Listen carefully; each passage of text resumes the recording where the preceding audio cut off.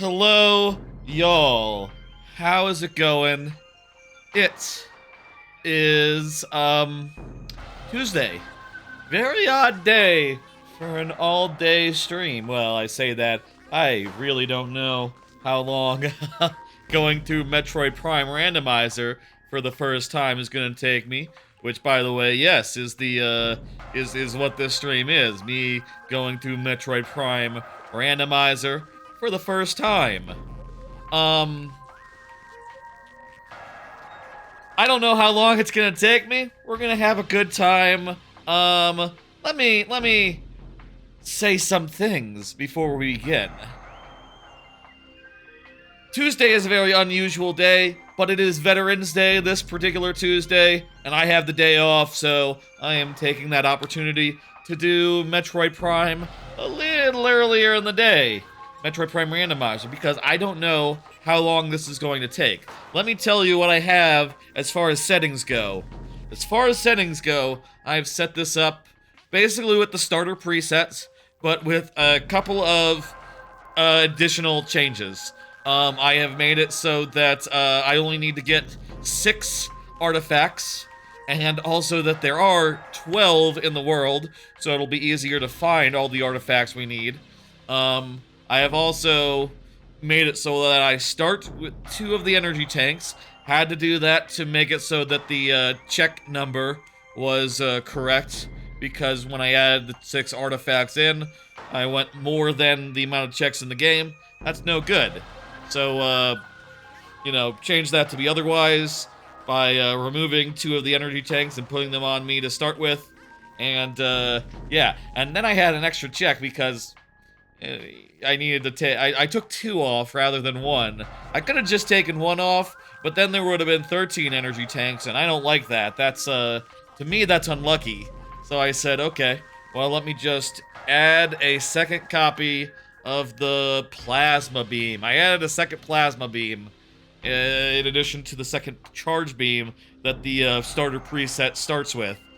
So I figured that'd be a good beam to find. Figured that'd be the best one for like combat purposes. And as such, I figured let's just get the odds of finding that just a little bit higher than it otherwise would be.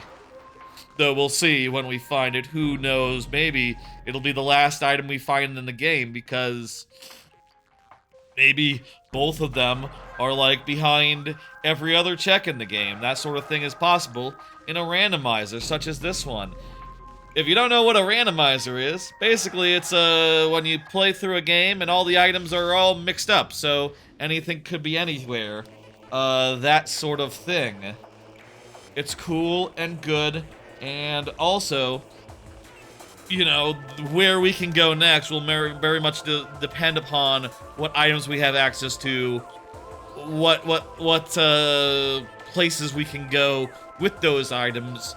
And I will say, I do have a map tracker to help me through. It would be hell trying to get through this blind on my first try, and my first time with this.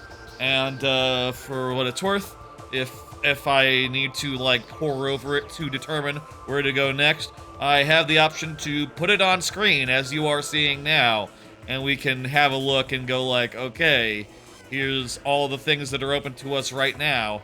And you can see at the start, it's not much. There's just, like, one thing that we can see in the Talon homeworld, and, I think like 3 checks here. Yeah, like 3 checks here. I can also pin...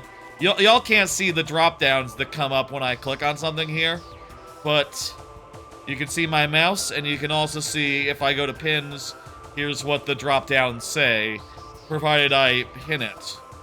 So yeah, those are like the 2 things that 2 of the 3 things we have access to. 2 here, 1 here.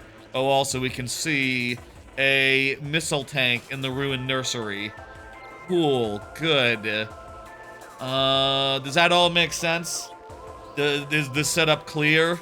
Is the music the right volume? How's this sound? Oh, this is perfect. This is, wow, couldn't ask for a better, could be louder, even, the music. In fact, what level is it at now? Yeah, sure, just, yeah, a little more, actually. Are we good? I think we're good. Okay, I will say, up top, one more quick thing, which is that, this stream originally wasn't supposed to be Metroid Prime Randomizer. Originally, I was going to play brand new game Windswept that just came out today, and instead I'm gonna play that tomorrow on account of we hit, 500 YouTube subs, and I figured for this week, let's just blow it out and do more streams than usual this week to sort of celebrate. And tomorrow I'm doing Windswept. Thursday I'm trying Fortnite for the first time. Never tried Fortnite. Gonna try it for the first time on Thursday. And Friday will be the Mario Maker viewer levels, as it always is on Friday, the usual thing. And I'm thinking maybe Saturday morning. It's a little tentative right now, but I'm thinking Saturday morning, let's try to do a Thor stream. Let's try to do a stream where I show off my AYN Thor, which I realize now is not right next to me, so I can just, like, flip it open and show you. You know, it's the two-screen handheld everyone's talking about, and a lot of people are getting, because it's fucking great, and everyone who sees it is immediately like, oh my god, I want that. Most people are. I'm seeing a lot of people see all the hubbub and go like, I bought it, I'm in, you motherfuckers. One of us. Join the club. Let's go. Room for one more. Pat. Simpsons meme. Anyway, that's all the upfront stuff. Let's go ahead and get into it. I am getting ready to start. I have my hand on the timer here. Let me say the timer is mostly just so we know how long it took, and because it's interesting to know such things. It's not important how long it took, all things told, but it is interesting and cool and good, so, you know, we'll see how long this takes. I'm hoping for like 8 hours max. 8, I could see up to 10. If it went like 6 hours, that'd be pretty good, honestly. My preferred length of a randomizer, all told, is like somewhere between 4 and 7 hours, I would say. So 6 is just fucking perfect, I think.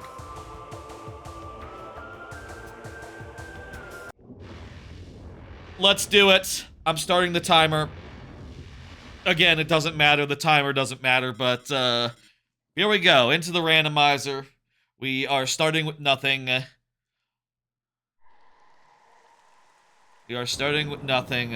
And there are 3 places to check, and they are all in Chozo Ruins. I have set this up so I can skip cutscenes. Also, it is worth noting that the randomizer has a couple of, like, good quality of life type settings. Like, from every save station, you can warp back to home, which is nice. Metroid Prime 3 randomizer could use that. Oh, did I not mention? Let me just say, as far as Metroid Prime randomizer, I have not done it yet. This is my first time with this randomizer. But I have done Metroid Prime 2 randomizer a couple times, on and off stream. I've also done Metroid Prime 3 randomizer, which is, I think, one of the more rarer of the randomizers to do, since you need like a whole different fork of Randovania, the application that makes this possible, that this randomizer is generated with, configured with, etc. Never played this one though, because honestly, when it comes right down to it, Metroid Prime 2, I love it. I actually am maybe in a minority position on that, insofar as, like, I actually like Metroid Prime. We're seeing already what we're getting here, some of the stuff. I like Metroid Prime 2 more than one, I think. And three as well, even. I like the increased linearity. I like that there's less backtracking as a result of, like... I like that it's more world-based, and you go to a world and you do your Metroid stuff within the scope of one world for the most part, for most of Metroid Prime 2. And in 3, you know, it's a little... that's also the case, but also you have, like, a fast travel system in the form of the vehicle, the ship, which I think helps a lot. What can we get in this room? It's telling me, check-wise, we can get 2 checks right here, right now, in the courtyard. Let me see. Oh, wait a minute. I think these are all ones that I can see. They're blue. Okay, so I can see them, but I can't get them. The first check here will invariably be the Hive Totem. And unless I am misreading this terribly, it is the only thing that can have anything. That's, funny. I think it's weird. A lot of randomizers kind of will be like this sometimes, where they have, you know, where stuff at the start is very limited, you know, insofar as, like, how the original game was. There's not that many places you can go, not many checks you can do. In this case, literally, there's just one check. So you're gonna end up with a pretty vanilla start. Like in the original game, you're going to wander into the zone and do stuff here. Well, you don't have to do the tutorial like in the original game, but you know what I mean. Like, we're gonna head to the first boss, and that'll be that. And then after that, presumably, unless we get the missile launcher, which you know, is actually not unlikely. I mean, you need the missile launcher to go a lot of places, so it seems very possible for it to appear early in logic. Unless we get the missile launcher, we'll go somewhere completely different than in the original game.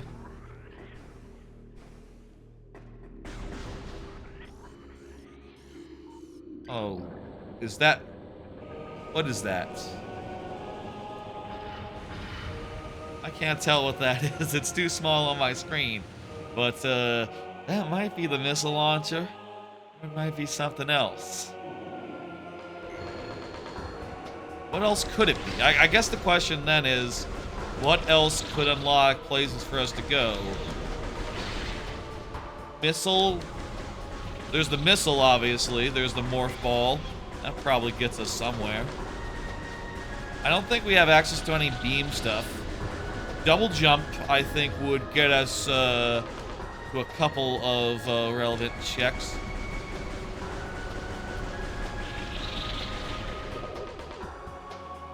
Let me... How does this sound, by the way? Middle of battle. Hear me good? That sounds great. Yeah, you can hear me.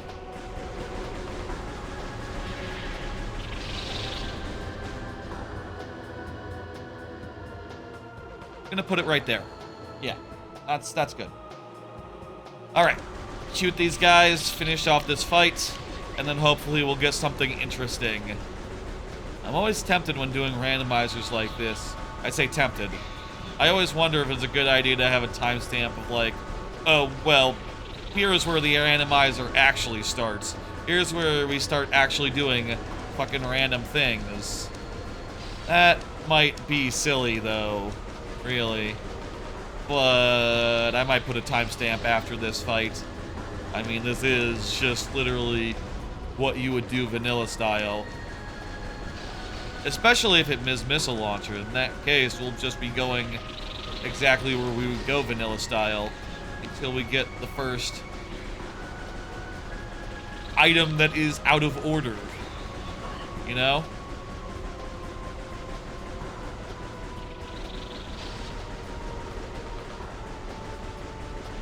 We definitely saw the randomizers thing on the start menu.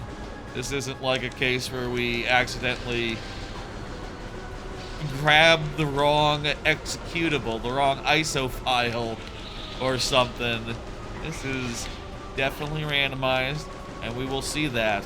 I mean, we have seen like items in the world that otherwise wouldn't be there. Energy tanks that in the default game would be something else. That doesn't look like missile to me. What is that? Oh, space jump. Hell yeah. All right, now the randomizer really is getting a little bit spicy. Let's just say that the intro is done now, I guess.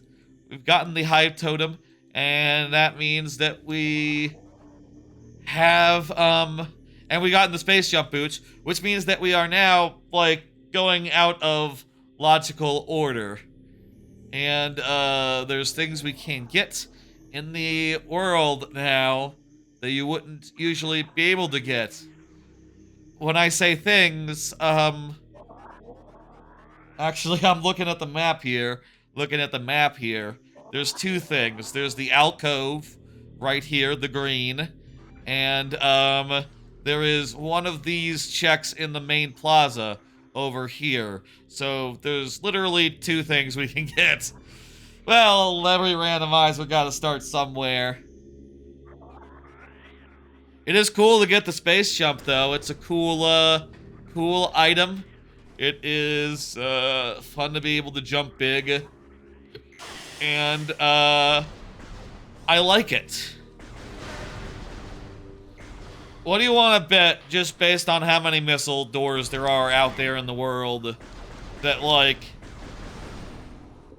Let's hang on. Let's look at the map tracker real fast. Just consider what items we could get that could open up more possibilities. If we got the morph ball, what would that open up? Like, one check. Okay. If we got, super badge? What the hell is the super badge?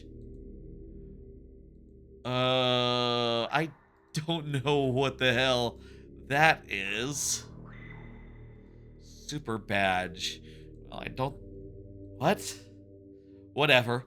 If we got the Buster badge. Buster badge?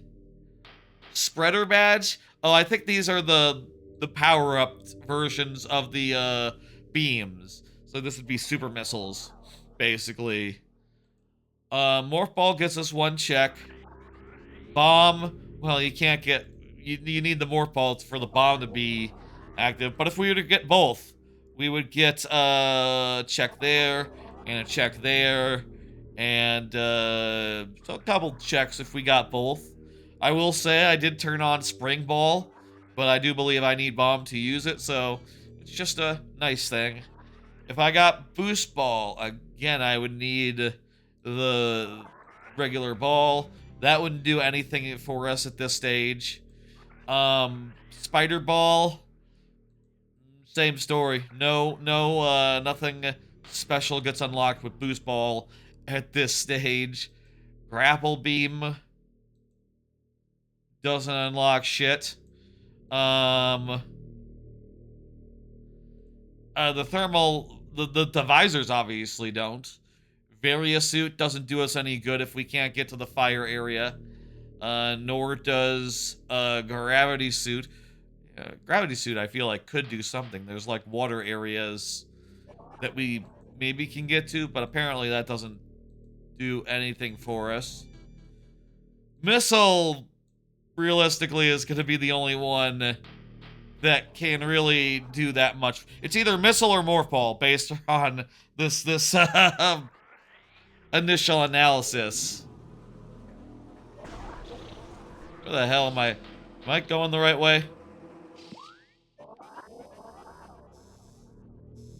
By the way, you can see on this actual map, you can see just like all the checks. It doesn't necessarily take into account what we can and can't get, though. So keep that in mind. The tracker that I have is a lot more detailed on that account.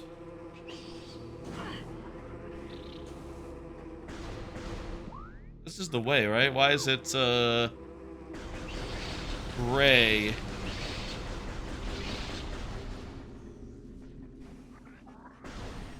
I guess I just need to kill the guys. I replayed this game relatively recently, within the last year or so, but specifically the remastered version. So it's relatively fresh in the memory, and I'll say like that particular playthrough was the first time I have been able to take it to a finish. When I was a kid, I was never able to beat that's just, is that a missile upgrade or just the missile? I wonder. I was never able to beat Meta Ridley as a kid. Never able to finish off Metal Ridley, and therefore never able to finish the game. I was able to beat Meta Ridley on the remastered version off stream in this last year, so, you know, hopefully when we get to the end game, it's possible for me to beat. Here I believe I can get a half pipe. Something called the... Let me check my tracker here and see what it calls this. I believe the check that I can get is half pipe missile. So that would be on the half pipe here. Where is this exactly? Oh, that looks like...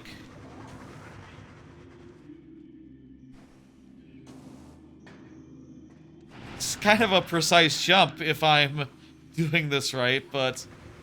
Hang on. There we go. Morph Ball Bomb. Okay.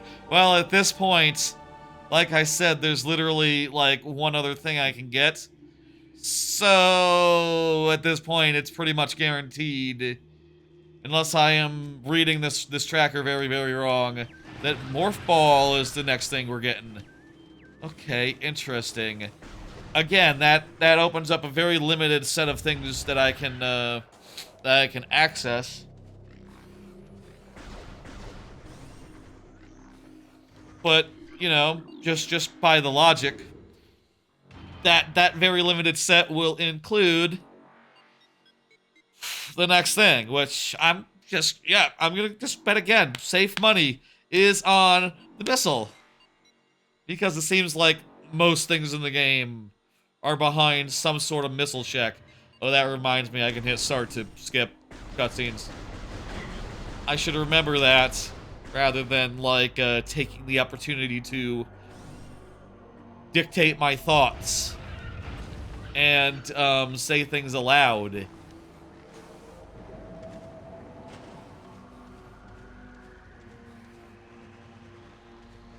Let's see. So, yeah, it's just the alcove, and the alcove is a morph ball situation, I think.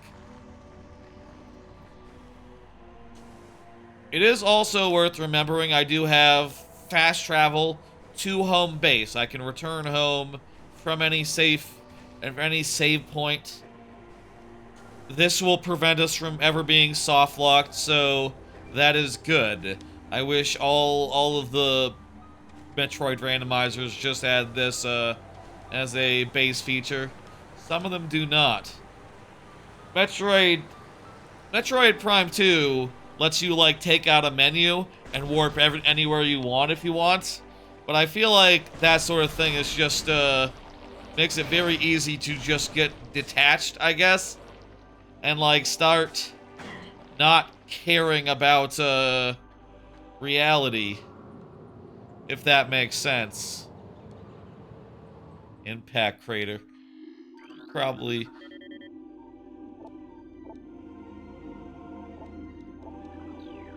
We could probably get, like, hints for where the artifacts is by going that way.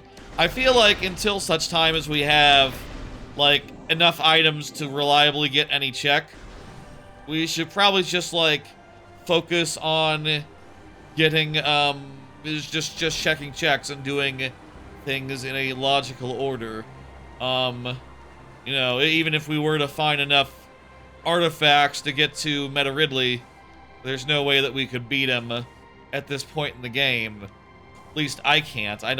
Maybe y'all are built different, but I don't think I could do it. But I'm sure, like, as we check things, we will get energy tanks, we will get relevant items, we will get the plasma beam, we'll get all sorts of stuff. There's the morph ball. Morph ball has opened up, I believe, 2 additional things. Maybe 3. Yeah, I think 3. We have access to 3 more checks. Let's go out and find those and start checking. We've had some real good luck so far, but a lot of that is just because, literally, it had to give us something or else we'd be stuck. This check, it doesn't have to give us anything, so it'll likely be, Bub Kiss.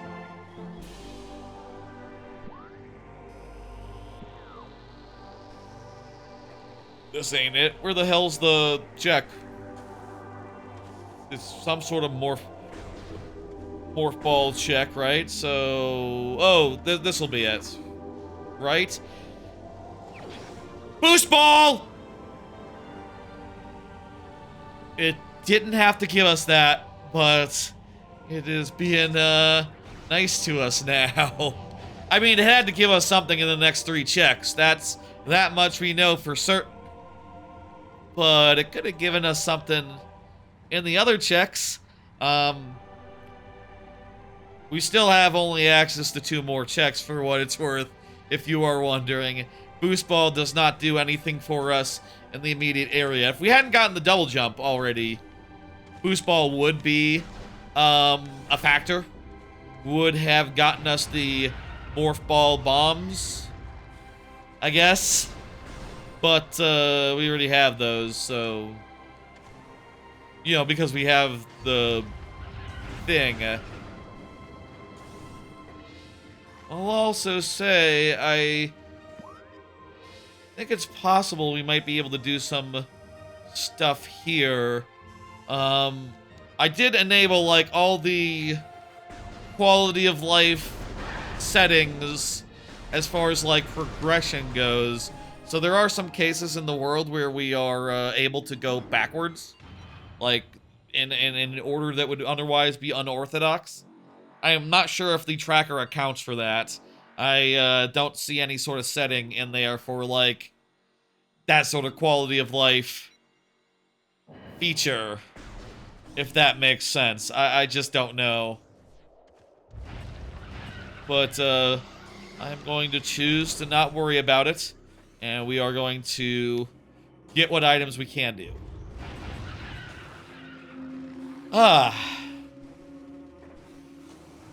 So how y'all doing? Been like apparently 20 minutes of Metroid. I haven't asked, like, how the folk at home are doing.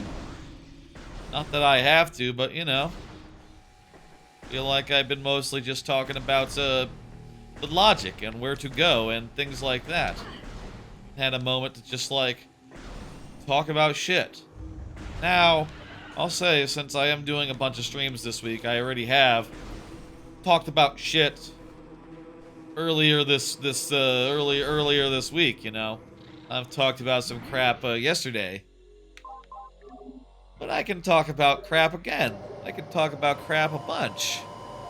I'll talk about crap every day, if you let me, you know. I'll say, like, as far as, like, what I've been doing since the last stream, since yesterday, since last night, I've been watching a bunch more House. I watched a bunch of episodes of House last night. And one this morning, even. That show's really good. And, I had just finished season 3, which ended with, like, a big ol' standoff between House and all his, like, main character friends, who are, like, below him, his peons. And I was kind of wondering, like, where the hell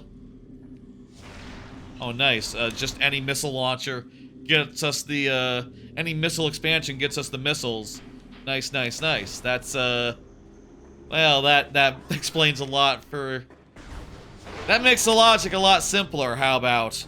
And also, like, let me show you on the thing, on the map tracker. Like, here's what we have access to now. Here's with and without the missile launcher. Like, literally dozens of checks just got added. And including ones in Magmore Cavern. Magmore Cavern just opened up huge. And a couple of places in, Talon Overworld as well. Just a lot of places are, locked behind the missiles. Can we get the Fendra? We can get the Fendra. Fuck, that missile, upgrade just, like, opened up the whole entire world. Minus Phazon Mines. Huh. Well, shit, world is our oyster now. Maybe this is where the timestamp goes. Linearity is over. We now have loads of choices. The randomizer just got interesting. Not that it wasn't interesting before. I think it was very interesting. We're in the ruined nursery, right? That's, wait. Ruined nursery? Oh, no. This is the ruined galley. We just got the tunnel missile. And there's also a missile wall. Alright, shit. We got, like, additional checks even in the same room. How about that?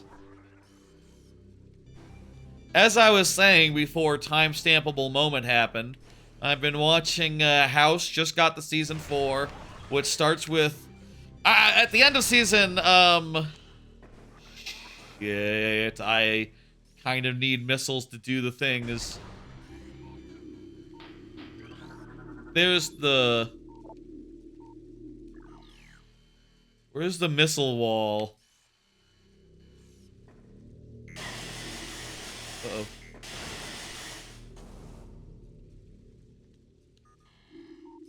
I don't see... Oh!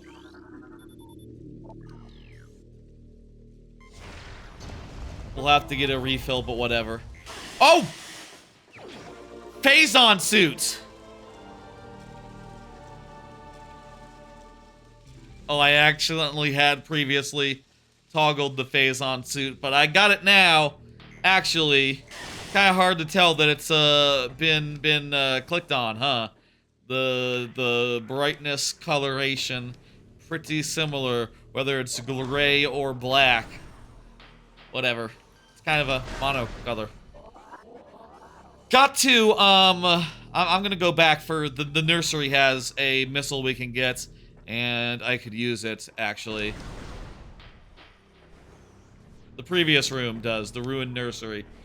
At the end of season 3 of House, there's a whole arc of, like, everyone getting mad. Which, you know, I feel like... I'll say, going through House, it very much feels very melodramatic to me. Very, like, soap opera-y. I say as someone who's never watched... doesn't watch soap operas, so, like, you know, really I have no perspective, but... This is, like, more soap opera-y than the shows that I typically watch. So, like, when I see an ending, season ending, where, like, everyone is like, oh, I'm done, I'm out of here, goodbye, my cynicism kicks in and I say, like, they will be back within a very short arc. Oh, I think I have to, like, missile that one.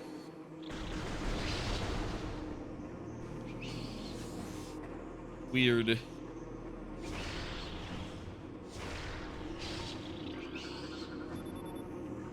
Or, rather, I have to go up through here and do it like that. Okay, that's not that bad. Not that complicated. Just have to think. There's a whole plot thread where everyone's left and House doesn't have a team anymore. And I was just thinking, like, okay, well, this is pretty simple. Everyone's just going to fucking return next episode, next season. It's a nice sort of season finale hook, but, like, where is it gonna lead? And I'll say, like, I was wrong insofar as, like, it has led a very interesting place with, like, Dr. House sort of conducting a American Idol, you know, reality TV style elimination game to find a new staff, a new team, and I watched 4 episodes since the last stream of that whole situation playing out, and it has been a ton of fun.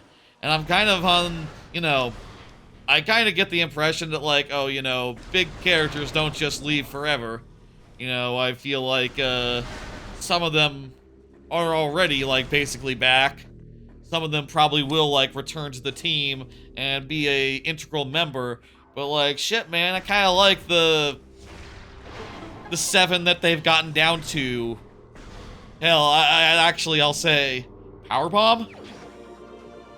Power bomb, shit. That's pretty good. We can just use it. Yeah, we can just use it. Hell yeah. We have so many options right now, jeez. But no beams, no, water is still an obstacle. We don't have the spider ball. Still a lot of stuff to find, but, like, it is being very nice to us. Aside from, you know, things like, we don't have, energy tanks yet, other than the ones we started with. So, jot that down, I guess. We could go to Phazon, or we could... Can we fight the sun guy? We can fight Flagra now, I think.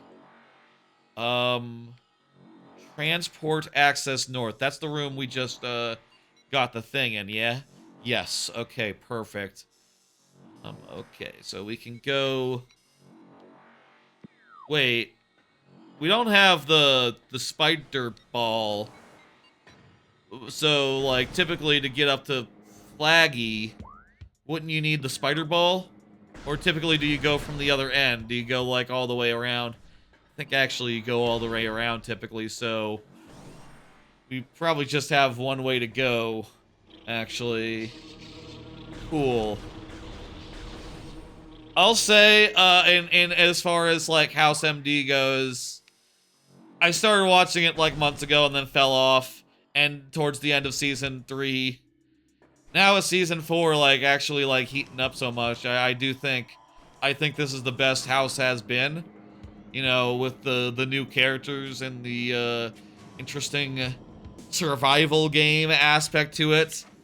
Like, it is fun and cool, and I kind of wish that just, like... Yeah, I kind of wish all these characters could stay around. Even though, like, part of me wonders, like, maybe none of them stay around. Maybe just... You know, the main 3 are going to return to main character status, and that's just gonna be it. You just like,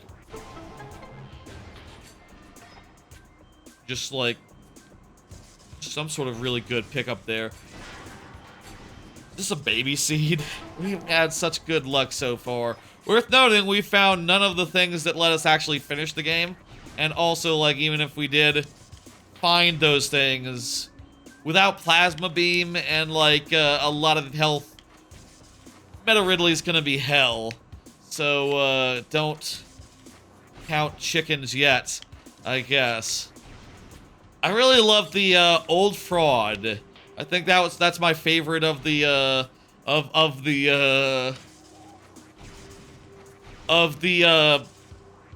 survival cast of House, but I also feel like the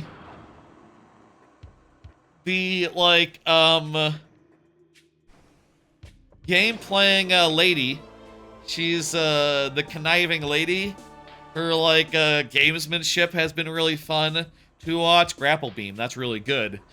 How good is it really? Looks like it gets me looking at the map now real fast. Looks like it gets, like, one... as far as I can tell, it unlocks, like, one thing on its own.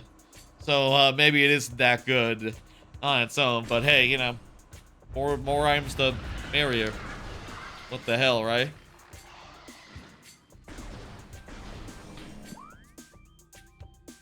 That was that check. And that returns us to Ice Spreader. I don't have the Ice Beam. So the Ice Spreader, that's just, you know, that's just nothing yet. I can't spread shit without the Ice Beam. You know? You understand how that works. The A to B to C of it. It's pretty straightforward. Okay, here I can get locked door? What kind of check is locked door? That's weird. Is there just like a what the fuck is the locked door?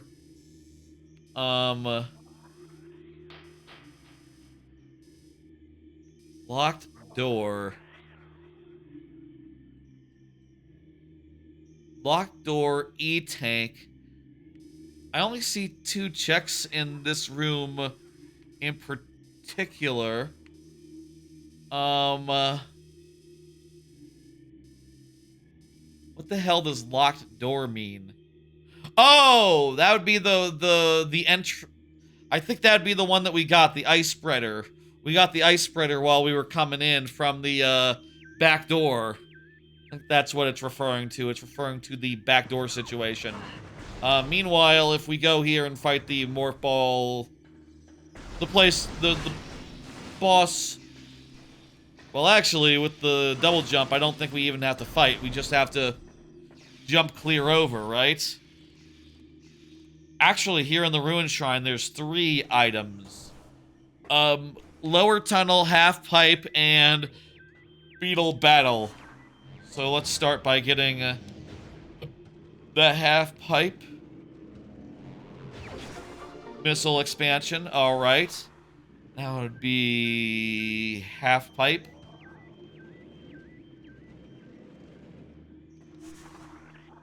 Lower tunnel would be down here.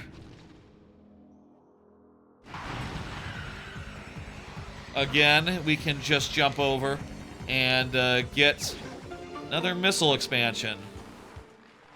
And finally, here's lower tunnel. Another missile expansion. Alright, let's go. Not everything can be something. In fact, I don't want to disappoint you, but in a randomizer, most things are nothing. Most things are not progression items, despite all you've seen, all the evidence you've seen to the contrary in this apparent baby seed. I do think we've gotten more, key items than we've gotten missile tanks, for what it's worth, but, ignore that. That's not normal. Normal is you get a missile tank. Slightly less normal, you get an energy tank. That's still pretty normal, though, compared to actual item that gives you actual things you can do. To be clear, I want to set expectations. I want to set expectations.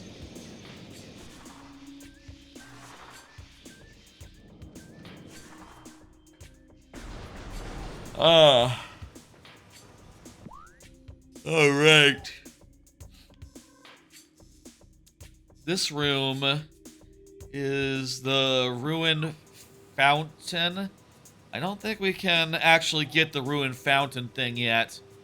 No, but we can see it if we care to. Missile expansion. I'm going to go ahead and mark that off on my map because I know it's nothing. Nothing that I really want, slash need, slash, etc. So we're just going to continue and plow on. Here, we can get this room here, the next room, since we have the grapple beam. Wait, really? You think? I don't have the Variasuit game.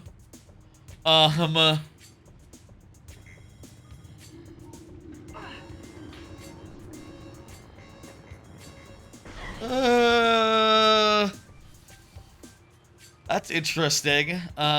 You know what? I just realized I do have two E-tanks. Let me just go ahead and mark those off.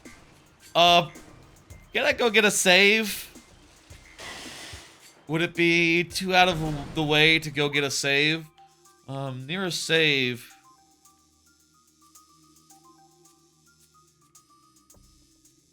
Actually a bit away.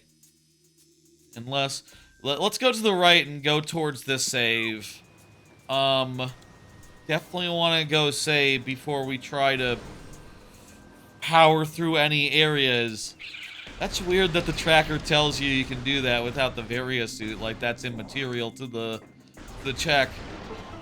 I think with the health I got, it'd be very risky to pursue that.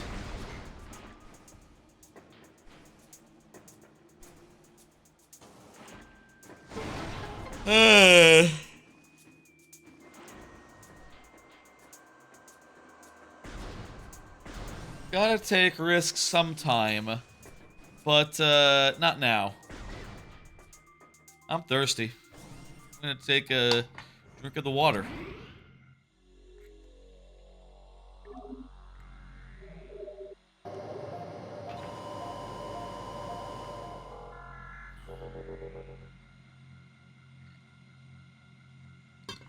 I would like to do that damage run and take that risk.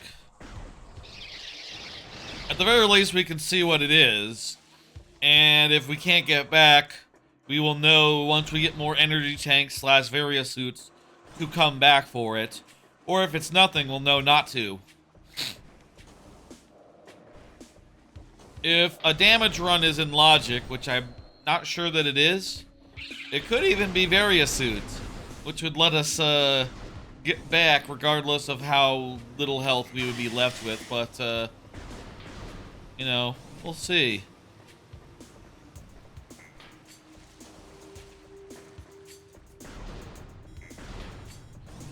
Okay. Here we go. No! No! That... What? Hey! No! Ah!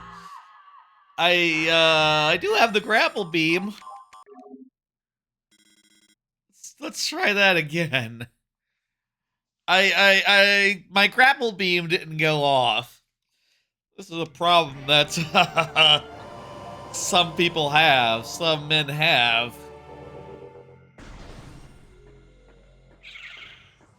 Samus is a woman.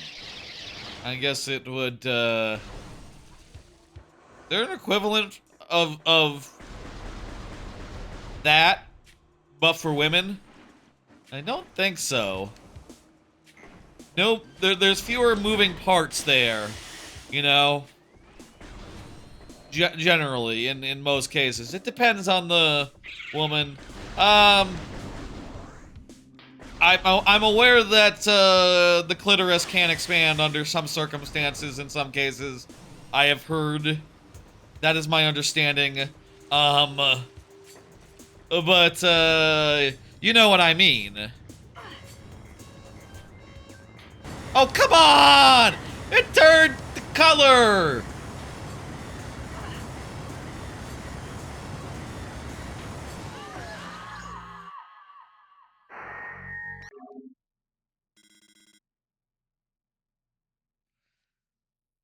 You know, I've often said third try is the charm.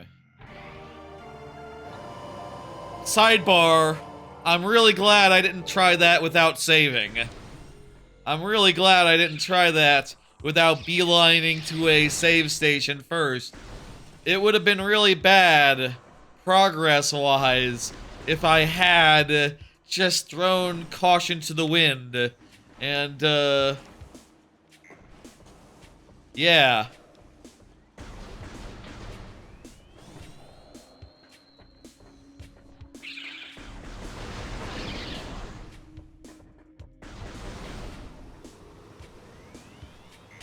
I mean, I guess Samus has, like, the biggest moving part, which is that her gun hand does, like, assume different forms, expand and contract.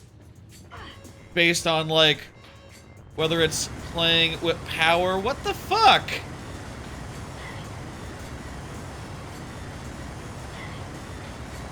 What the hell is that?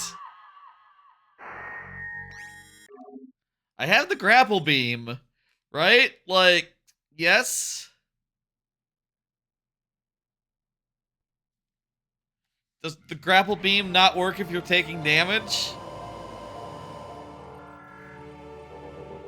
Do you actually need the Various suit to complete that room?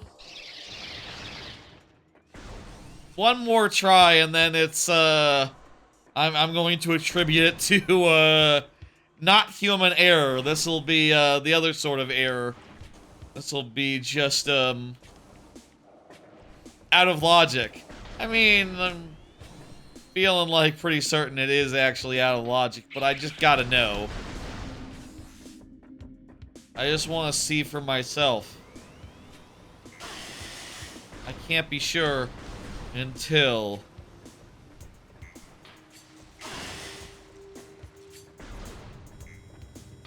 Is this room normally this finicky? I heard a bing, I heard a bing, I heard a... What is you doing?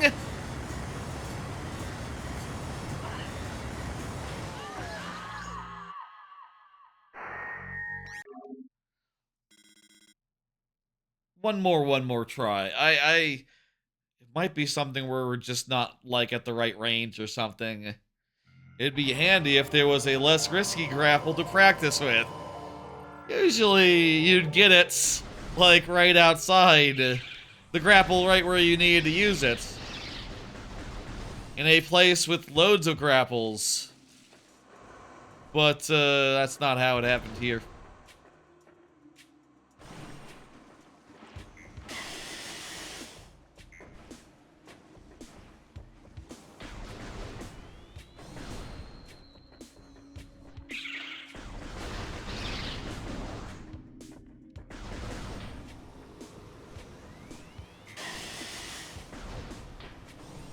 This'll be it. There's a million other things to do right now. I'm sure Various Suit is behind one of those million things. It wouldn't be because...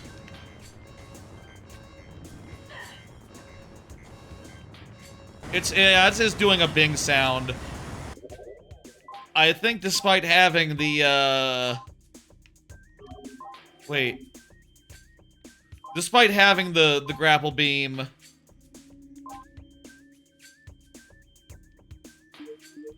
We can't use these ones for some reason.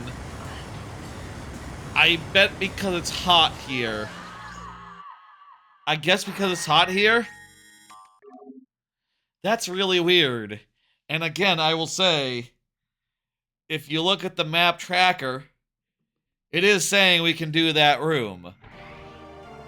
Here's that room. It says we can do it. I don't think it's right.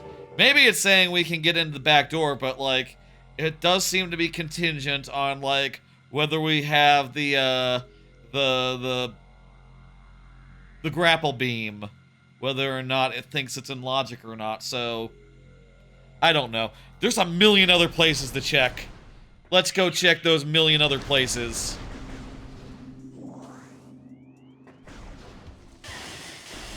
Like Flagra, for instance. We could go fight Flagra.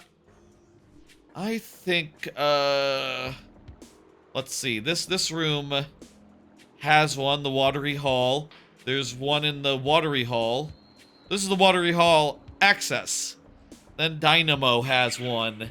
So there's 3 checks in this direction.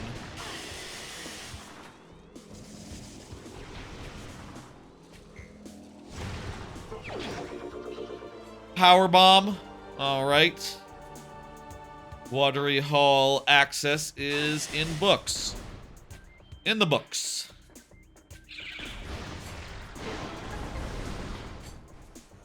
Next up is this room, which, let's see, we can do the scan puzzle, which would typically get you the charge beam.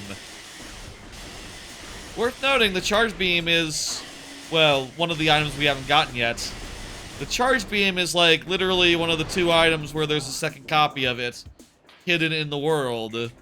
So, like, the charge beam really should be one of the ones we're most likely to get, but, you know, hey, we'll see. 1 second here. Alright. I kind of wish, in as easy as some of these, like, scam puzzles really are, I do wish sometimes in randomizers that, like, some parts like these, you can just skip them. You know? Like, let's be real, this isn't based on contingent on any sort of item availability. This is just strictly, you know, do the thing. Do the normal. And you always can do the normal.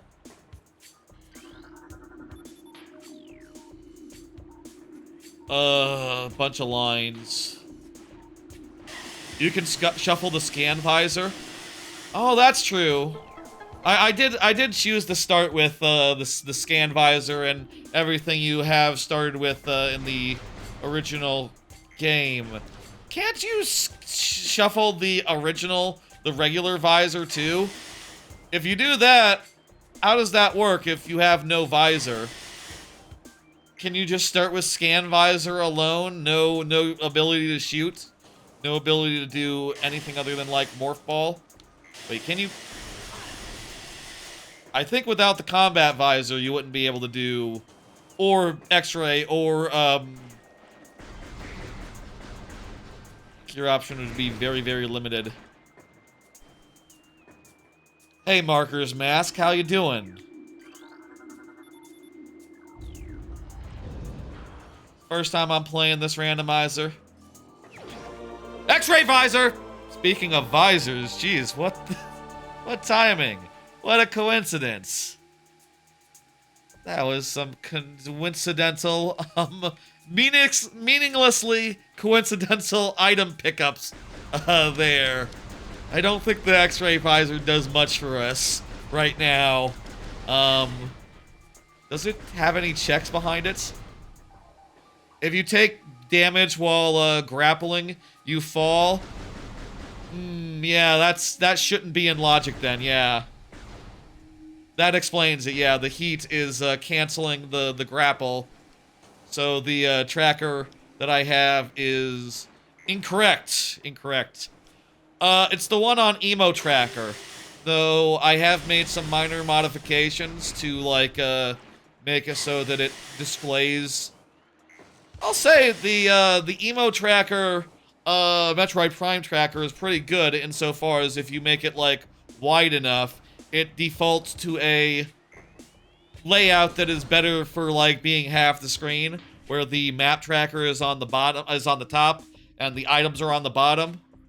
It doesn't activate, though, if it's, like, half the screen. It has to be, like, a little bit more than half of my screen, so I had to modify it so that it would activate that layout at a lower width, so I could have it be half the screen and the game be half the screen. That's how I do it.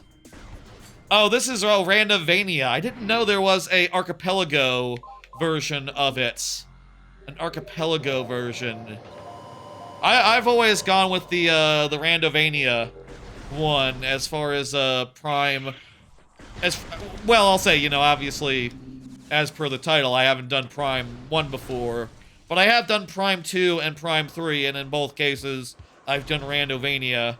Dread as well, and the new Fusion. I've done the new Fusion too. New Metroid Fusion Randomizer. Wait, we got the scan puzzle one. You still have to get,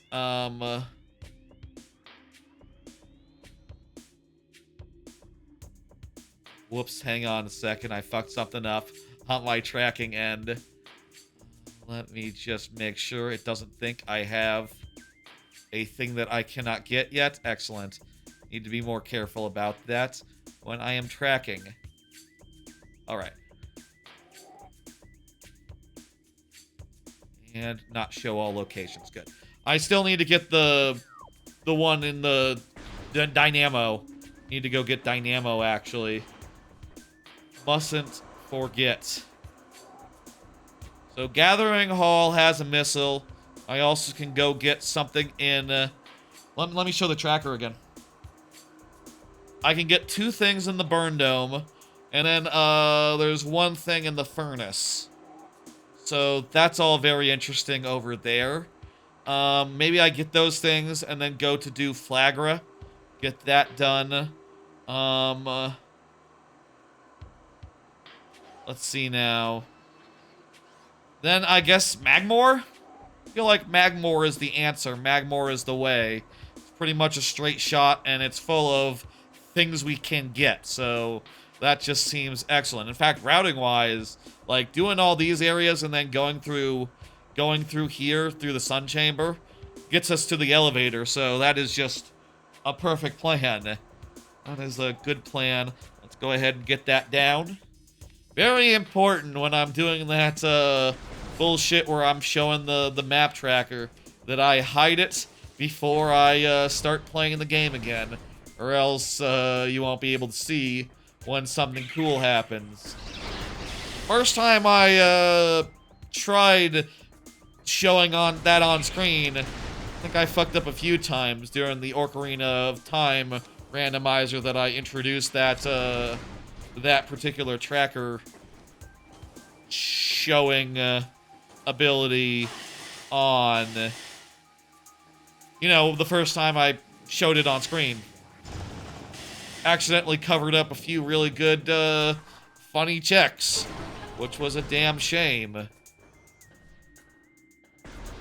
You don't want that. What would we be excited to get right now? Well, considering that this room has a spider ball thing in it, I would be excited to get spider ball. Gravity suit, that's not bad either, actually. I'm not sure what it does. Well, it lets us get the other the item in the previous room, the underwater missile. Okay, yeah, that's convenient as well. We still will have to backtrack once we get, I say backtrack, we'll have to return if we want to get that, other item there, but, maybe we won't need to. Maybe it was nothing.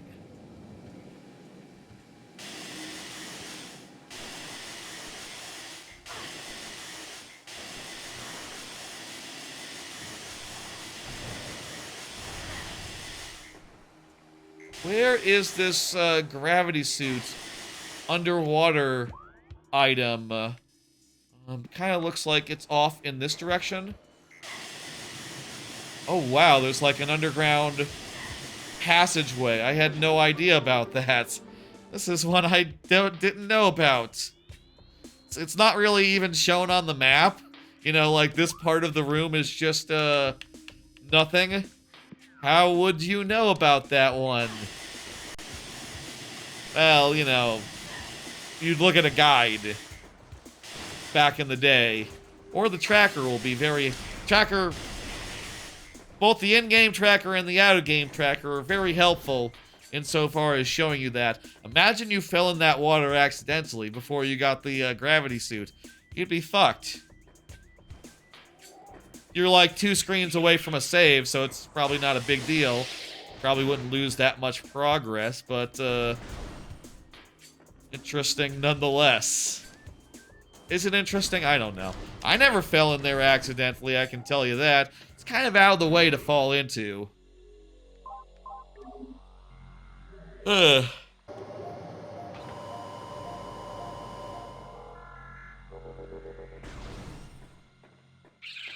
I think things are going pretty good so far, though we haven't found any artifacts. I'll say, as far as endgame collectibles go in randomizers, I feel like, you know, if I'm thinking about it, my preference is when they are not so random. That is to say, like, if I had my druthers, I would say that artifacts like that should be given out for bosses. You know, like, you beat a boss, you get an artifact, basically. It would be the way I would arrange it. Which, you know, considering that we haven't found one yet, that could be what's going on. That could be where they all are. It could be that it defaults to being like, okay, the endgame items, yeah, those are all on bosses in a normal fashion. We didn't get the missile in the previous room. We need to remember to get that on the way back. The Gathering Hall missile. Shit. Meanwhile, the Burn Dome has both of its checks available. So we'll head over there. How do you get to the Burn Dome? Over here? Yeah, I think this is a Burn Dome. Yep.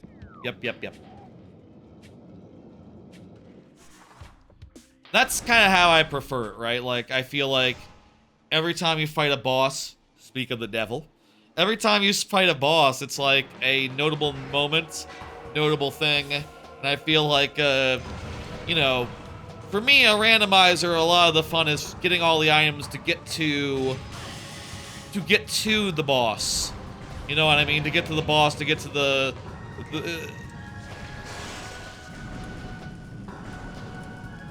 we don't have the charge beam. That's not a problem here, right?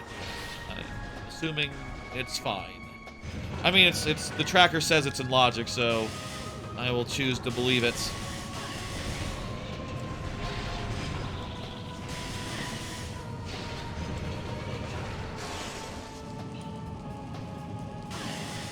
Wah.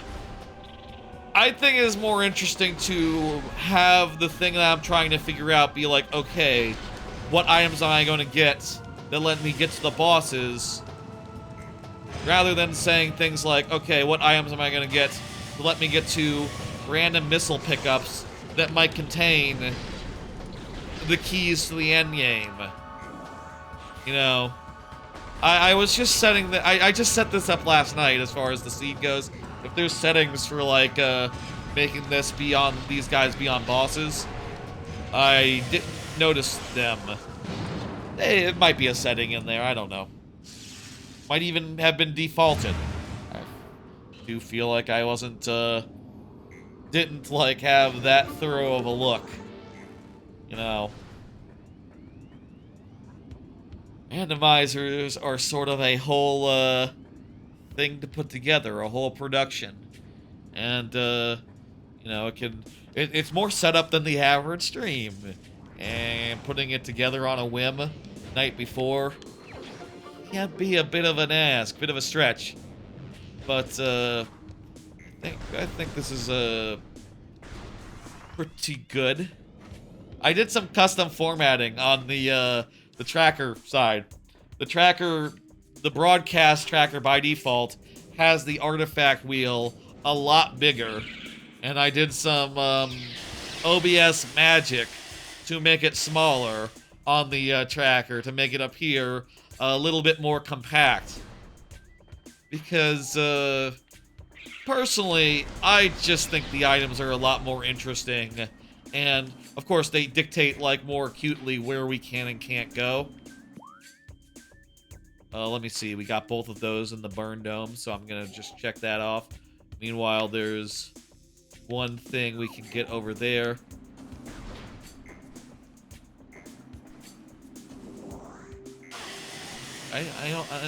We can't unlock that door without doing the thing, right? So we have to go through the rigmarole of this room.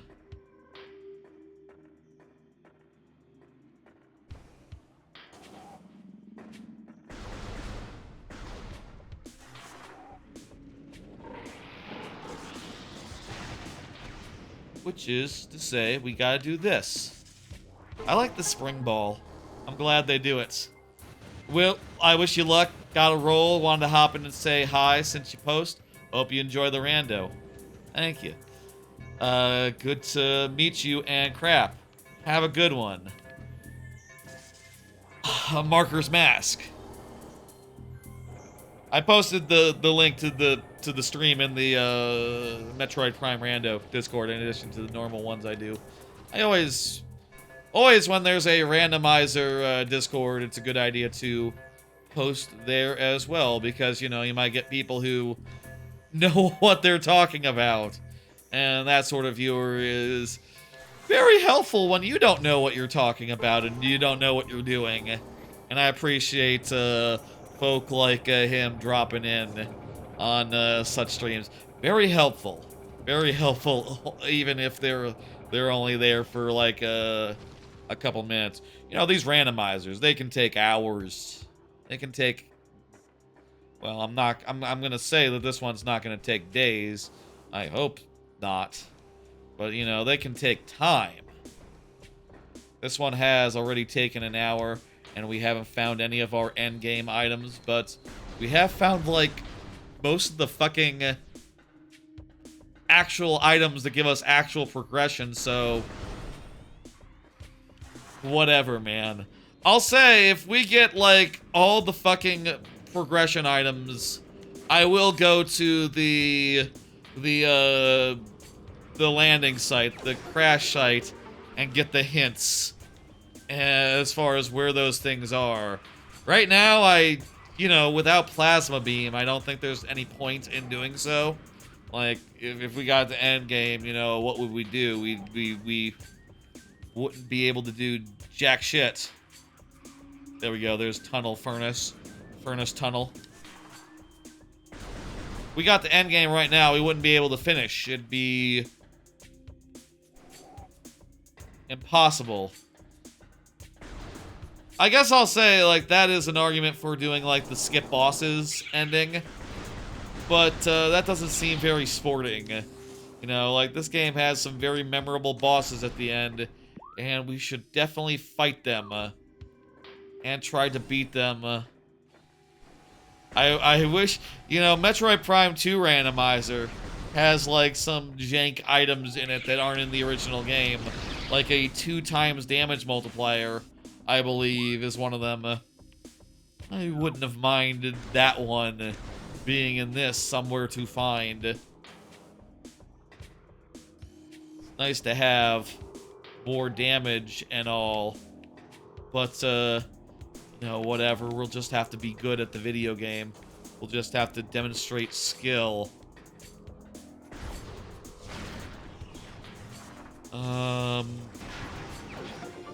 Just another missile expansion.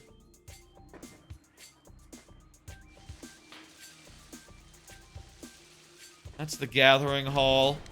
I think it's time to go say hello to Flagra. And then, to Magmore after that. Ooh.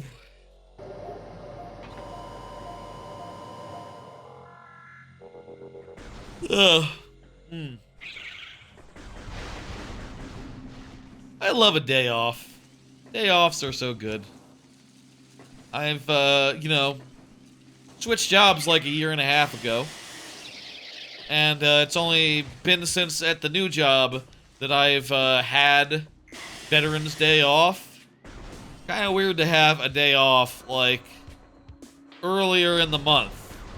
You know, from, like, the usual Thanksgiving hullabaloo. But it's not bad. I will say, I don't have Black Friday off by default. I just have Thanksgiving off, so, you know, it's like, I have some additional days, but, like, I have to specifically take, I believe, either New Year's or New Year's Eve.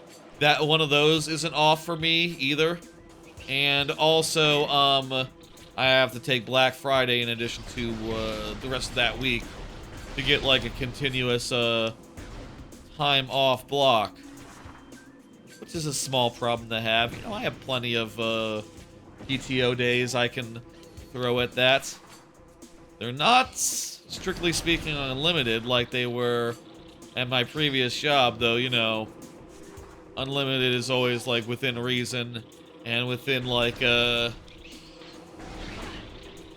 know, you can't just take a whole year off, even if they say it's unlimited. It's based on, like, approval like whether they think it's your boss think it's okay. But you know, hey, at least with a set amount, you know how much to take, and you know just to take the full amount. Versus with unlimited, it's like you know, it's like a guessing game as far as like what exactly is appropriate. How many fucking hell. Again, I wish these things were pre-scanned.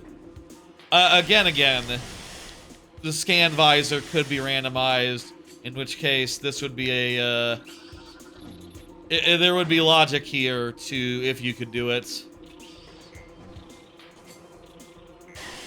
That said, I've never particularly liked this room. So, you know,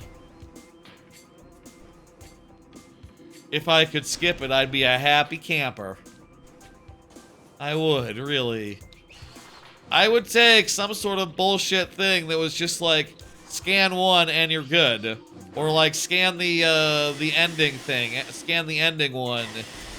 You know, it could... You do have to scan the door after you do all the other ones. It could literally just be the final one. And be the same, in effect.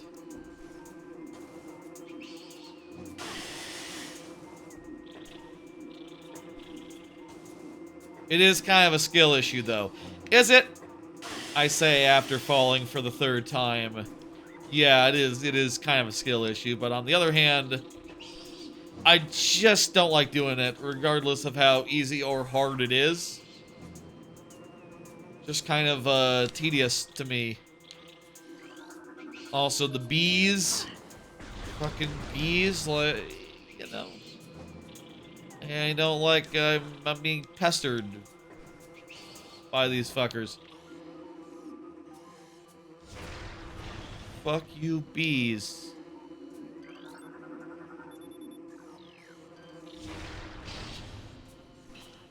Is there one on the side of the tree?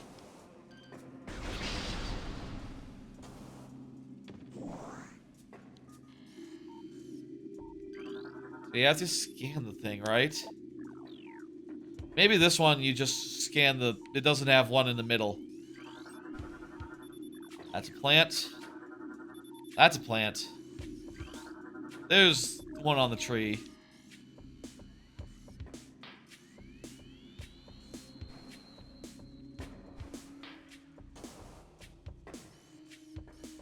Never liked this room.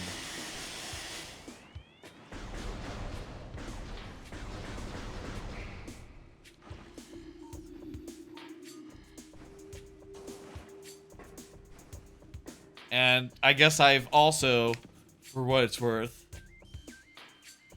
never really memorized where the hell these... There it is. These fucking things are. I guess in this one, the door opens when you get all four, and it's not... There's not like a last one to do, but... It could just be the last one up there near the door.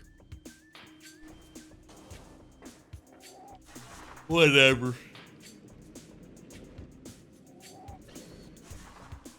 Fuck! This room is just very slow and tedious to me. I guess, though, if you play through a game in its entirety, random style, randomized style, you're gonna run into some slow bits. You know? Like, yeah, it's the game. The game has some slow bits in it. You're gonna have to play them.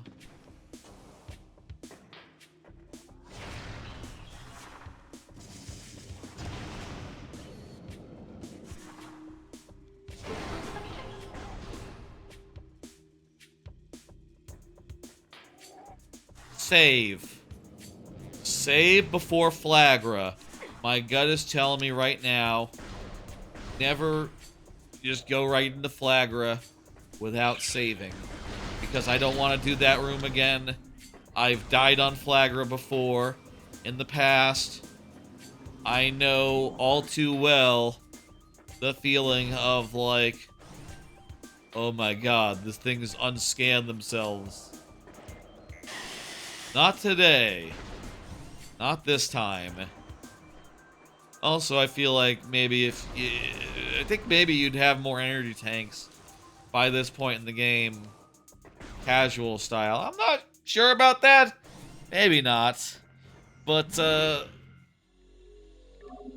take no chances. Flagra's a motherfucker. Ugh. Ugh.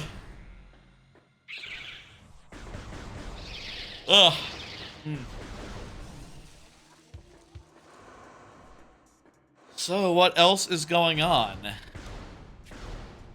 I think I've mentioned in passing that I've been playing, Link to the Past on my AYN Thor. I've never, beaten Link to the Past before, and I figured, it might be a good way to do it on the AYN Thor. With its, like, bottom touchscreen, it is, very convenient to...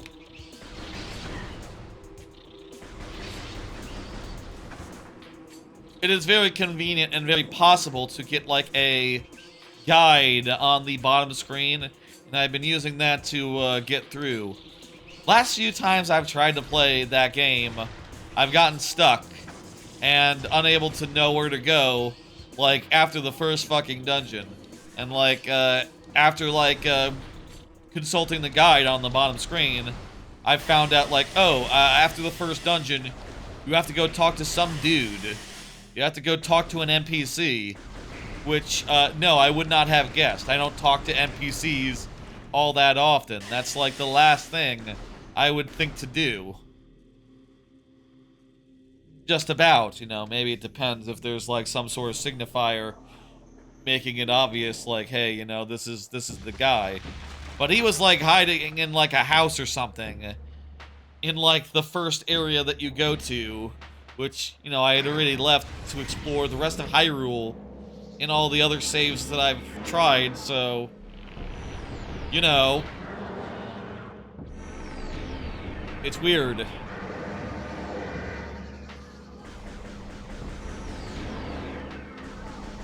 Man, I wish I had the charge beam. At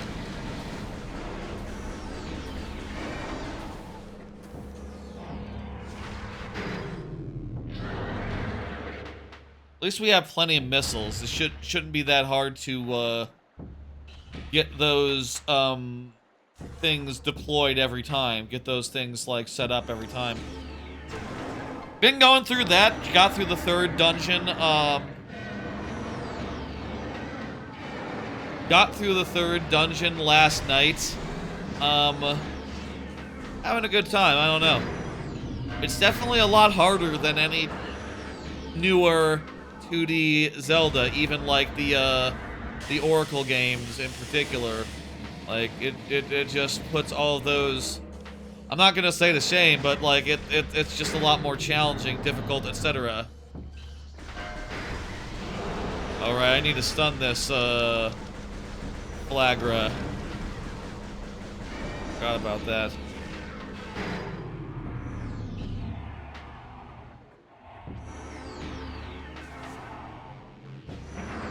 I can do a boost ball.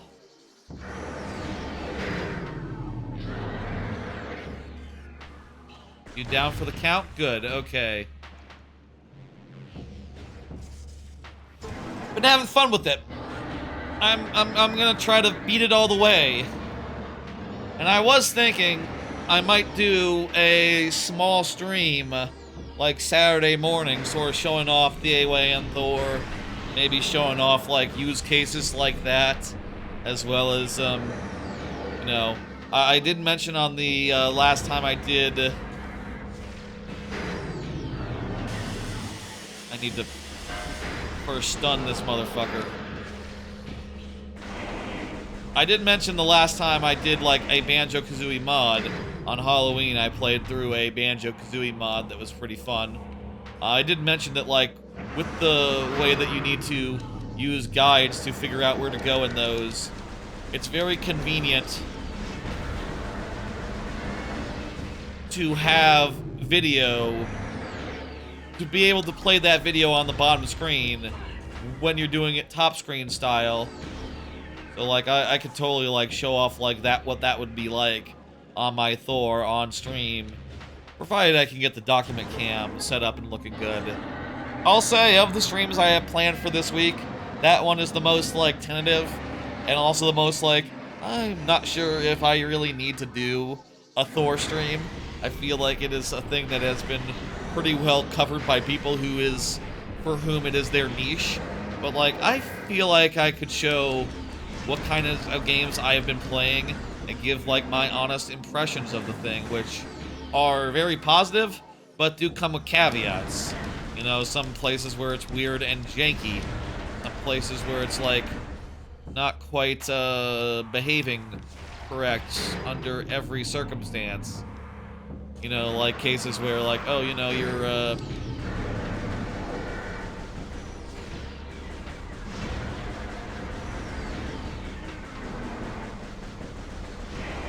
there we go.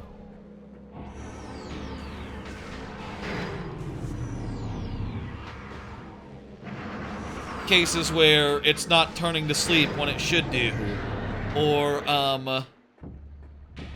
it's not staying asleep when it should be sleeping, or cases where, like, it is being weird about, like, closing games or opening games or that sort of thing. I'll say on my AYN Thor, I don't know why this is, but my task manager hasn't worked for the last, like, couple of days. The button that's supposed to launch the task manager just does nothing. And I've cleaned up processes recently, so I don't know, like, why exactly that is. Does it not work if you have ESDE as your, like, loading screen application? I don't know. Could be. There's Flagra in the books. Very nice. Got a missile expansion for it. That's not great, but hey, you know. We've, I'll say, we have now cleared out. You can see we basically have cleared out all of Chozo ruins. Other than this part, which we have previously established, should not be, marked off. And this, which is just saying that we can see a grapple ledge. A grapple ledge? What do we need for the grapple ledge? Hang on. How do we not have access to the grapple? Oh, it might be that we might need the Varia suit for that to get through. No, it's not related to that. Spider ball? No. One of the visors? We already got the X-ray. No, I'm confused. The logic here is confused. I don't know why exactly we don't have access to the grapple ledge, considering we have the grapple beam. That might be a mistake in the tracker, but it's just one check, and I think I've seen it. It's like a energy tank, right? It's not the most important thing in the world to go get.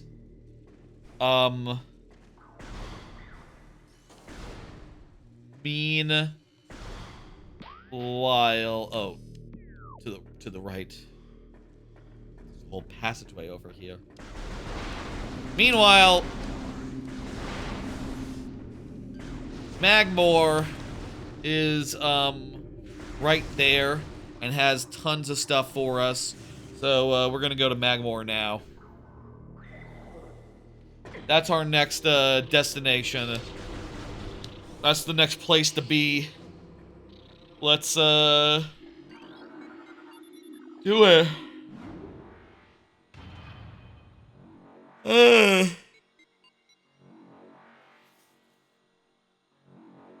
So far, this has been somewhat of a vanilla experience, I would say. I mean, part of that is, like, the way I have chosen to go through it. You know, if you have access to most things in the first world, it kind of makes sense to go through things in the first world before moving on to the second. Just in terms of, like, difficulty curve, just in terms of, like, they are lower hanging fruits. But, you know, now we're going into the second world, and that's cool. We still have no access to phase-on mines, right? Yes. We can do some stuff in the overworld, including, like, go get the Artifact of Truth. Oh, the Artifact of Truth is a check. I hadn't realized that. That while we were there, we might as well look at the hints for the artifacts. I'll say at this point, I have no interest in getting the hints until such time as I have some beams.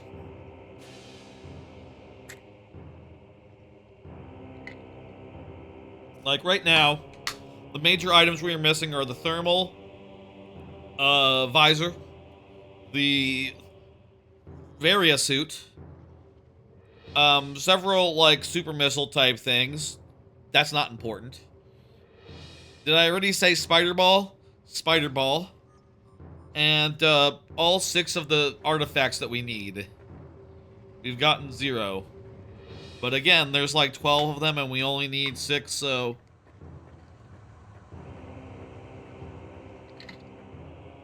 in theory, it shouldn't be that bad. I'll say, I'm not sure like what Plando options you can do in Randovania. Wait, what the fuck? There's like heat and stuff this way. Is this all super hot? Is this all like burning, scorching?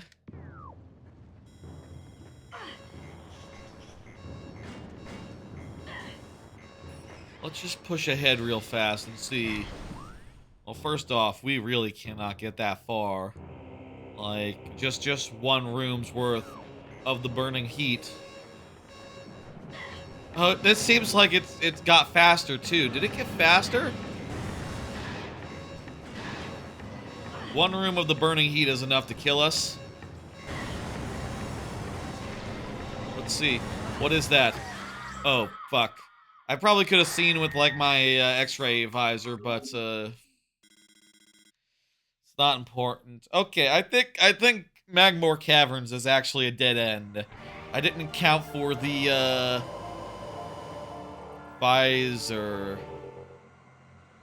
Let me see about, out of bounds. No, we got none of that. Heat. Oh, shit. Heat damage prevention, any suit. It's Varia only. Okay, shit, I didn't see that in the options. That'll correct the tracking. Nope, it did not. Okay. I put in the tracking settings just now. Heat damage prevention. I believe that is Varia only, and we haven't gotten that. But as you can see, if we look at the tracker, that doesn't get rid of this. So, whatever. Don't mind. I think it's time to go back to the Talon homeworld. And to do that, I'll just use the... press no to warp to the starting room while holding the triggers. Okay. Here, there's kind of just a couple things to get. Not sure if we can... Well, I wonder if we can get to... I don't think we can get to the... I'm trying to think if we can get to Fendra Drifts without going through Magmore. Hey, Rock Party. Trying to figure out if we can... Let me show the map tracker again. So, Fendra is accessed through Magmore and Magmore. Okay, we have to pass through Magmore to get to Fendra, and we need the Varia suit to get through Magmore, so I think Fendra is actually out of logic. Ignore what the tracker says. Oh, good, okay. Well, actually, it does say now that we can't do the Magmore stuff now that I've corrected the, heat damage prevention thing to be Varia only. But I'm not sure, like... It still has some checks here for Fendra. I wonder if that's just a logical, that's just a mistake. Because I don't see any sort of elevator here other than what goes through Magmore. So I think we just have to hope that forget Crash Site, the Artifact Temple, or one of these two that we can get to. Can we get to these through the front door here? We'll see. We'll check. We gotta hope that one of these 4 checks has. I'm gonna say Varia Suit. I'm gonna say that is what opens the most right now, and would be the most major item we could get. Let's go do that. Orient myself real fast. Those dots are acting peculiarly. They're like flashing and stuff, having little lines go through them. I'm gonna turn and go do the frigate underwater one. Which way is that? Oh, it's like underwater or something. You have to go down here. Through here, yeah, perfect.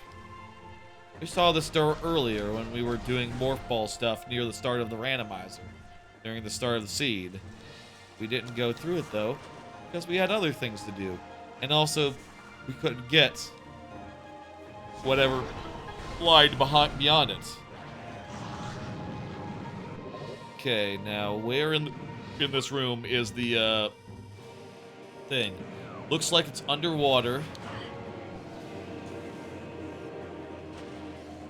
Would the X-ray visor help at all for like finding these things?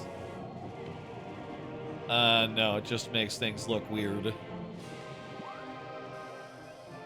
What is this described as? Let me look at the tracker. It just says missiles.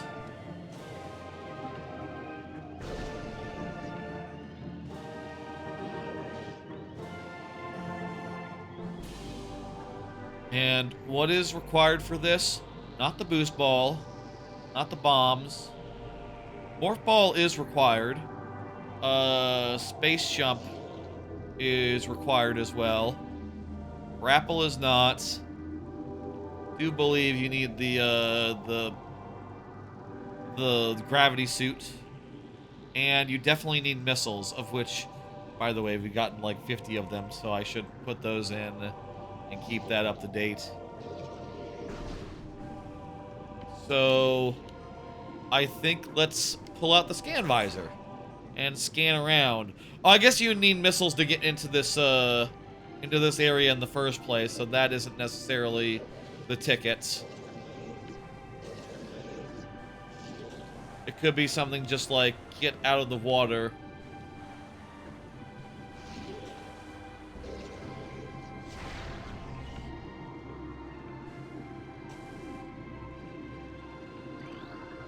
Where's that glowing?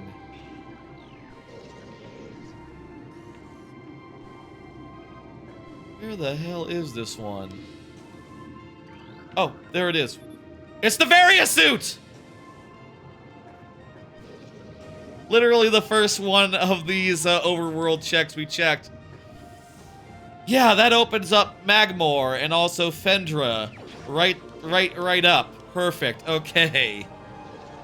We barely had to go out of our way to get it. Excellent. It is good to know that logic has not failed us. There's not like some place that we haven't been that we don't think we can go to that's hiding all of our best stuff. We are still... The randomizer is still open as fuck to us. Should we do some more I'm not sure if we I'm not sure if we can get to... Let me pull up the tracker again. I'm not sure if we can get to this stuff up here. This stuff might be blocked off. We can go to the Artifact Temple and just like... If we're going out there, we should get the hints for the artifacts as well.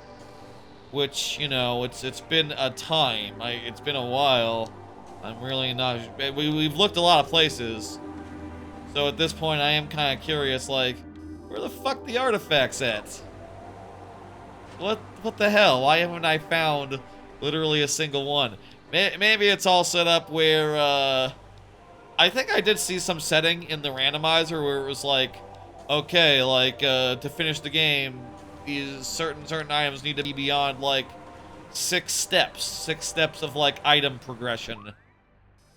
So it might be just that you need to get 6 things in a, you know, six steps down the item tree, if that makes sense, before you start getting, like, your goodies. Your, end game, clear condition, type, items. How you doing, Rock? You have a good, sleep? I don't know what to say. I saw you yesterday. I mean, I saw you in chat and stuff, and in the Discord, etc. In various, you know, multiple, you know, we share multiple Discords, assuming you're in, you're still in Riker's Market, right? You know, we're in some Discords and stuff. I've seen you about. Digitally. So I think I know you're doing, alright, you know. What is that? Thermal visor. Nice. That's going to be very helpful in, Fendra. Without that, that whole, like, part of the game where they turn the lights off would be screwy. I don't know. Maybe I'd be able to use the thermal. Okay. Let's just do the hints. You know what? I'm not gonna look. I'm just going to get them, and we can look if we need to in the log, in the thing. I still think it's more interesting to not know where things are. Tell you the truth, like if I had a preference, right, as far as hints go, my preference is very much on just, like, this sort of hint as a last resort, and I'll say, like, the first result would just be like, yeah, just put it on bosses, and then I know to beeline for bosses. I like to beeline for bosses. And my first kind of preferred hint would just be like, oh, this part of the game is barren. Don't bother going to this corner of the game. You know, that sort of hint is very powerful, very useful, very just lets you strategize. And also makes it so more of the checks that you do will have something relevant in them. You know, makes it so you skip a whole area where you'd find nothing, and instead focus on the areas where you find everything.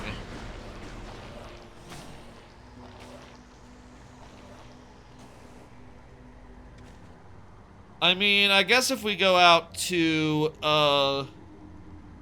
this part, we can then go to East Magmore through, that connection, through that elevator. And then through East Magmore, never east, okay, it'd be this node, which would be, I am noticing, has no collectibles in it. We might not actually be able to do that. Is that West Talon? Yeah, that's the elevator, right? That might not actually be the possible. Well, regardless, we should check anyway, and then if we need to go back, we know how. We've already been to where we need to go. Oh! Sit up, stretch, stretch.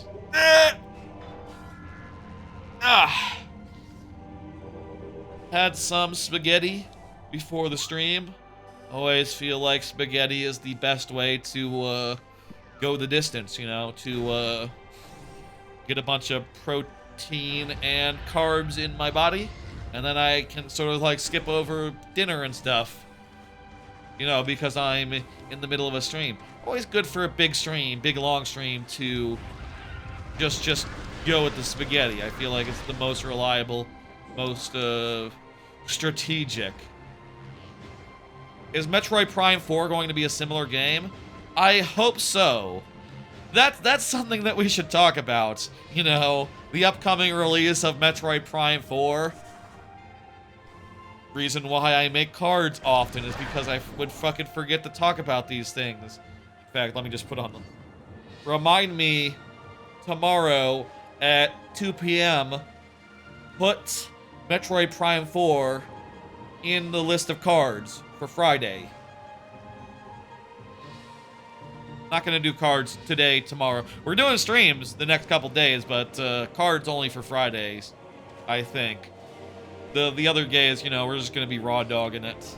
You know, I just think that's more fun and loosey-goosey. Metroid Prime 4, I'm really excited for. I'm really just curious, like, yeah, what kind of game it's going to be exactly. Like, is it going to be a non-linear Metroidvania? I assume so, right? Like, they wouldn't do anything so silly as to say, like, you know, surprise, now it's linear, you know?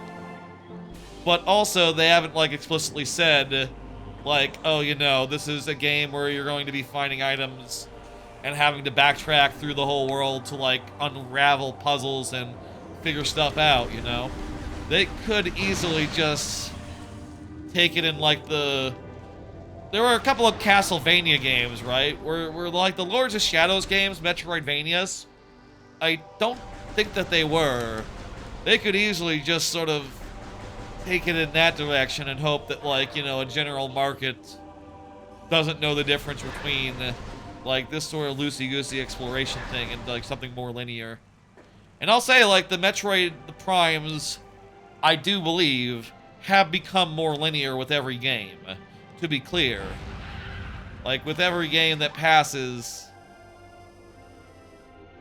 I think I can get, let me see here on my map.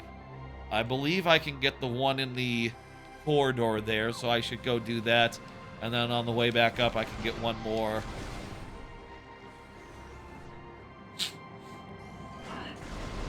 I do wonder, like, how linear, non-linear, how much, like, non-linear exploration there'll be. And like, sincerely, really, I do wonder how well-suited for like, randomization. We just got that, right? Yes. Okay, good. Let me drop into this area and see, like, what the hell is, preventing me from going further in the down here in Magmore Caverns. I do wonder, like, how suited for randomization Metroid Prime 4 will be. And I'll also just go ahead and say, like, you know, I saw a report earlier today,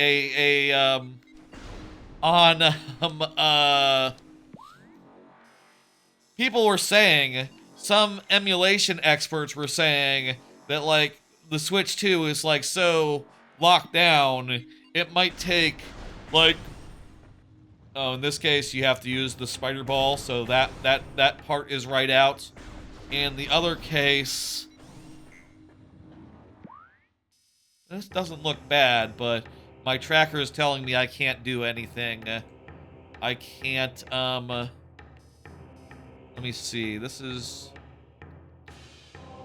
checking my tracker here. Trying to identify... Yeah, no, it's telling me that I can't get any of these checks right now, so I'm going to believe it. Yeah, that's the thing I was going to say, is that we are very lucky that Metroid Prime 4 is coming out on Switch 1, because, like, yeah, you know, the modders have already figured out how to randomize Switch 1 games. You know, there's, like, a Skyward Sword HD randomizer, there's like multiple, all the Zelda games basically, most of the Zelda games on Switch 1 have randomizers made for them, as well as Metroid Dread as well, you know, and Metroid Prime Remastered doesn't, right? It could, though. They could easily, I say easily, it is well within the realm of possibility for them to make a randomizer for that. They've done it for, like, 3D and Majora's Mask 3D and the Wind Waker HD and you know, various other games have had like you know, randomizer forms for their ports, which is cool and good. Here we go. We can grapple now. We're not taking damage.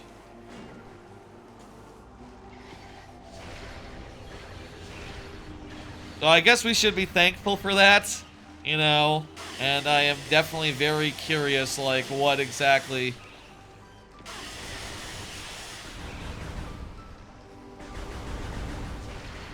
Can I kill this guy? Looks like I have to, like, shoot him in the... Oh, there he goes. I'm looking forward to seeing, like, what the community makes of Metroid Prime 4. And, you know, what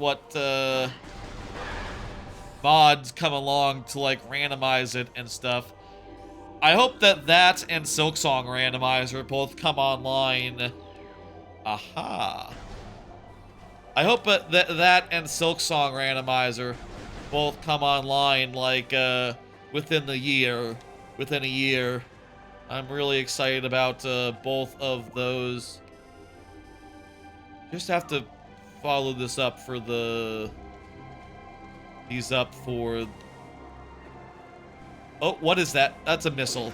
Okay. Because of the X-ray, it looks exotic and mysterious, but it's no big deal. I need the plasma beam to get that door, so we are cooked there. Let me go ahead and mark all this crap off on my map, and then we will, I think, return to Magmore Caverns via Chozo Ruins. Yes, I think that's the,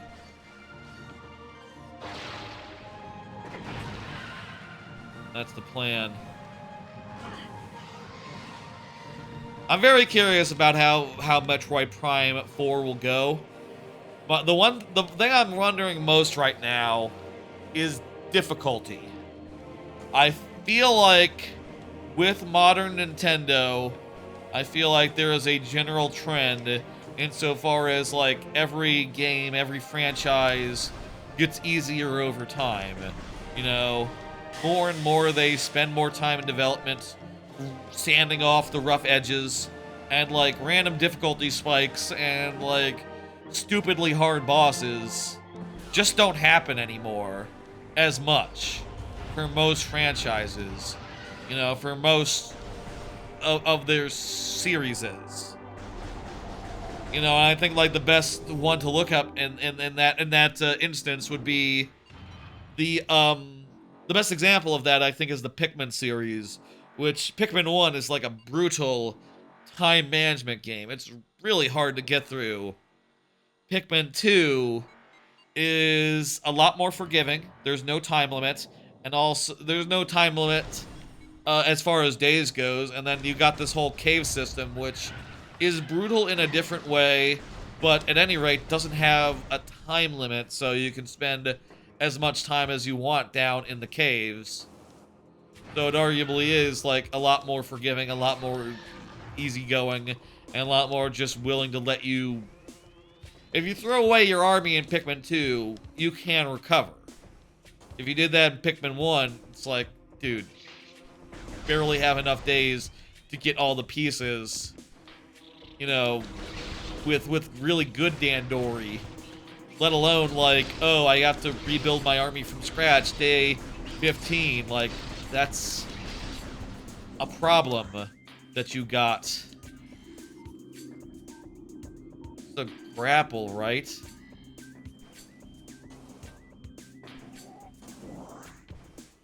Maybe you need, like, a charge beam or something to, like, unlock the...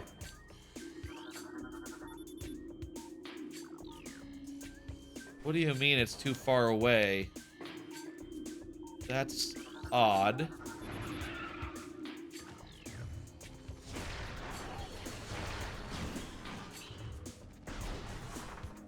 Does that mean I can power bomb it?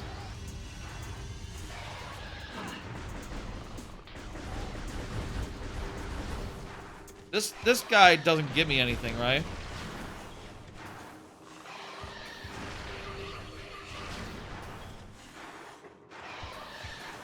Maybe I need some sort of beam to, like,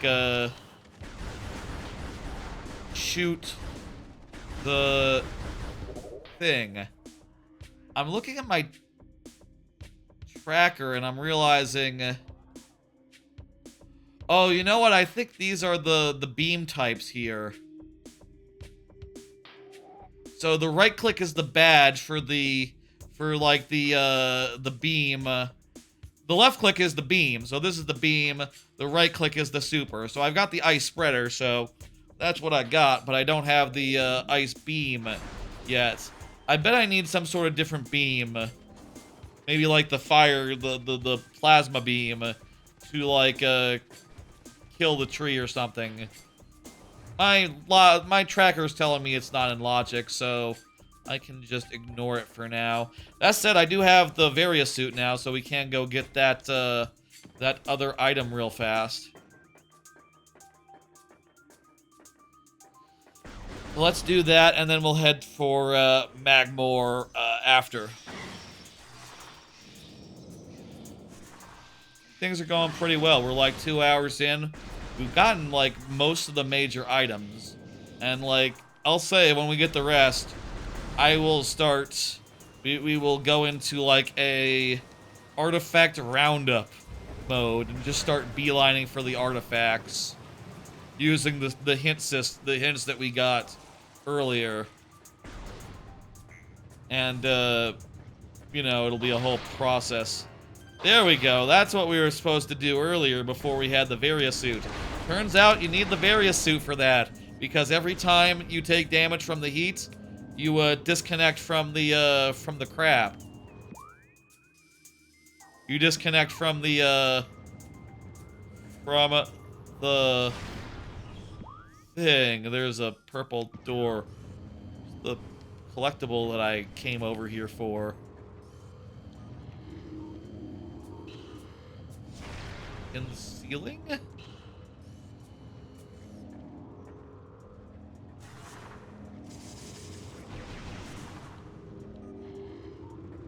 Oh boy. Oh, hang on, it's a power bomb.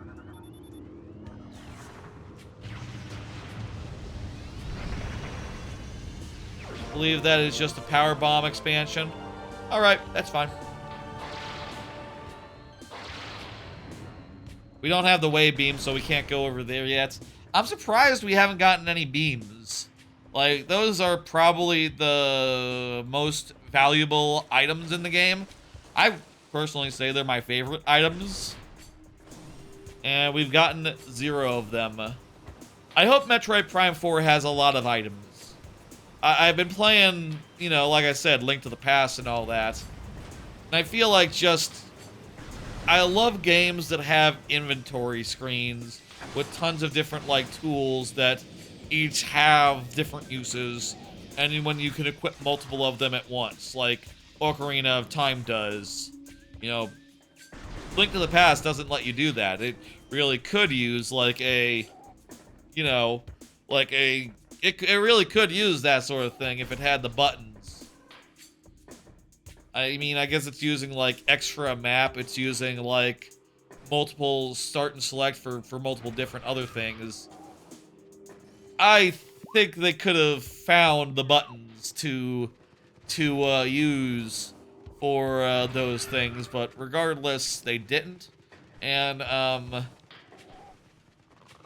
you know, whatever. I don't know where I'm going with that.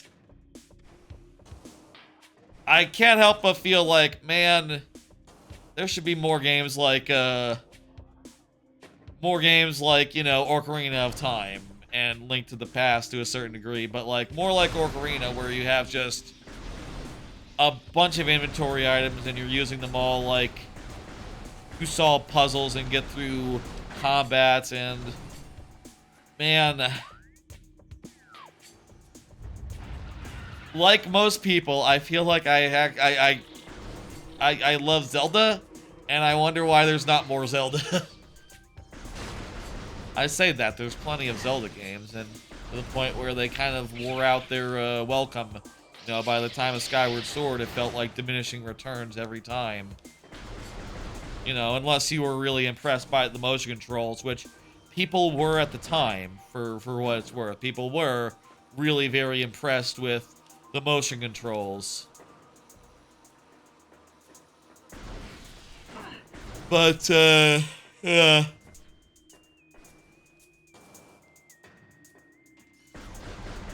I hope there's a lot of different items. I hope that it's like Silksong big. You know, I'll say about Silksong, I really love its, like, breadth and scope and stuff. It does only have, like, 10 collectibles, or, like, 10 key items that give you, like, meaningful traversal improvements, right? That let you go places that otherwise you couldn't do. Most of it is just exploration and skill. To a certain, you know, obviously those 10 items play a huge role in dictating where you can and can't go. But, like, skill, it's a pretty open game, and I think that's fantastic. But, man, it's like, you know, for the sake of randomization, you want the more key items that can alter the logic and send you in different directions, the better. I feel like one of the best parts of one of the best things a randomizer can be is different every playthrough, right? And I do think something like we did Hollow Knight Randomizer a few weeks ago, and what it did is it had like a mod that like added extra settings, and one of those extra settings was reducing the amount of like areas to check down to 7.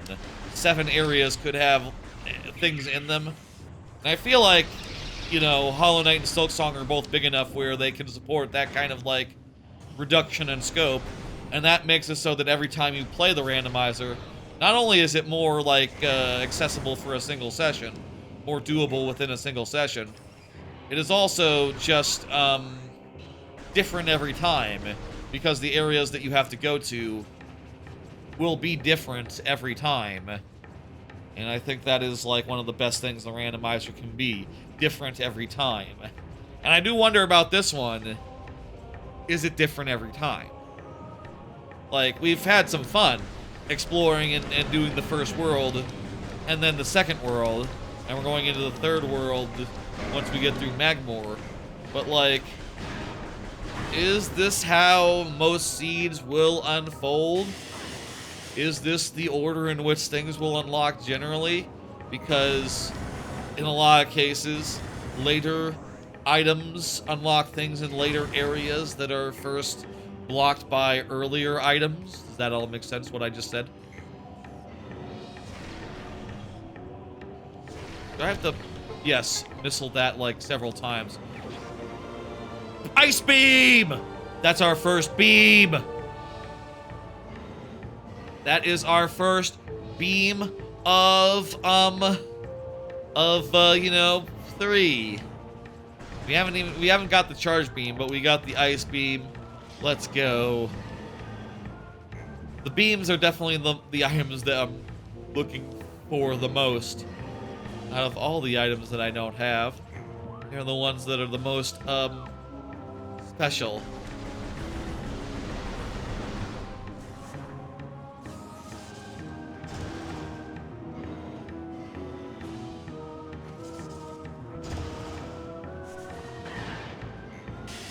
I'm sure there's ways you can configure that, but I do think like a big advantage of having a world as big and diverse as like Silksong or Hollow Knight is that you can literally strike out areas and say, those are no longer on the menu. You don't have to worry about them this run. And the same thing can be said about like Ocarina of Time and the other Metroid or Zelda games. You know, it's very easy to have the logic be set up such that, oh, you don't have to do these 3 dungeons. These 3 dungeons are out of logic.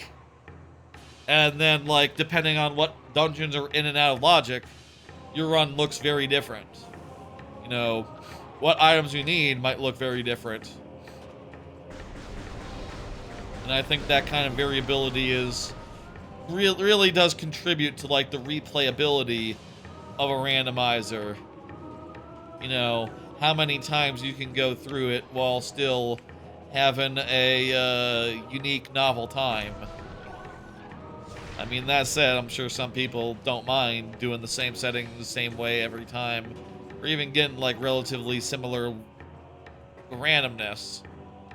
Like, it's a fun game to replay, and a randomizer is a great way to replay the game while it being slightly different from what you remember. And maybe even if you use some, like, you take some chances and you just, like, do things like, okay, I'm going to ignore, Flagra. You know, you can skip a long boss that would probably give you a missile expansion and check everything else first, and then you can maybe finish faster than you would do normally. Where's the item here?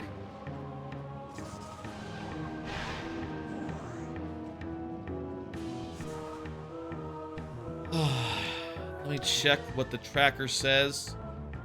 It just says missile. Is a hidden missile or a could do some checking to see, like, whoa, thermal visor in Magmor is aggressively orange, except for those platforms, which are very cold. It does look like it's off the ground. Yeah, it's off the ground. It's not in the pit. Should be, like, around here. It's not, like, hidden in a pillar or something, right?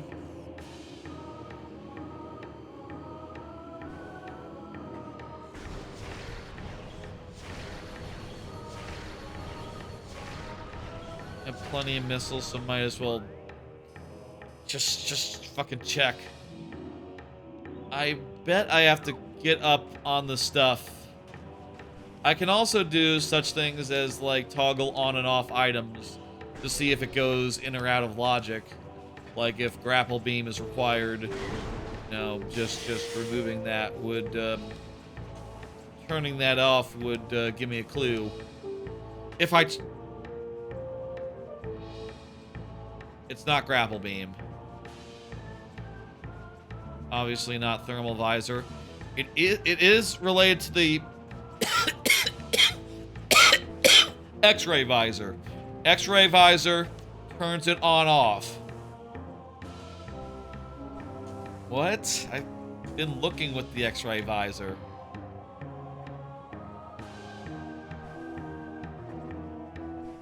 Maybe I need to get, like, close and stuff.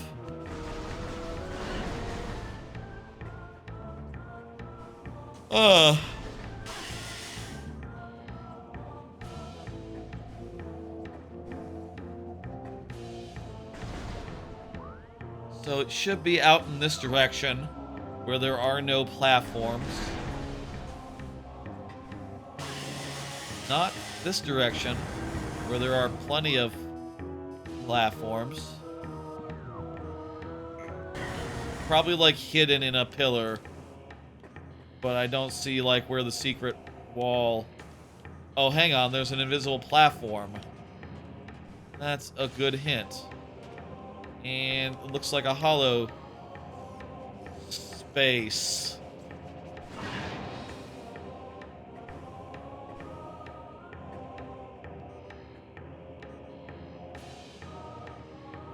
The fuck do you get out that away?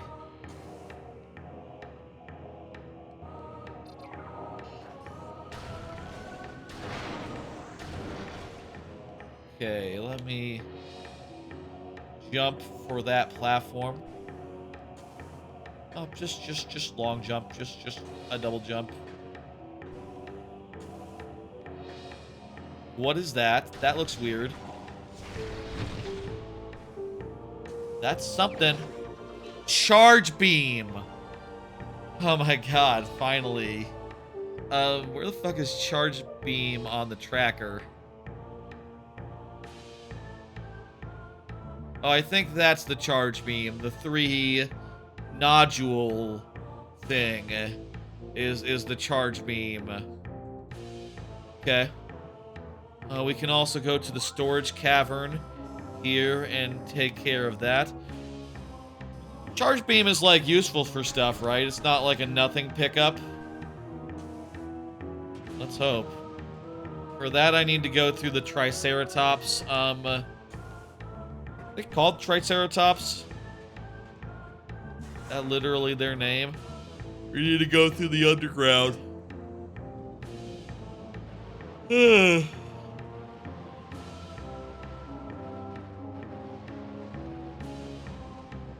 Love a day off. Really enjoyed having today just to sleep in and, you know, do the stream. Truth be told, I think I prefer overall sleeping the entire day versus getting up and doing something productive on a day off. I say productive, you know, doing something on a set schedule, like being all regimented and shit. But it's all good. It's very fun, and I enjoy, oh, it's fun to play randomizers I haven't done before, so it's well worth it. Well worth, spending the time to get it right. And I'll say, like, this is going so well, like, 6 hours does not seem out of the question. You know, like, hell, like, once we get a few more things, I think it will behoove us to, you know, start checking those hints and finding out where the 6 easiest, artifacts are, and just, like, beelining to them. I bet you we'll probably need to... Oh, you know what? In this case, we don't go through the undergrounds just for storage room B.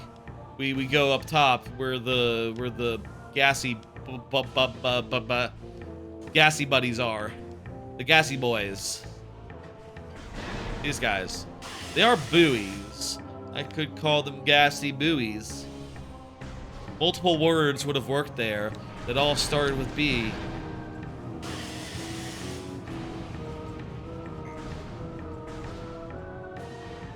Buoys or mines or... Mind isn't a word that starts with B, but,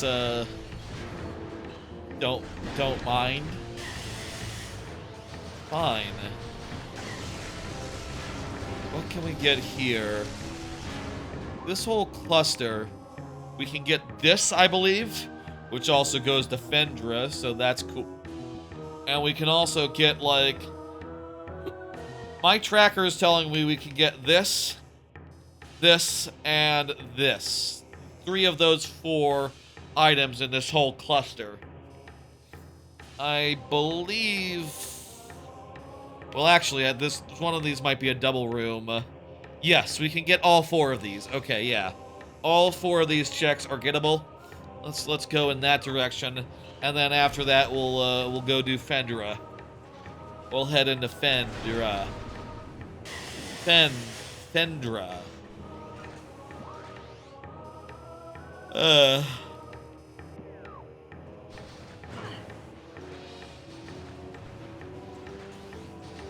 I really should sleep longer and harder. I feel like some nights, you know, I'm tired. I could sleep early, but I worry if I do, I'm just gonna have like a nap and then get up at like 2 a.m. and be wide awake. I don't know why I'm worried about that. That wouldn't be that much worse than just staying up until 2 a.m. and then being awake. You know, at least in that case, I'm getting some sleep.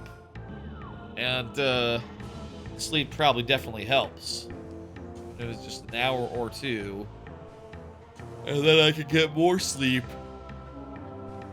after some ice cream or something if I'm really so inclined.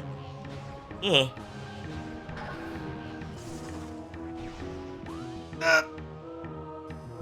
Okay.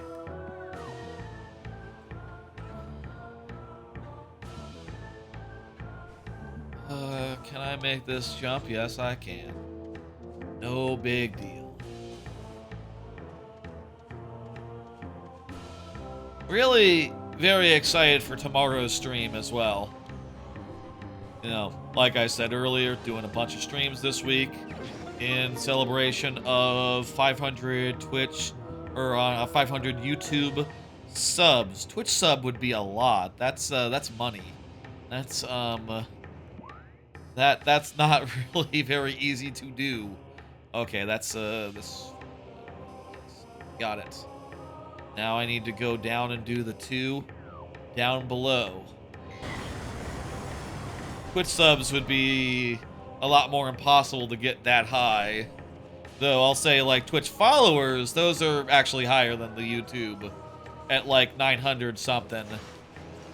But hey, 500 YouTube subs, it's a very nice milestone, and one well worth celebrating by doing a bunch of bullshit this week. Including this stream, including tomorrow's stream, and then, yeah, you know, Thursday and Friday as well. And maybe Saturday. I think not Sunday. Whatever happens, I think Sunday I will sleep and relax. And then next Monday there'll be, you know, another Portal 2 stream. But like, yeah, next week don't expect anything beyond like one Portal 2 stream, and then the viewer levels on Friday, but you know, that's normal. That's the normal cadence for streams. What I do. I'm excited to try out the thing that I'm trying out tomorrow, Windswept.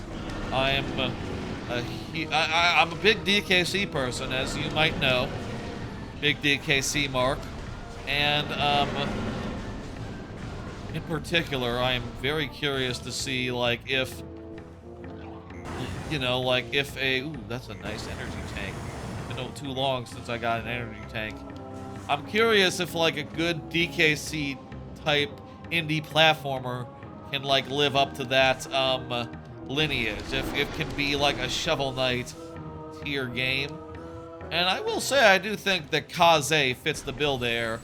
I do think Kaze and the Wild Mass is well worth recommending.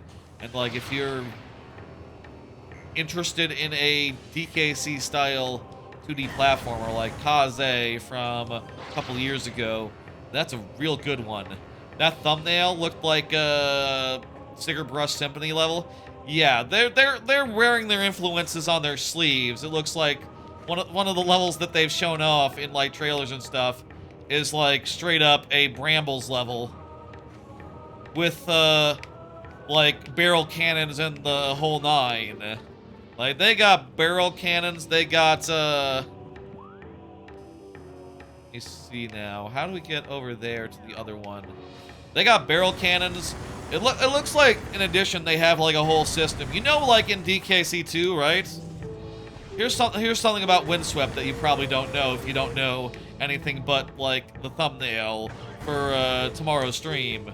Like, the live version of it. Of course, I will find, like, a actual thumbnail for the final version based on, like, a moment from the stream or something. You know, I'll pick a good one and crap. But, like,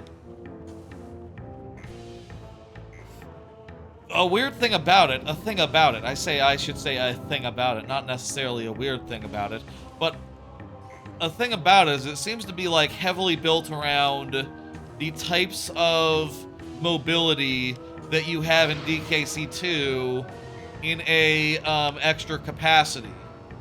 Does that... I'm talking gobbly... is that, like... I'm talking nonsense. Let's use a word that I'm sure is perfectly kosher.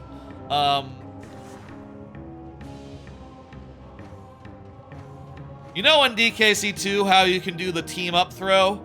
That's in Windswept. You can do a team up throw like any time in the middle of platforming to, like, get a bootsy ass second jump, looks like, sort of. And you can also, like, have one of your dudes. You play as, like, a duck and a turtle. You can have your turtle go into his shell and like just like dash to the side or something. What the hell is the... I feel like we have to go through one of the pipes, but I don't see... I don't see any such pipe here. Such way. There's a grapple point right there. That's something?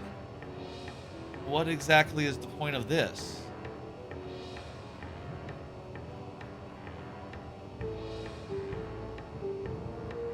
Don't quite get it, but I can land over here.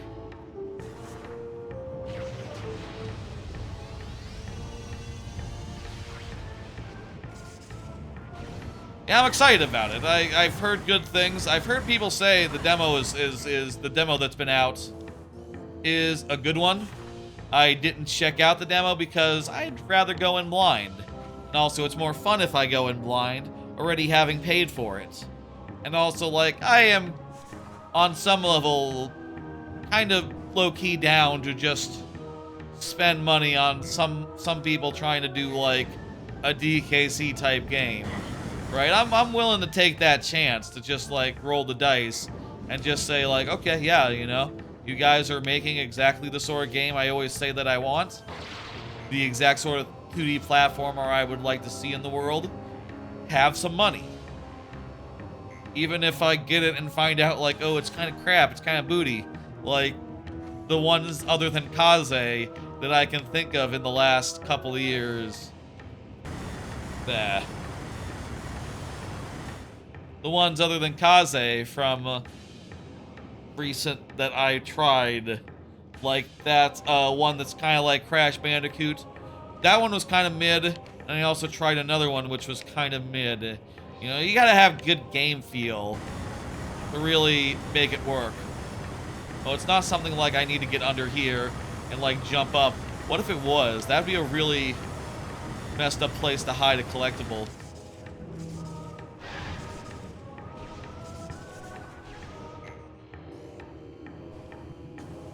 Somewhere up here. Give me the hints, game. Let me see. So there's Warrior Shrine Tunnel. It does require the power bomb, so that's interesting. Warrior Shrine Tunnel. We got the morph track. What the hell here requires the power bomb? Look around real fast. See, I don't see any like denzite walls marked. Maybe in this previous room there's somewhere to like hit with a...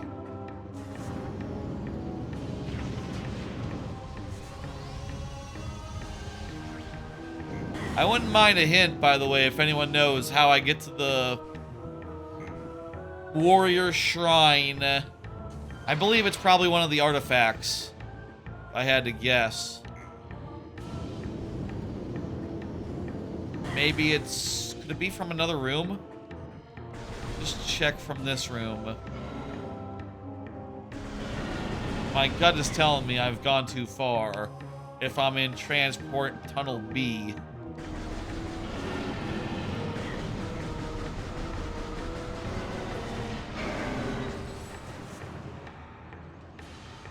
Oh.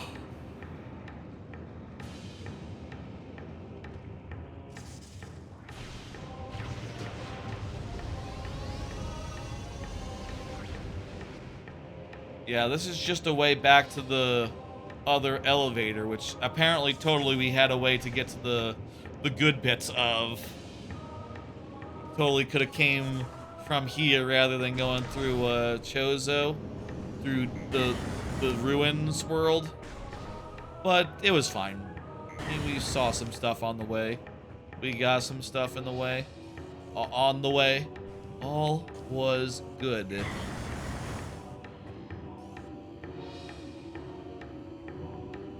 I don't think I would want to not start with the scan visor. It's pretty invaluable for, like, you know, checking the environment and stuff. Like, if there's any cases where you don't know what something is, or need help figuring something out, the scan visor is just like the best tool for that. Just check up here one more time, make sure there's not like a power bombable wall or something hidden up here. Fuck. You can't like get above the thing by doing that.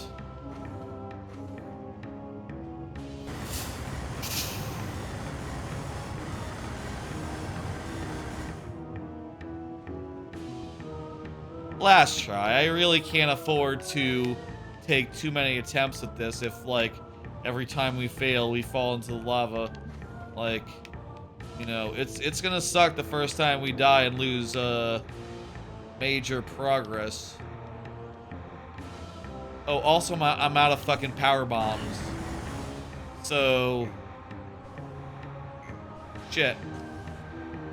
You know what I bet? I bet you have to go from... the top room. I bet you have to go from the shrine up top where we saw the guy and we got the item.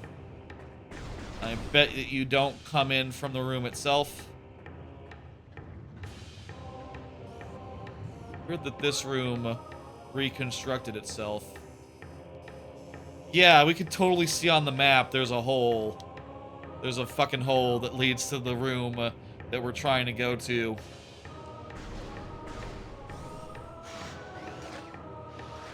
I should have thought of that like 10 minutes ago. I hope we weren't farting around for that long. Also, we need to really make sure we don't die here, so get some energy. We just got a power bomb, so that's good.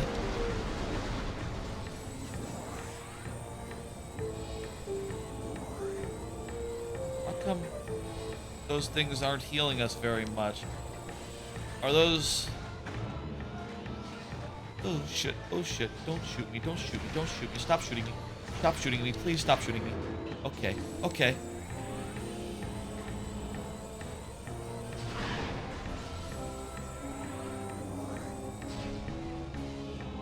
Those things really look like they should be health, but maybe they're just,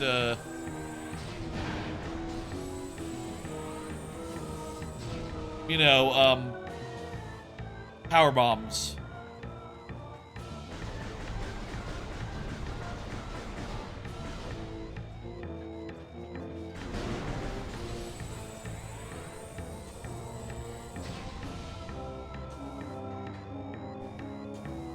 I'm a little worried. I'm a little scared. Our health is really low. That's not enough health to be safe. If I can get over 100, we will go do the thing. It's got fucking missiles. We're just at 69. I gotta double back. I gotta go to the Fendra. I gotta go to Fendra right now and get a save. That's all there is to it. I cannot risk a chance of dying right now and losing all our progress. I can't risk it. I gotta leave that check for now.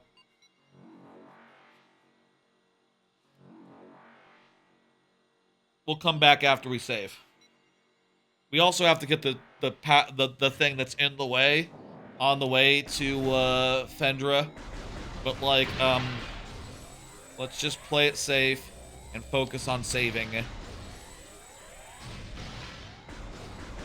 In some of the Randovanias, like Metroid Prime 3, there's like a quality of life / cheat type option where you can pull up a menu and do a save at any time. I do feel like that sort of thing. That sort of debug menu is really nice and convenient, but can be janky. Are you almost finished? In some respects, we have done a lot in the game. We've done like basically half the areas of the game.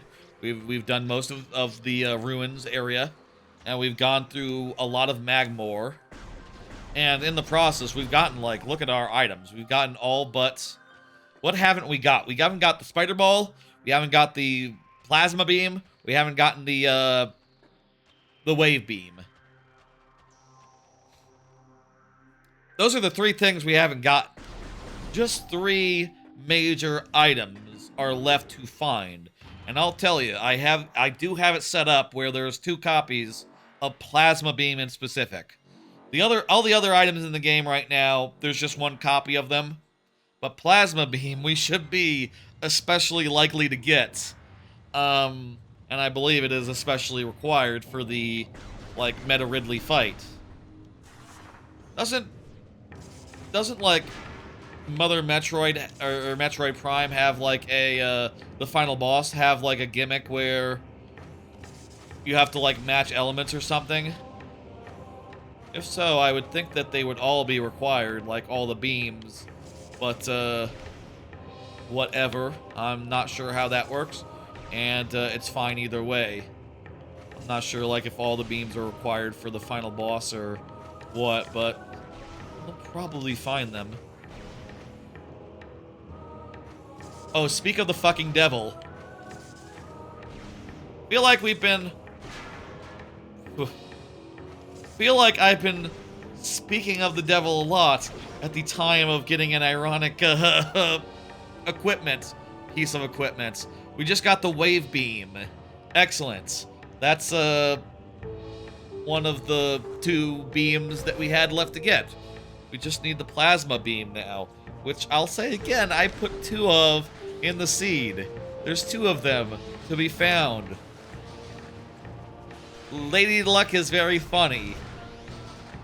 Very funny devil. In Chainsaw Man, is there like a luck devil? It's been so long since I watched the first season. Really love the movie though. I feel like a luck devil is most likely to be one of those friendly devils that, like, helps you out, you know, makes a contract or something. I bet some people have, like, the devil's luck, essentially. There we go. We need to, like, do a power bomb right there. Oh, great. It's a missile expansion. Well, you always have to check and make sure of these things. You can't just take it for granted. I can't believe we still haven't gotten a single artifact. But we do have a way of knowing where they are. We do have hints that we can check. I'll say, like, once we find the last 3 major items, I'm just gonna look at the hints.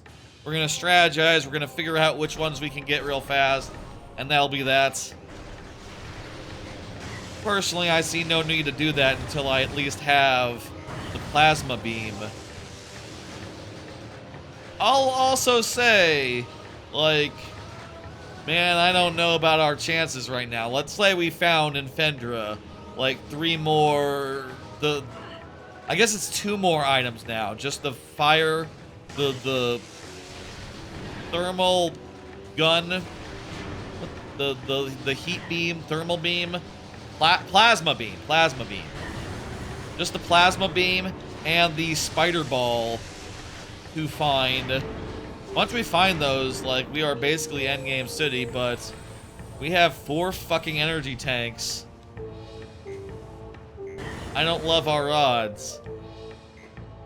I'll say maybe if I was going to do a seed where it was set up where I didn't have to do everything. Let's say there's some sort of way to do limited logic in a Metroid game, similar to how you would do in a Paper Mario Randomizer, or an Ocarina of Time, a Zelda Randomizer. I would want to start off with a lot more energy tanks because I probably wouldn't find all that many, and if I'm not going to find all that many, the final boss is going to be like, shit. It's going to be hard. I don't know if we're going to be able to do it at this rate. Like we've gotten items that we need.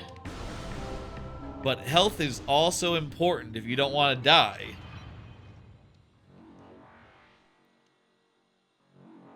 And I'll say again, like, as a kid, I never was able to beat Meta Ridley. So that is a serious concern. I will say, if I do Metroid Prime 3 Randomizer ever again on stream, I will say I'm gonna skip Phase from now on with that game in particular. I just think Phase is kind of a boring... I say it's boring. It's not boring, but, you know, it's not that interesting of a final segment, you know, of a final thrust. It's just sort of like, oh, you know, hey, it's time for Phase. In Phase, you... What do you do in Phase? Wait, was that...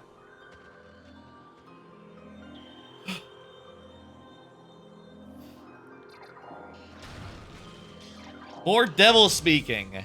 But we don't have the plasma beam, so we can't get that.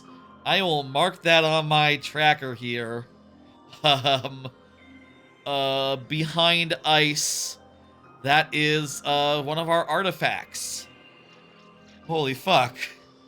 There's the first one. We find the plasma beam. That's a nice, easy one to collect, too. And we do only need 6 of them to finish.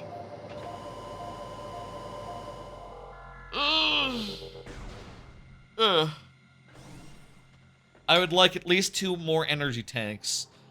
I mean, I'll say I know where one energy tank is. It's, in the first room of the ruins. I think I would need to do some minor light backtracking for that.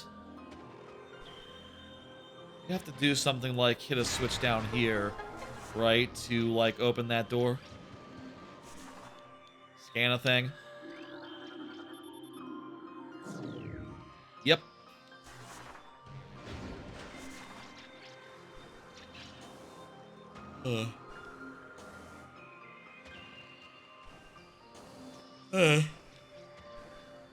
But yeah, I would say this has been going pretty smoothly. I mean, we've been able to basically go through the first world in pretty much chronological order, pretty much the way that you would do it vanilla style. And now here we are in the second world with basically everything that we would have at this time in the game, which means that we are pretty well suited, pretty well prepared to just collect everything in the way.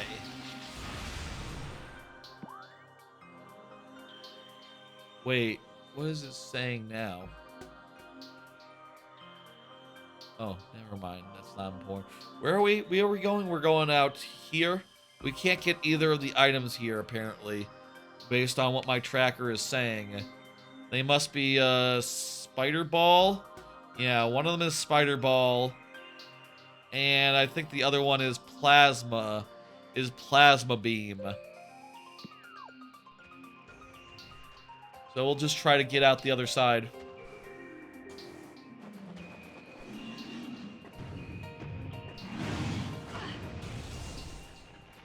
It was quite easy, not even a challenge. Meanwhile, when we come back to here, I hope we don't just find ourselves in somewhere where we...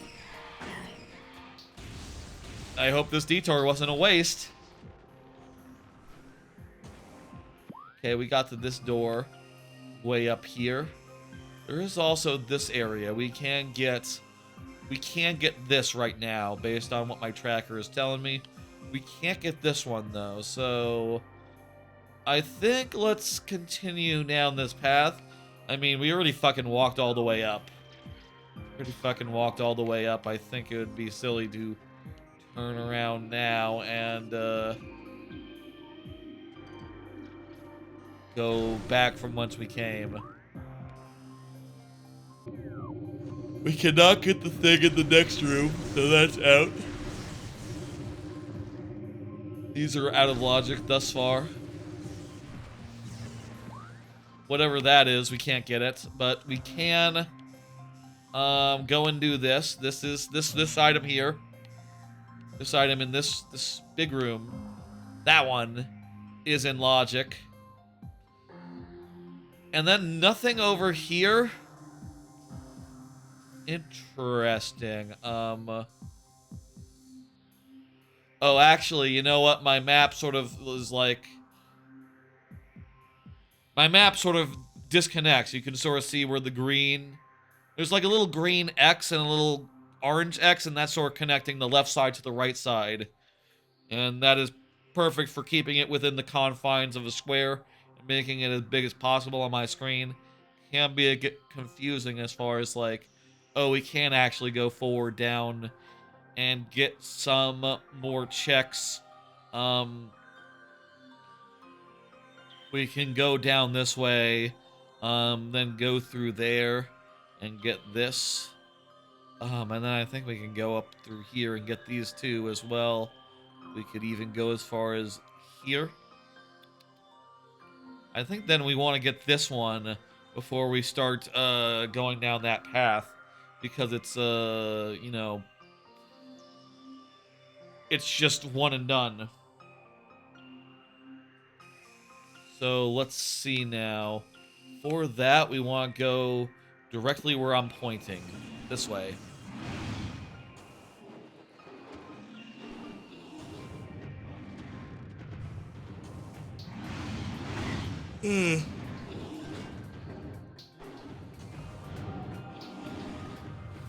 I feel like other than that there DKC Windswept.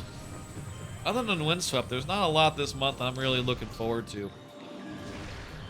I'll be curious if like Demon School is as cool as people think it will be. Like, I'll definitely check that out if it gets like good word of mouth and all that. That's definitely one I think to look at, but other than that, it's like, I don't know. I am going to try playing Fortnite for the first time. That is one of the streams this week. Thursday's stream. I do think I might play some of that, like, more often than not. I think, correct me if I'm wrong, there's like a Fortnite on the Android, right? There's like a Fortnite Android version, right? I could totally play that on my AYN Thor, actually. Like, that would totally be, viable. You got Game Pass for COD? Yeah, I've heard that, yeah. Sounds like a pretty shrewd, I mean, if you're just gonna play it once, right? It's a pretty shrewd thing to do. I think I just want to own things from now on. Especially if the price for not owning them is $30 a month. So, I'm gonna buy when I care, and not buy when I don't care. You know? That's basically my strategy going forward. I'm not gonna buy games that I'm not that interested in. Well, I mean, I try fewer games, but, like, that's fine, man. I like an energy tank. Nice. Nice. We got up to 5 now.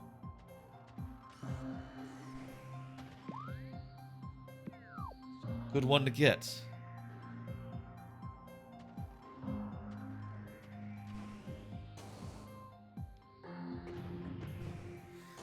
I am thinking that, like, Fortnite might be fun to do, like, in bed. Might be fun to play on my Switch, too. Or on Android on my, AYN Thor. Like, I bet it can run Fortnite pretty good, right? I've heard these retro handhelds are pretty good for retro, you know, they're not just for retro hand. They are Android devices. They can run Android games. It's just that I don't have, like, any Android games. But Fortnite is free to play and universal and, like, transfers over super easily. Like, I don't need to do anything special to get the Android version of that and run it off my, my AWAN Thor, come to think of it. I'll play off the Switch for Switch 2 for, I'm gonna be playing off the Switch too, of course, for the stream on, get over to the door here. For the stream on Thursday, I think that'll be fun. I saw, by the way, Rock Party, that it was your birthday on Thursday. That's nice. Happy birthday. Hope you're, have a hell of a day there. You know, socially or otherwise, you know. If you're doing stuff with friends or family, hope that's real fun and shit. Ugh. Do you take... Here's a question. Do you take your birthday off? I've heard people sometimes say they take PTO on their birthday as a rule of thumb. I've never done that. I've never taken a birthday time off for birthday. It does sound nice though, and it is a shame to work on your birthday, but like, that's fucking life, man. And I do feel like, you know, you go through all of like schooling and stuff without being able to take any like extra days off for any reason, so I feel like you just end up kind of being used to it. You always take your birthday off? Oh, that's real nice. I wonder what the distribution on that is, right? Like, I wonder if like half of people do, or like, or if it's like a third or something, or what? I feel like I don't know that many like coworkers who do. But then again, you know, sometimes they're sick, sometimes, you know, sometimes they take a day off for no explained reason. Maybe some of those days are actually their birthdays. Not to say that anyone would do so untoward as to take a sick day without being sick. You know, obviously you gotta have some... Oh, I see where to go. I see. I go up here. Have some valid sickness to point to.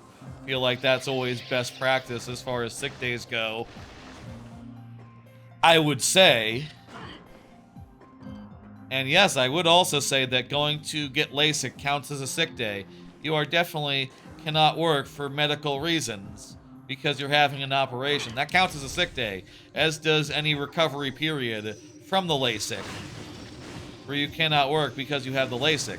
That's sick day. That's sick days right there. I believe full well those all count as sick days. What the fuck am I saying? I wonder the distribution there.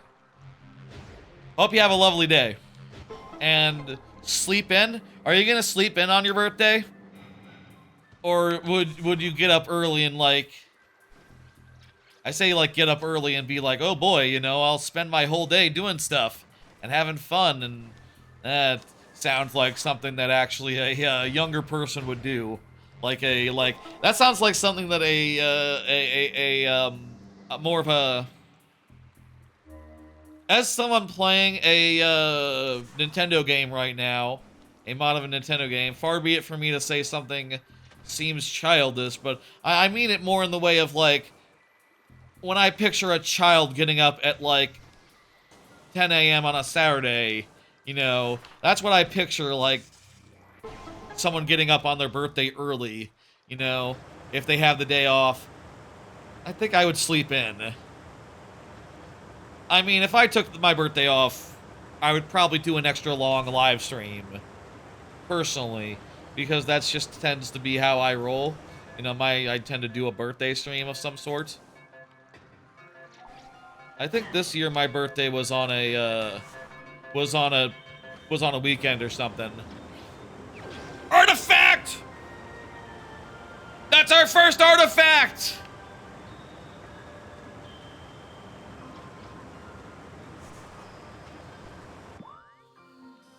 Oh, fuck yes.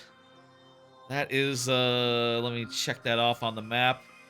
And I believe we don't want to go to the stadium where the boss is. I think we want to go through like the whole pirate base right now. I think we can do that. Again, we just need 6 more, or 5 more artifacts now. We just need 6.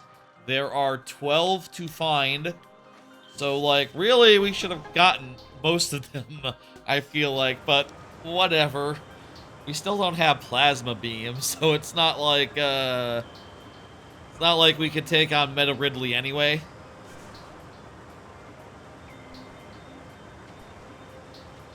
We need plasma beam, and spider ball would be nice. I would take a spider ball right now.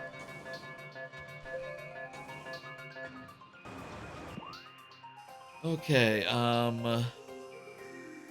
so over here is the path that leads to what's...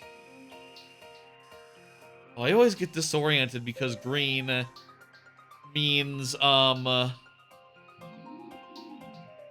green means opened, not super missile or something in this game. I like it better in the later games where the door colors are unchanging. Green always throws me for a loop.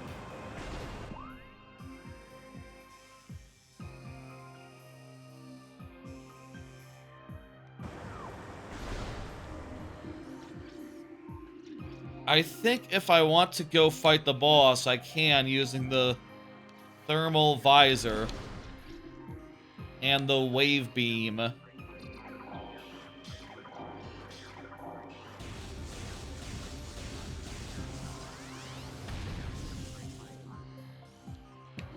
I think I need to, like, missile that. Ugh.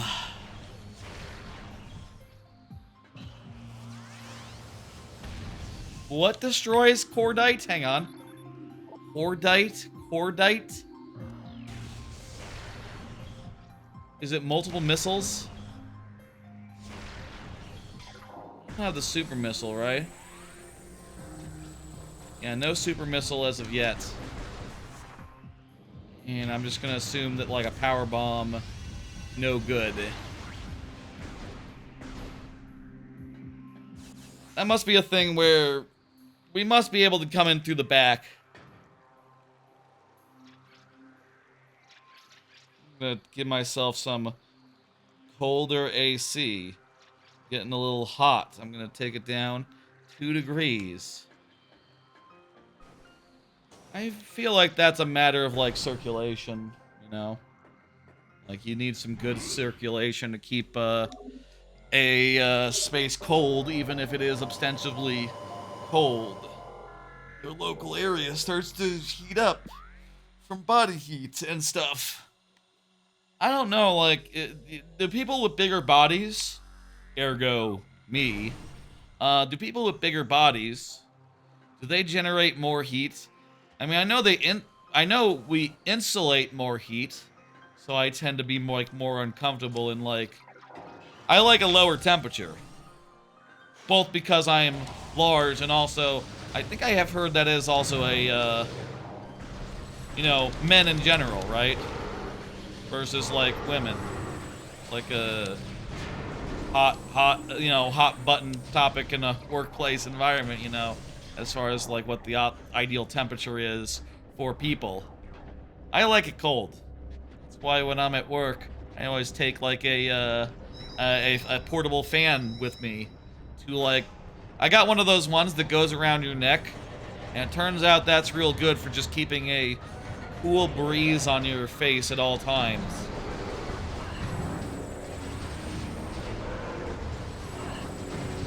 I like that a lot, and helps me to be fine with a slightly warmer environment, of which sometimes the office is.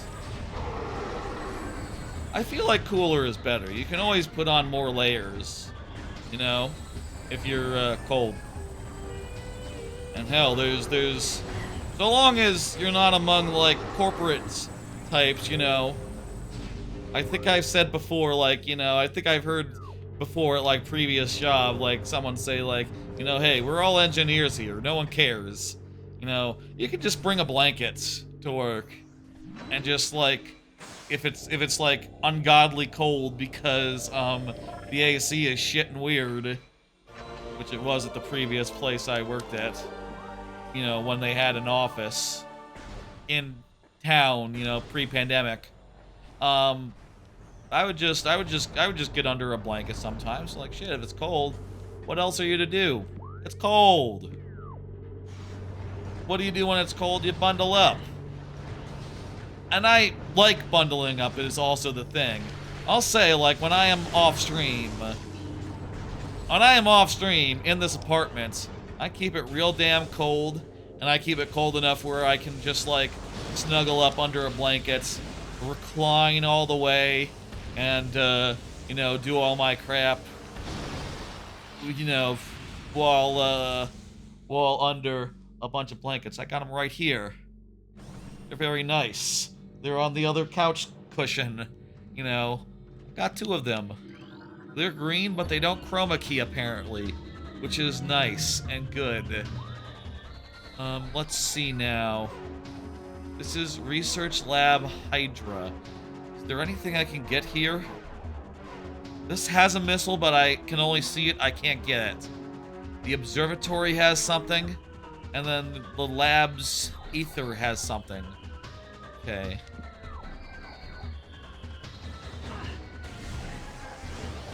Wish I had the plasma beam. That's gonna be really good for just making it easy.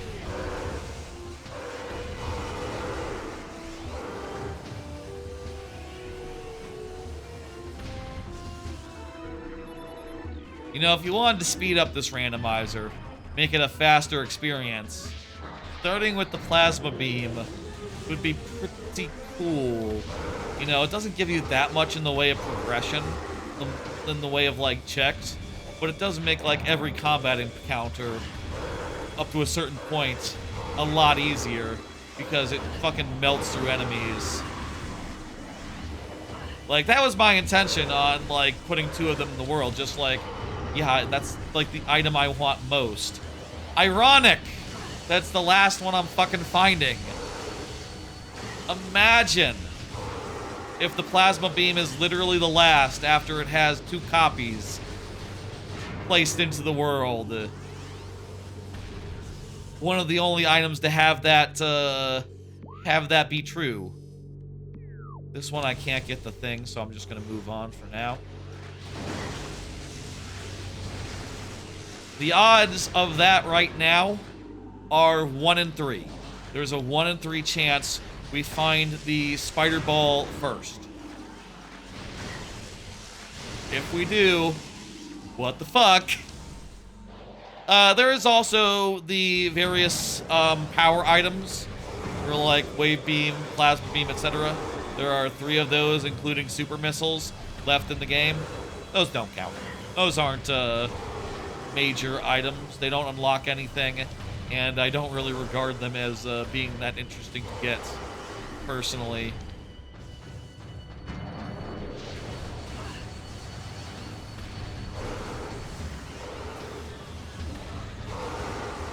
I wonder how many major progression gating items Metroid Prime 4 has. I hope it's more than in previous games. I hope it's like a dozen or half, or like a dozen and a half. Hope it's like nearly 20. And that they are all cool and, you know, just by sheer coincidence, they make an interesting network of like shortcuts and back doors that you can take or not take based on like which ones happen to be in your seed, assuming that someone makes a randomizer for it, which I'm sure they will. I'm sure they will. I bet Randovania will support it within a year.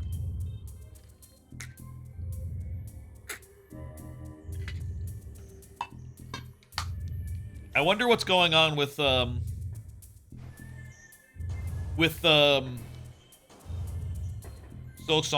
Randomizer. Who's working on it? I've looked a couple times, like Googling and crap, and couldn't find hide nor hair of who's on the case. I would have to assume someone is, because like such a big game, such a big opportunity for that sort of stuff. That's going to be rad. Speaking of like internal projects that are not easy to get access to, I will say I've been trying to get into the Discord, trying to get into like the Discord of the dudes what are doing the Xbox 360 Android thing. There's apparently a very early Android Xbox 360 emulator, which I think there is some like hubbub, some scandal around that. Basically, people looking at it and going like, this is just a open source. This is just like any Android port of an existing open source Xbox emulator, and it's kind of skeezy that dude is taking it. It's not releasing the source code that he has modified, which apparently might be a license violation of that original emulator. And also might be an indication of like, dude is just sort of repackaging stuff that already exists. It's not the most novel work in the world, and probably should not be like so much lauded. That seems to be like what people are saying online. But I will say the other emulator that dude has done, a PS3E, is like the PS3 emulator that I found on Android that works better than the other one. So I don't know, like, what the fuck if he's just, like, repackaging work that other people have done, but, like, the other Android emulator that the other people did on Android doesn't seem like to work as well. Doesn't seem to work, like, nearly as well, I say, having probably tested a few games on it. They didn't run, and then I went to a PS3E, and I got the one game that I was testing to run. It seemed to work better there, I guess I'd say. Like, I wasn't able to get Project 8 working at all on there, but I was able to do it on the PS3E one. So, go figure. I'm not sure, like, if dudes, like, reported, scumminess or, like, uselessness is, like, all that, justified, and also just, like, I am a software engineer, so maybe I should give a shit about, like, open source legalese, but, like, man, whoever gets me a Xbox 360 emulator first gets the cookie, gets my thumbs up. If you have a problem with him and think that he's, full of shit, make your own emulator, and make it open source, why not? And then, you can talk shit all you want. In any case, someone has to make me an emulator for Xbox 360. And then you can, like, be a dick and whatever. I think I saw that the RPX people were kind of, like, down on Android development. They said, quote, that, like, Android users were, like, stuck up or something. Or like, really too, demanding. Which I think is, true. But also, like, the PS3 emulation on Android is just so early and janky. I think it's pretty easy to see why people would feel that way. Whenever you emulate something on PS3 on Android, it has to take, like, 10 minutes to an hour to, like, pre-load a bunch of crap that the emulator doesn't explain what it's doing.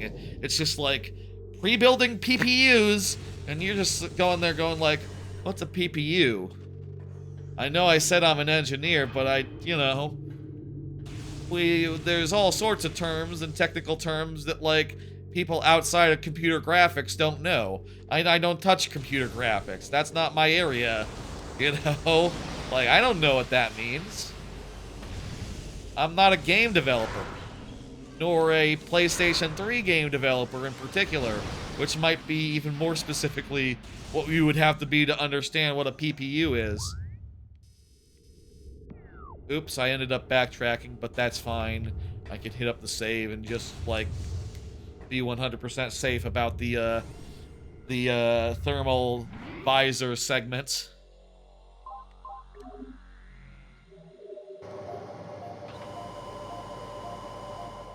It takes, like, 10 minutes to an hour to start up, and then, like, half the time it doesn't launch at all. The other half of the time, it's low frame rate, janky, buggy, and crashy. Like, best case scenario, you play, like, Tony Hawk's Project 8 for a half hour and go like, oh, this is pretty great. This is, like, probably running in about 20 frames a second. From what I can tell, it's not the best frame rate in the world and shit, but it's running. And, you go to show it to your stream, and then it crashes before your eyes. And you go like, well, shit. You know, like, well. Regardless. It's, for what it is, there's nothing better. And I think that's a lot of the reason why people are kind of pissy about it. Just like, yeah, man, it's, nowhere near good enough for prime time yet, but... And the other thing is, it's pretty inconvenient to, like, handle the backups. Like, they do have to be decrypted in a special way to get them working. And that whole process can take hours and hours and hours on its own. Especially if you have, like, the more backups you have, the more extensive a process, the more just, you know, the heavier the overhead is. And, it's kind of a bummer.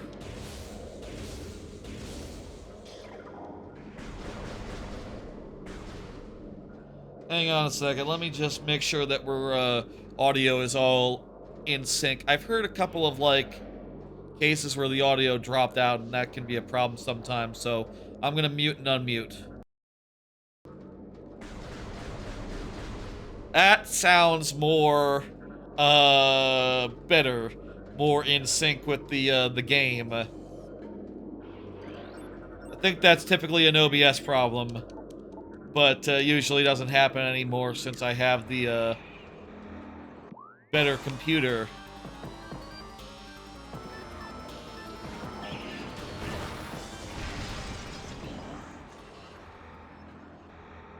Ice missile's pretty good. Ice plus missile. Oop. You know, I should use the ice plus missile more. It seems pretty good for killing all these space pirates. Hi, friend. Goodbye, friend. Hi, friend. Goodbye, friend. That's pretty good.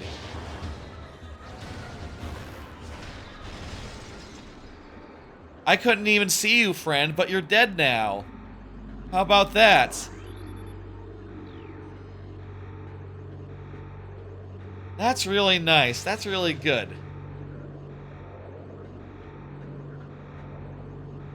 We got a missile pickup there. That you get on the way back, right? Morph track. There's a morph ball track here somewhere for the other item. Let me see. Where do we find the morph ball track? Let's get that item before the lights turn off. Then we'll proceed down to turn off the lights. You have to turn off the lights. I wonder how this works in the randomizer. Maybe you don't have to. Maybe it's just like, hey, you know, this part is important if you need the thermal visor, because that's like the thing that you get for coming all this way. Another artifact!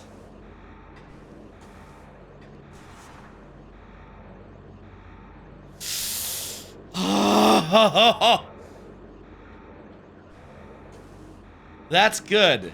We gotta carefully thread the needle here. This is like one of those, Can I just jump up here? Jump up to the part where it's up high? Yes, I can.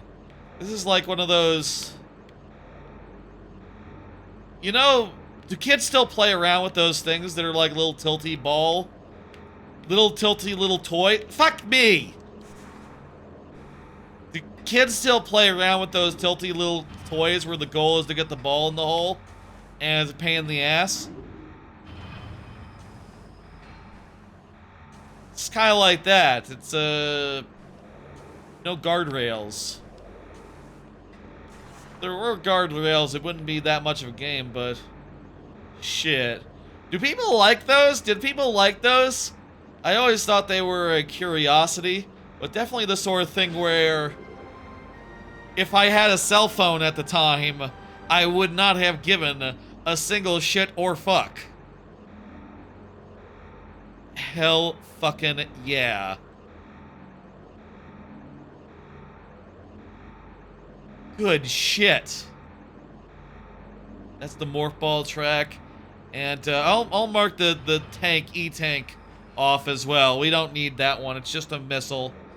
We are good to go.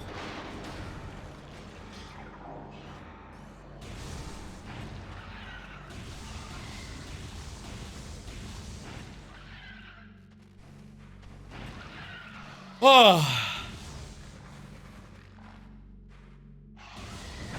Now then, here in the research core, there's another item.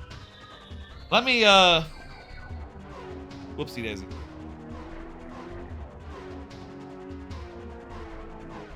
Pull up the map tracker again. And, here we are in the research core. It has something you can see. I think we might be able to go this way, and then go down to here to get the frost cave and the gravity chamber. One of the two there. One of the two things in the gravity chamber is in logic. We can go do these two. I don't think we necessarily want to like retrace our steps this way. Also, it's worth noting that you know what, now that I look at it, I don't see like a thing on the boss chamber, so it looks like we can't go to the boss whatever we do. We must need like spider ball? Super missile? Yeah, I think we need super missile. And actually, like, super missile only gets us where we can see the boss. How the hell does that work? How can we see it but not get it? Do we need, like, plasma beam? What exactly is holding us back from... Oh, it's probably just spider ball. Yeah, it's spider ball. We need spider ball to complete the boss there.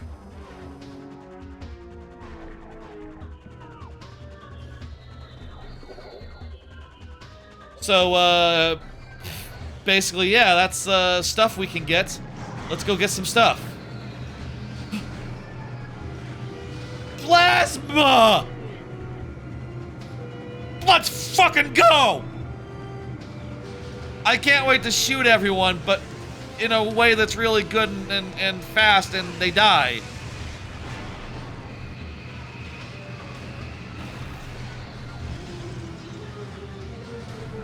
I mean, this is pretty fast with the ice beam and the ice beam missile combo. That's pretty good, but I do think plasma beam is a bit better.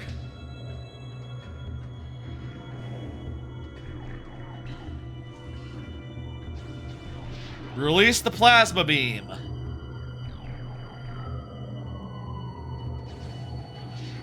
Second to last item.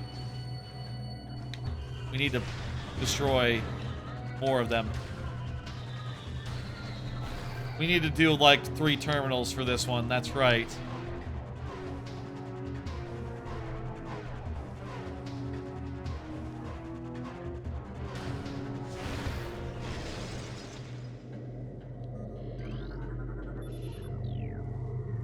One more.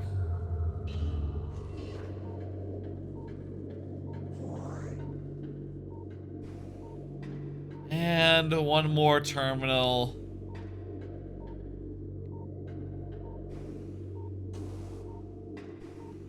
You know, I was kind of thinking that with the spider ball would be next, but hey, you know, go figure. The odds were in favor of plasma, but like the odds been in favor of plasma since the very start, so you know.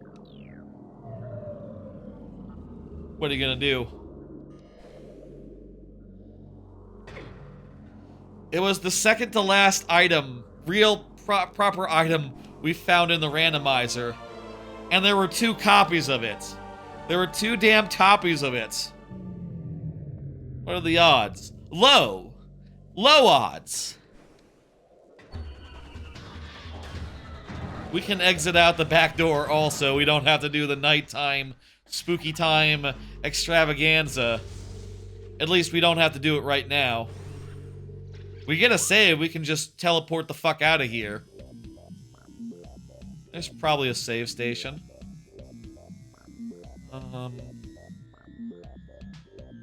Oh, and let me mark this off on my tracker. It's important. And this does mean we can get another one of the artifacts, too. I think... How many artifacts have we gotten? We gotten 2, right?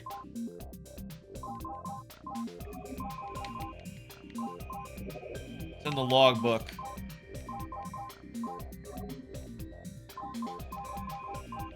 Yeah, we got 2 so far.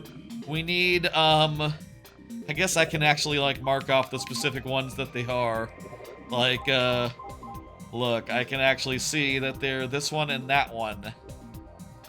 It don't matter. It don't matter. But if we can be accurate, let's be accurate. I thought about whether it would be better to, like, track the artifacts, like, individually, or just put up, like, 6 of them to start with, and then put 1 as we get each one. Now, I think if I am saying, like, if I have text on screen that says, like, I need 6, it would be confusing if I put 6 up there to begin with. You know, you wouldn't know whether that included the ones that were on screen or not. So I think this is just generally more clear.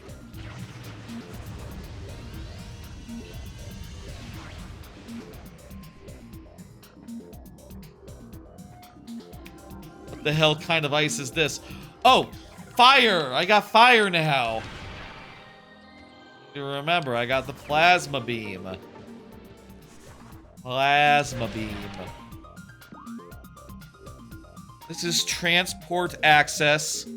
It is one of the ones that we have to do. We also got the research core. We can now go and do the control tower as well on the way back and get the artifact of something or other. And we can get both of the things in the gravity chamber. Oh my god, I'm looking at the map now. I mean, we do have basically every item but the spider ball, so it makes sense that, like, this whole area now is entirely green. There's nothing we can't get. As far as I know, unless there's a room with a spider ball track, which there might be. But even if there was, we wouldn't care because we wouldn't need whatever it has. You know, maybe if it was a energy tank, I would want it. You know, just for the purposes of not being quite so precarious. But it wouldn't be strictly necessary. So yeah, this way we can go, I think, this room first and then go over to here. Yeah, it looks like this way might be more of a way back. And we can get those on the way back, so we want to go through the top wave door.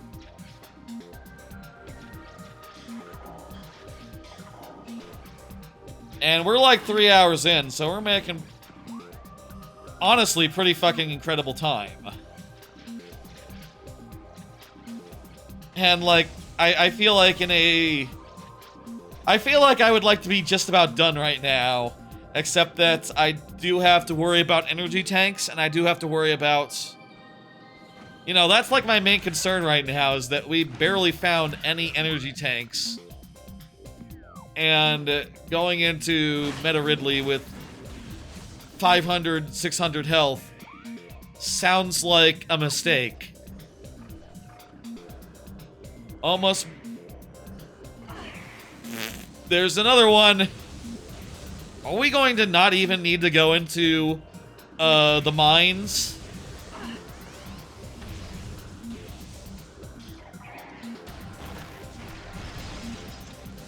Kinda what it's looking like right now. How do I get down into the ice water?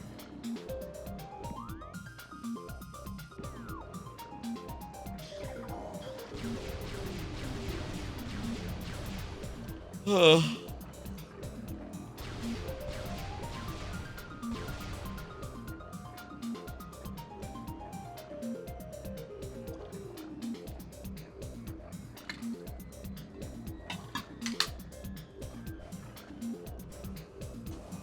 I mean, worst come to worst, I guess I could, like, go around and find some more energy tanks. Like, even after getting everything, we could take a trek through, like, Phazon and, like, double check and be like, okay, well, like, can we please get some energy tanks so I can not die?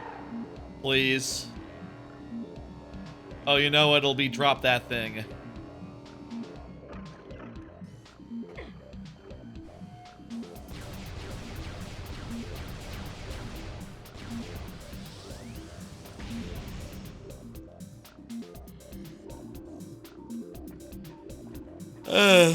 We need missiles.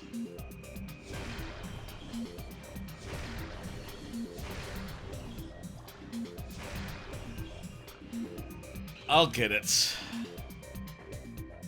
We know what to do.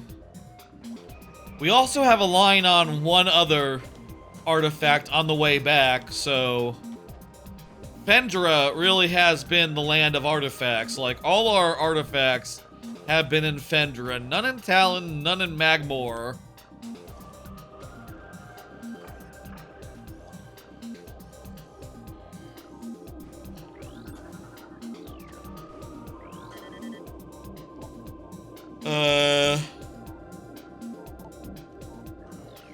Okay. We can shoot the thing. I figured that. It's just not being, responding to being shot.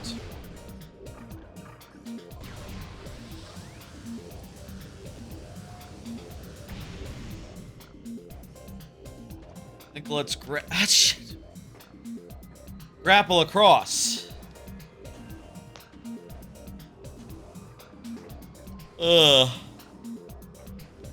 I think if we finish early, okay, good night's sleep. I would like it if a randomizer for once came under estimate, you know? Took less time than I thought it would. There we go. Oh, that doesn't fall down all the way. It only makes a platform to jump on for this. There's other stalactites.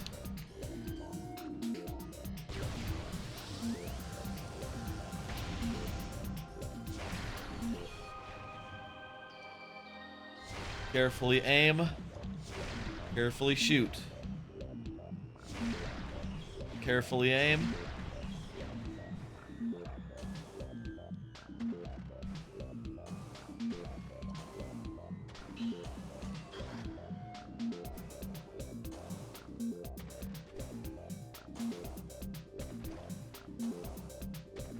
Probably from this side.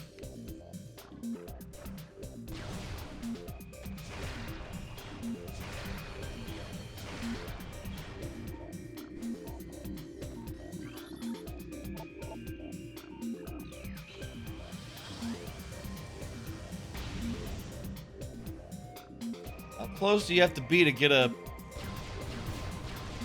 lock on?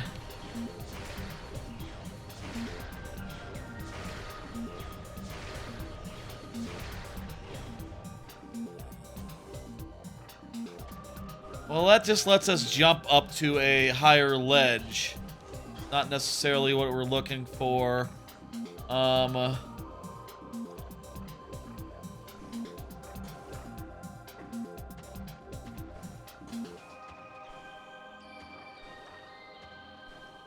What am I missing? In this room, what items do I need to get there? It is worth noting that as I start, like, toggling things up, there's a good chance... You know, I toggle off things that are required to get here in the first place. The grapple beam is required. So that's a good hint. That's a good hint. Grapple beam is required. Because on my tracker it turned blue, so that means I could see it, regardless of having or not having the grapple beam. But I just couldn't get it, so... Must involve using that guy to get to here. And there we go, shooting that thing. That'll be it. Okay. Ooh.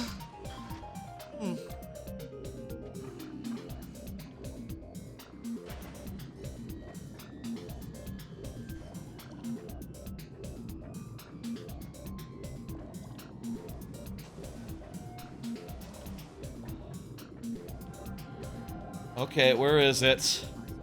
I can't see for shit down here. Oh, there's like a little... No, that's not a cave. That's a little rock. Doodle. I really can't see for shit down here. Which way even is it? Oh, it's right there. Okay, I see it. Artifact of World.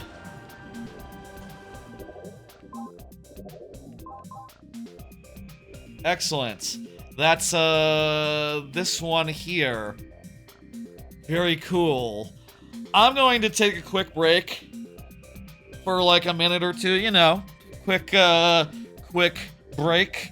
I'll be back in a minute, and we will continue, doing the crap. You know, in the game. Finding the stuff. Go. And I'm back. I think I said go as I was returning. That might have picked up some. Doesn't matter.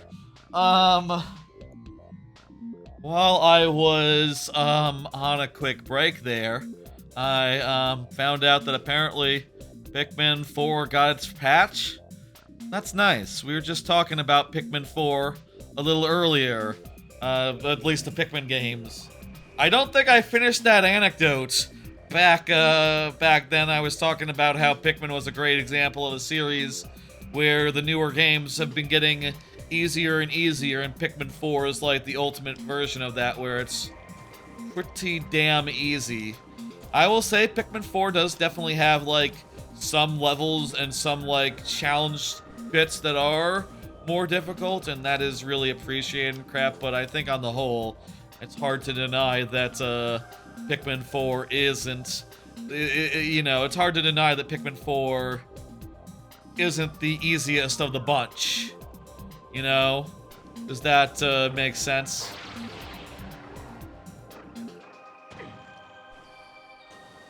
I think generally Nintendo franchises have tended to get easier and easier with each installment, but at the same time, I could see Metroid Prime 4 bucking that trend. You know, what with the fact that, Metroid Dread was not an easy game. You know, Metroid Dread is like the one exception you can think of to that rule, to that general trend. Maybe Tropical Freeze. You might say, I mean, I don't know if I would say, but I feel like some might say that Tropical Freeze is a pretty hard game. Definitely with some real challenging levels, etc., etc.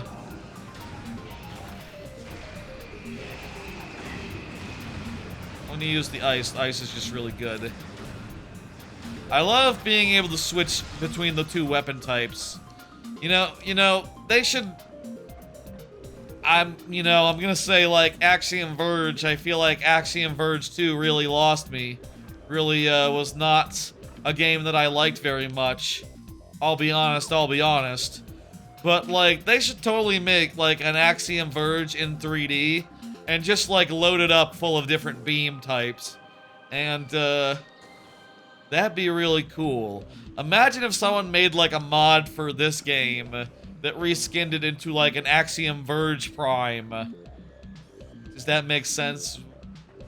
You know what I mean, right? Like, turned it into a full reskin with, you know, a bunch more weapons. I feel like you'd have to have an equip screen if you did it that way, though. You'd have to have, like, an equip screen and be like, okay, I equip 1 beam, 2 beam, 3 beam, 4 beam. Which I think would be cool if that was how it worked, honestly. Like, that would probably be... That would be rad, actually, and that would be very convenient to be able to switch between your beams at any time. Of course, probably if someone was making a new, an actual, like, full release like that, they probably would, use the right stick for aiming, rather than, beam navigation. But, you know, you got the D-pad. You can put it on the D-pad. That's,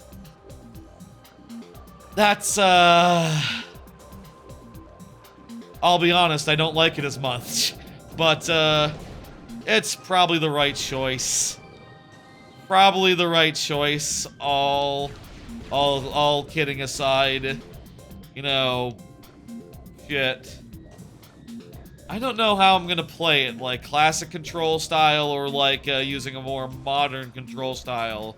Metroid Prime 4. I hope that they made it such that it can be played classic style. When I say that, you know, really, the third game already diverged from that with the Wiimote controls, and it wasn't a problem. It wasn't bad. So really, like, if mouse controls are the way forward, I can get used to it. How do I get up from here?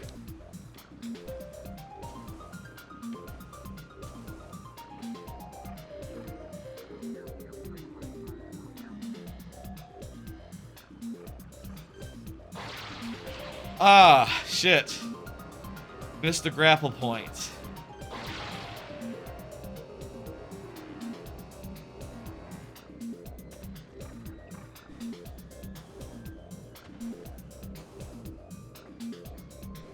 I also do gotta wonder, like, probably a lot of people, when they play this game and they realize, like, the turn, you know, it's not your modern left stick, right stick controls. That's gotta be a bit jarring. And I get that, but, like, you know, bear in mind, this was, like, before Halo, or around the same time as Halo. They hadn't figured out the controls yet. Though I think by the time of, like, Metroid Prime 2, there was Halo, and, like, I think what Nintendo wanted out of Metroid Prime 2 was, paradoxically, a Halo competitor. Apparently, that's why there's the energy tank. Apparently, that's why there's the multiplayer in Metroid Prime 2, because they wanted a Halo competitor, which, in retrospect, I feel like is just the most like insane thing to say, you know, and to think might work, because, like, you know, a big reason why Halo is popular, it's online. You can play it on the internet. Hello, Aces Plays, how you doing? You know, I see a door. Probably have to, like, power bomb it or something. Yep.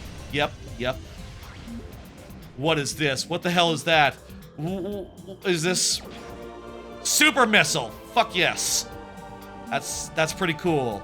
I like super missile. 3 hours? That's a long time, bro. Is it? I have done randomizers, seen randomizers go up to 10 hours.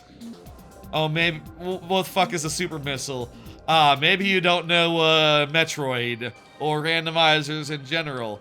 A super missile is like a missile, but you charged it up and you hit the Y to fire it off, and it costs 5 missiles and does a bunch more damage.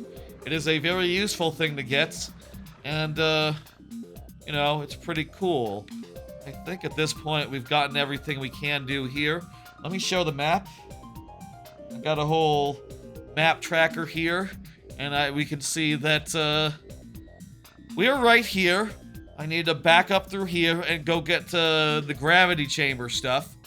Then we can go up through here and get this and this. This seems like a cool game to get. It is a cool game. Yes. I really like Metroid Prime. It's rad. And I feel like all of its both of its two sequels so far have been of superb quality. With how long Metroid Prime 4 has been in development, I really wonder, like, I wonder if there's gonna be like a new best game. I have heard some people like look at Prime 4 and be like, oh, I think it looks bad. Which I don't think you can say that easily. I do think that I don't think they've shown us like enough to know like it has all the same juice of the original games, you know. I don't think we've seen much in the way of like the Metroid style progression. You know, I don't think we know for sure, like, how exactly it unfolds, how exploration-based it is. And that's really what worries me, more than, like, any sort of, like, oh, the action looks, you know, the action looks like Metroid Prime. To be clear, like, yes, it looks like it's a Metroid Prime game. As far as the gameplay goes, I have nothing to worry about. You know, maybe the deserts part might be a little bit sparse. Maybe the desert might be a little bit sparse out, you know, the whole desert motorbike thing. I saw an interview from the guy that, or about the guy, the director of Metroid Prime 4, who was that like Tanabe? I forget. If Tanabe is him or if Tanabe is a different Nintendo person. But apparently, one of the things that he likes in a game is, like, a sense of emptiness. A sense of, like, you know, nothing going on for a while. And I don't know if that really fits in with Metroid. I feel like things... I feel like an open world should have stuff in it, you know? I mean, I guess, like, Metroid, you know, you often do have, like, a sense of isolation. That sort of fits in with the thing. What's the goal of this game? Well, in an abstract sense, the goal is to get 6 artifacts. Usually it'd be 12, but in this randomizer, where all the items are randomized and they're in random places, we have to get 6 artifacts and beat the final bosses of the game. Now, this will maybe be difficult with the amount of energy tanks that we have. We don't have as much health as we could. But, like, item-wise, we're nearly there. And artifact-wise, we got half, and I know where a 4th one is. Also, I do have hints for the rest of them. So, like, once we... I'll say, like, once we have Spider Ball, I will start looking into the spoilers and just mapping a way to, like, the fastest 2 artifacts that we can get. Assuming we don't find 2 more artifacts first. Is that Spider Ball? I think that's Spider Ball. Speak of the goddamn devil. And then I fell into the water, but I'll get it in a second. Maybe I've just been, like, repeating the objectives, the general items that we need to get enough times that I have been saying it right before getting to said items. But there has been a lot of devil speaking in this stream. I've been speaking of devils a lot, and then getting said items. Oh, perfect. There's what it is. I think that's Spider Ball. Just when we were talking about how we didn't have it yet. No, that's the main power bomb. Damn it! That's no devil. That's just it's just a pretty good explosive. The randomizer goes on. We've had the power bomb through power bomb expansions like forever, so we really didn't need that one. And honestly, you just use so few power bombs, it's not really that terribly relevant. That drone motherfucker.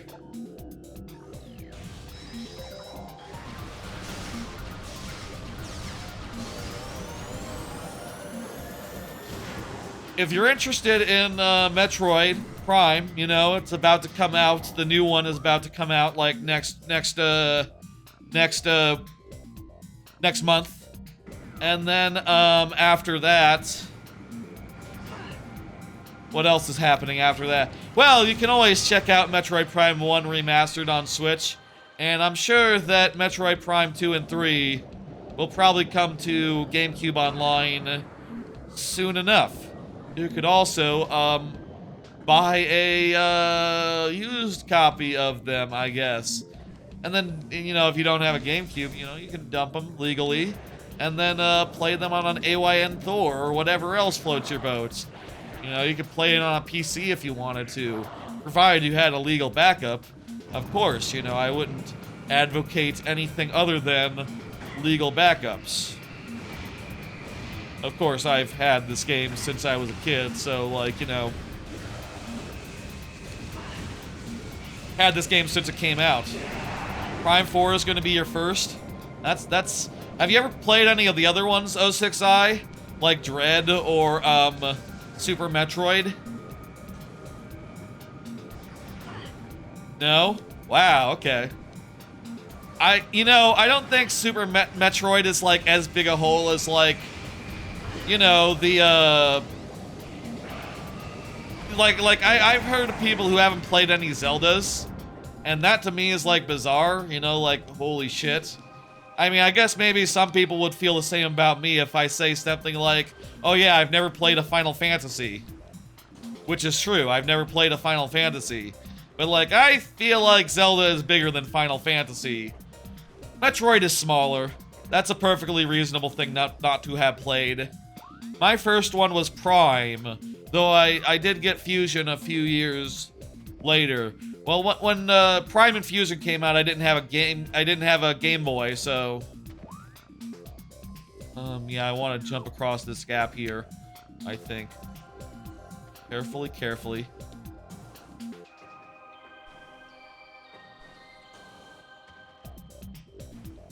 When I got Metroid Prime, that was my first. I'm not gonna say it was my first shooter. I think I had GoldenEye on the N64. I had GoldenEye. GoldenEye was not really my speed. Didn't really love GoldenEye. I found it to be confusing. Though I will say, gameplay-wise, I do think GoldenEye is excellent. It's just that if you don't know what you're doing and you don't know where to go, it's confusing as hell. I feel like, for me, shooters really came online when they became more linear and straightforward. You know, when it was just like, yeah, no, don't worry about it. It's self-explanatory. Just like, run forward and shoot dudes. A lot of missiles in here.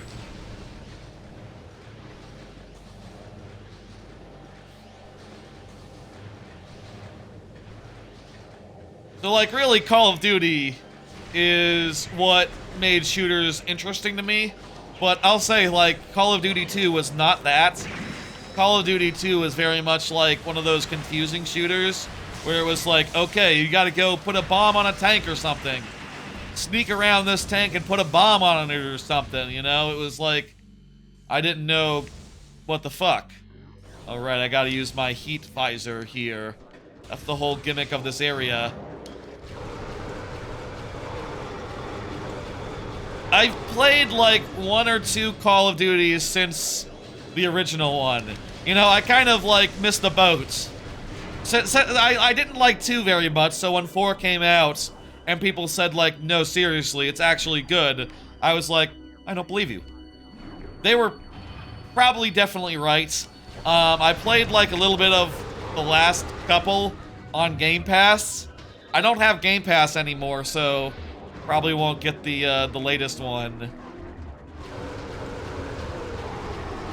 If anyone I would be interested in, honestly, what's like the canonical list of best Call of Duties? Is it just like the one with the no Russian, Call of Duty 4 Modern Warfare? Is that like, what is the best Call of Duty? Honest question. Maybe that'd be fun to play and like go back to eventually. Hell, there's nothing stopping me from, you know, I usually have the playthroughs that I do be games I have played, so I know that I will like them, you know, and I know that they'll be fun and they will support a whole stream series, and they're not going to just like infuriate me and like, you know, I know that they're doable and then I can beat them without getting too bogged down. But I did do Metal Gear Solid 3 without playing it first recently, so like more first-time playthroughs I think are on the horizon. Would it be interesting to see COD 4, like the first breakout one, as a full playthrough? Does that game hold up? You know about Portal 2? Aces Plays is asking if I know about Portal 2. Aces Plays, I suggest you click on my profile on YouTube and you look at the last VOD uploaded. You go look at the last VOD uploaded and you tell me if I know about Portal 2. Yesterday I was playing Portal 2. You don't actually have to look. I started a Portal 2 playthrough yesterday. That is quite a coincidental question.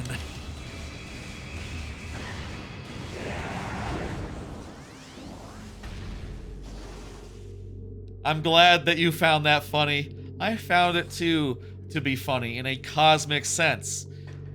You know, in a just like, what are the fucking odds type sense. It's very good. Here. I believe the artifact is like somewhere over here. How the hell do you get it? Or maybe it's over there, the other one. The other like weird alcove situation.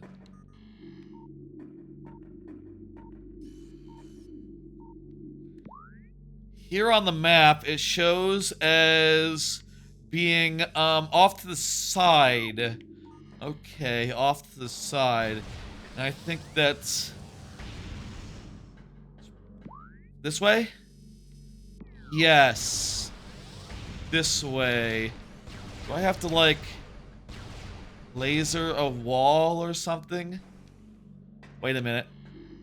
Scan visor is my friend.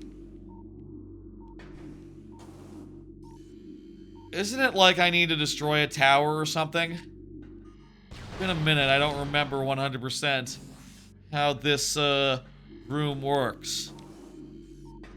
I need to destroy that tower or something.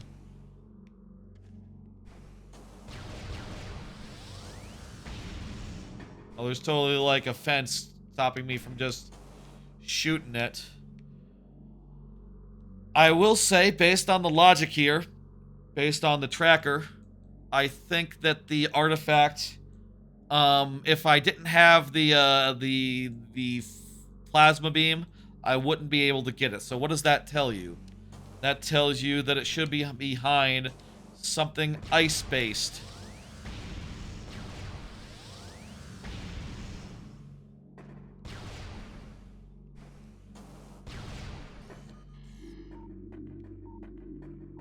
Oh, hang on, I can scan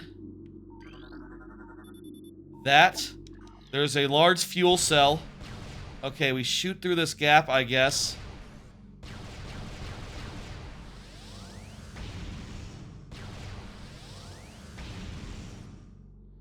This seems bootsy. Oh, this is a much clearer shot.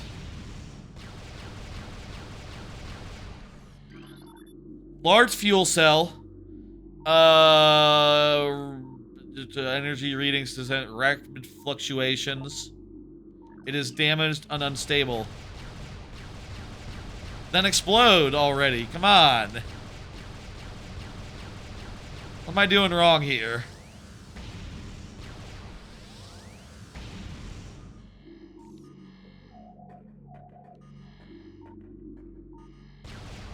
Do I need to get this box out of the way? Oh, fuck. It's a missile box. That thing that definitely is commonplace. We all know exists. Maybe this one is also a missile thing. Yep, okay. The plasma beam was just to get access to it. It's probably like ice. Or maybe there's ice like on the weird camera zoom. Maybe there's ice like before we get to the actual artifact. Or what would be the artifact. But in this case is just an artifact! It's vanilla. Which artifact was that? A vanilla artifact. What the hell? We have 4 of them now.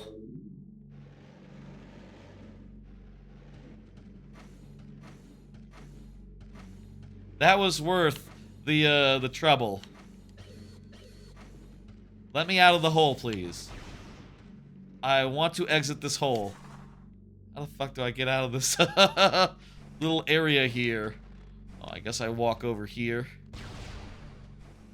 And go through the tower.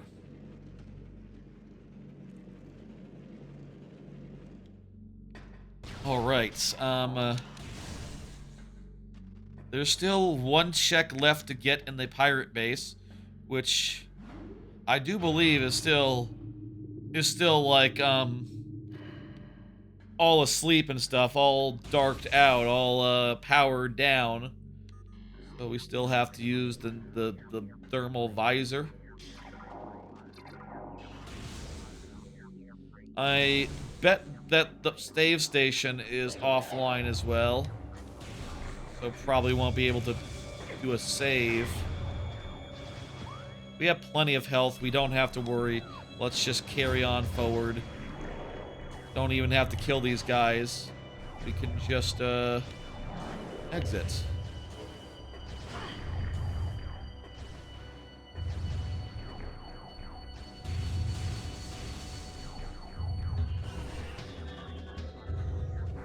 We're real damn close.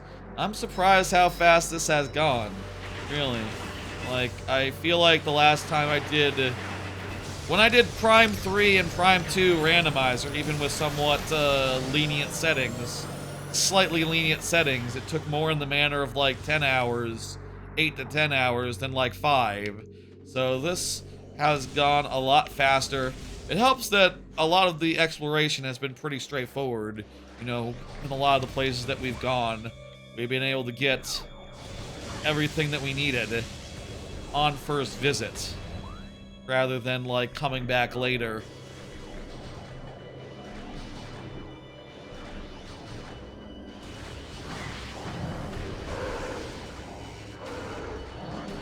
Visors are really cool. I really love the visors. I really love looking at the world through. All the different items that you get in the Prime games are so cool and good. You don't need to use different visors that often.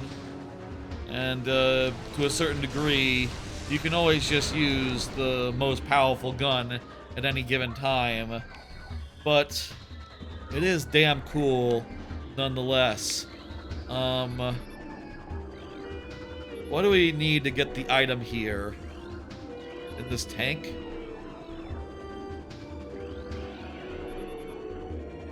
Corrodite. It's probably like a power bomb or like a super missile. It's probably super missile. Okay, just a missile expansion. There's not that much to find anymore. You know, just artifacts and artifacts, health, and spider ball. And like, I would be surprised if Phase on Mines didn't have any of that. Didn't have like at least the spider ball at this rate, because like, man, that's like a fourth of the game. How the hell did we avoid going there?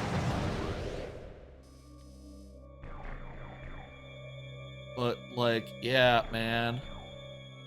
I think we're done here. We should back up. Here, I'll show the map again. The map tracker. We are right here. We're going to exit. No, we're right here. We're going to exit, get this on the way, and then go to the right and get one thing over here. And we can get this, which is an artifact, by the way. We can't get an artifact right here. And then we'll go out this direction to get these two items. And then we've basically done all of Fendra, minus the boss, which we don't have to do. It's kind of out of the way and shit.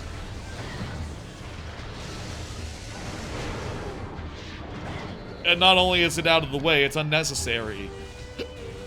We can only do the boss if we have the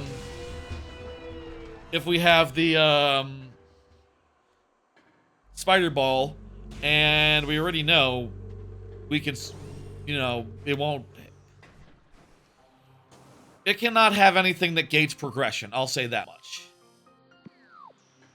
Which means we don't have to visit it. We never have to visit it.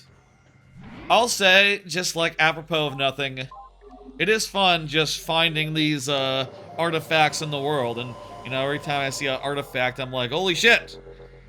I do think it is better just for the sake of the randomizer and randomizers in general, when the hidden doodads are hidden behind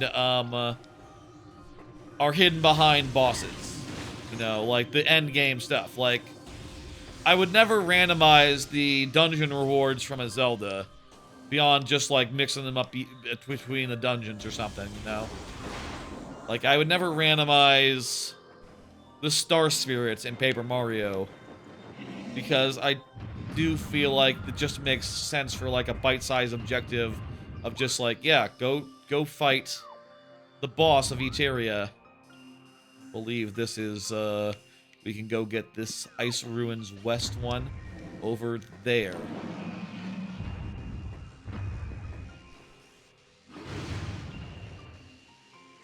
What is that big dude doing?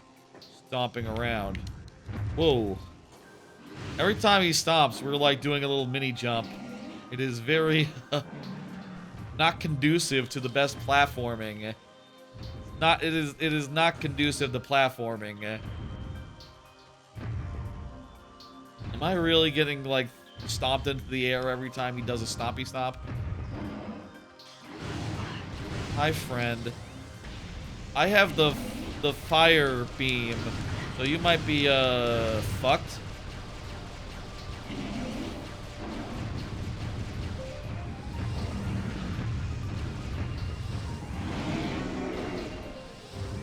Yep, fucked. Harder if you don't have the beam. Usually the fire beam is like a way end game beam. You really have to go through Phase on Mines. You have to go through a really late end game area to get the fire beam. Obviously in the randomizer, you get it randomly. And we got it randomly pretty late in the randomizer compared to everything else, but earlier than you would get it like normal style. Oh my god, it's another artifact. And I know where number 6 is already. Well, wow.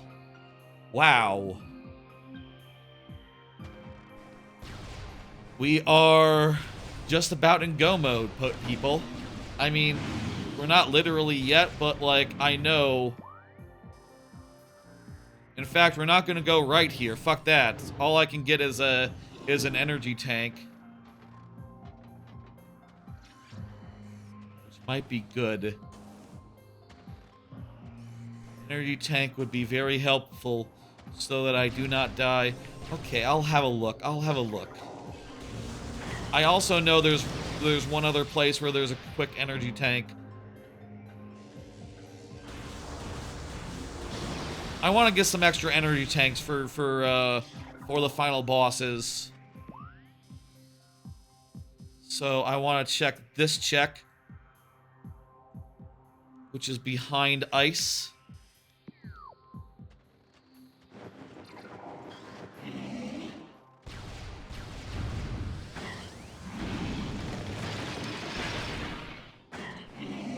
I don't know where behind ice. They're up here. Probably like yay. Man, there's a lot of these stompy guys around now. I must have triggered some sort of late game flag. Maybe by going through the pirate base, that releases the DIs. Okay, so this one is the spider ball one, so the one on the inside is behind ice. Oh, fuck. Stompy motherfucker disrupted my jump. We don't need spider ball, right? That's like strictly unnecessary. There's not like a phase in the final boss where it's like, you know, oh, climb up on Metroid Prime, the final boss of Metroid Prime. That's like not a thing. Oh, also, it's not, you don't jump into that little shack.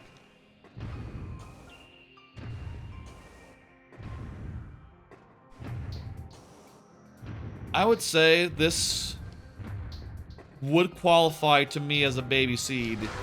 Insofar as, like, you know, I do feel like this has gone really very much way too fast.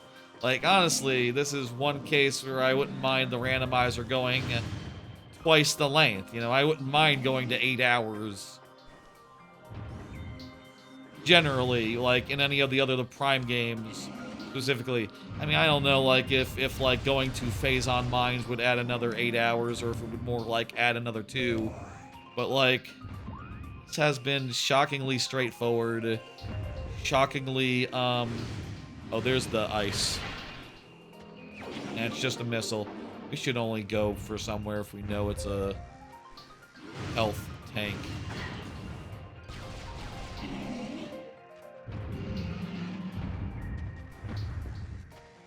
This has been kind of shockingly easy.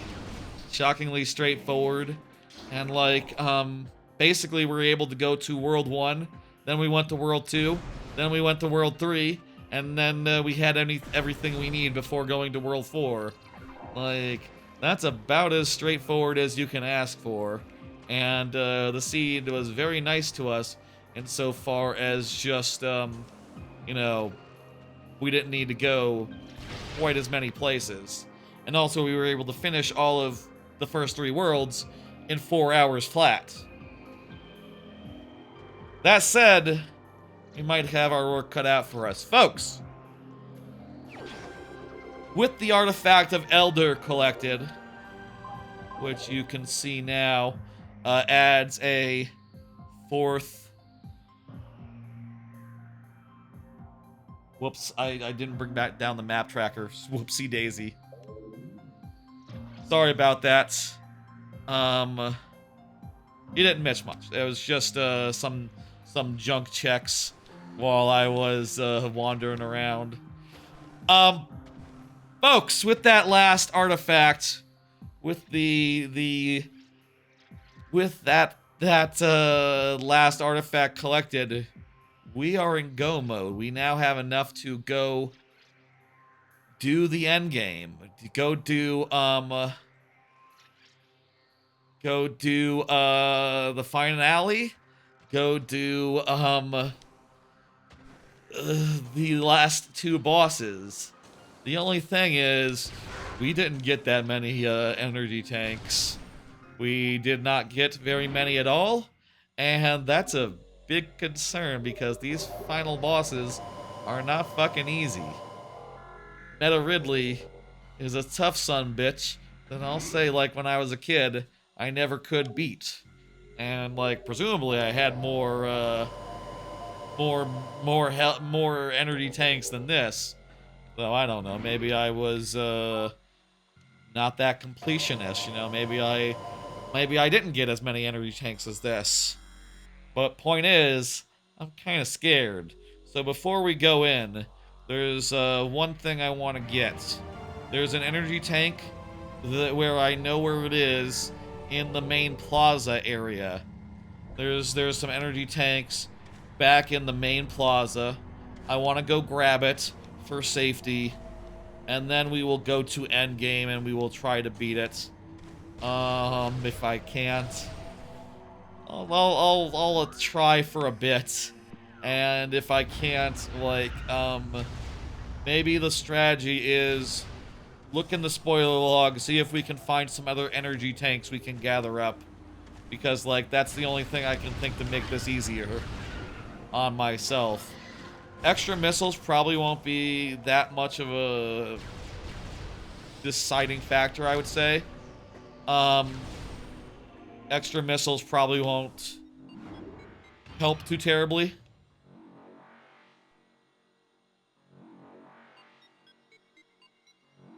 Oh, I said... Did I have the map up when I got the second to last artifact? I might have done. Sorry. That, my bad. If so, again, I gotta keep an eye on that. Gotta have, like, a better indicator of, like... I need to have, like, some sort of on-screen thing that's, like... I wonder if there's a way to get, like, an on-screen little red light or something that is impossible to ignore while it is in play, while it is on, so that, like, when I'm staring at the screen, it'd be impossible to miss. Because as it stands, it is pretty possible to miss. What is the tree? How do I kill the tree?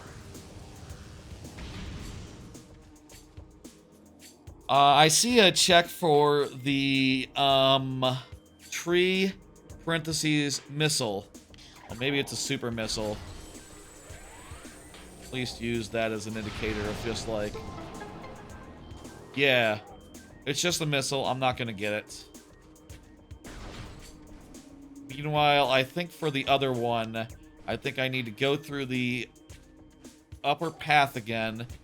Go across the pit that we couldn't cross until mid-late game, and then do a thing. We need to, like, continue into the rooms that we couldn't get to because we didn't have the beams at that point. Pretty straightforward, really.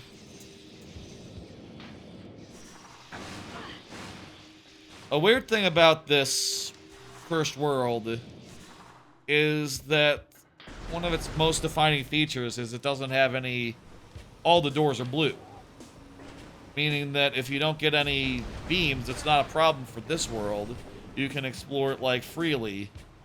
It's just that, you know... It sort of leaves it as your only choice, this world, specifically.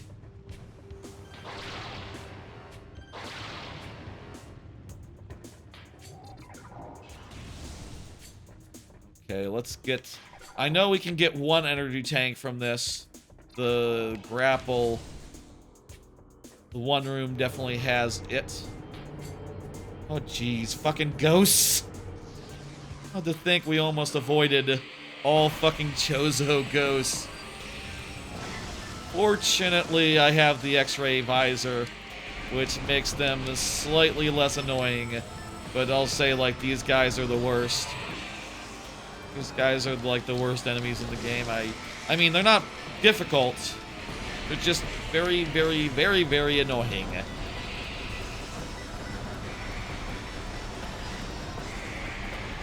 And they take a lot of fucking shots. And if you don't have the X-ray visor, they disappear constantly. And you have to just, like, refine them. And also, the music is so hectic. Ooh, I just hate every part of this. And, like, every time certain rooms at a certain point in the game, you enter them, it's like, okay, party time, the ghosts are back. They're just really obnoxious. I wish that, you know, I feel like the smart thing for the way for this to work would be if once you beat them, they were just like done for the count. But instead, it's like, I'm pretty sure they come back every time.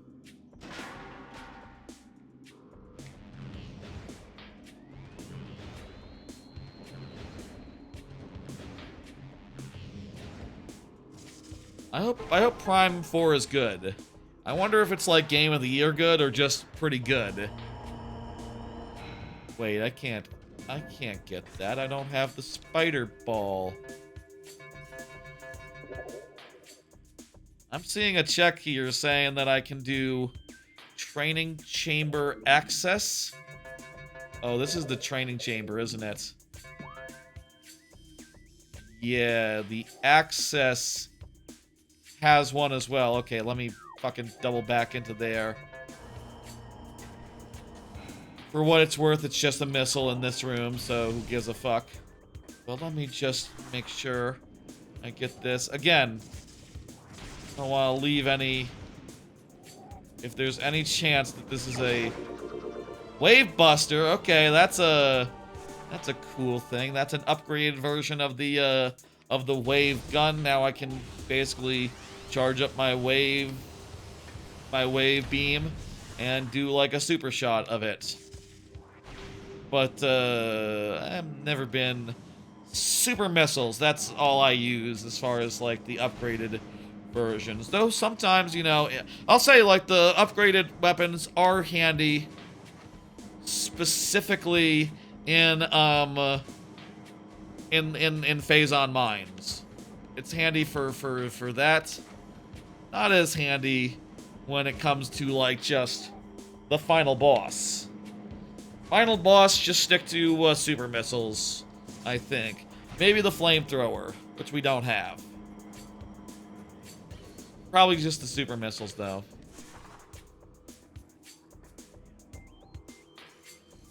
Okay, there's the energy tank that we came all this way for. We can only get it by coming around here. And yes. How much do we have? I think we have 8 energy tanks. That's 900 health. I think that'll have to do.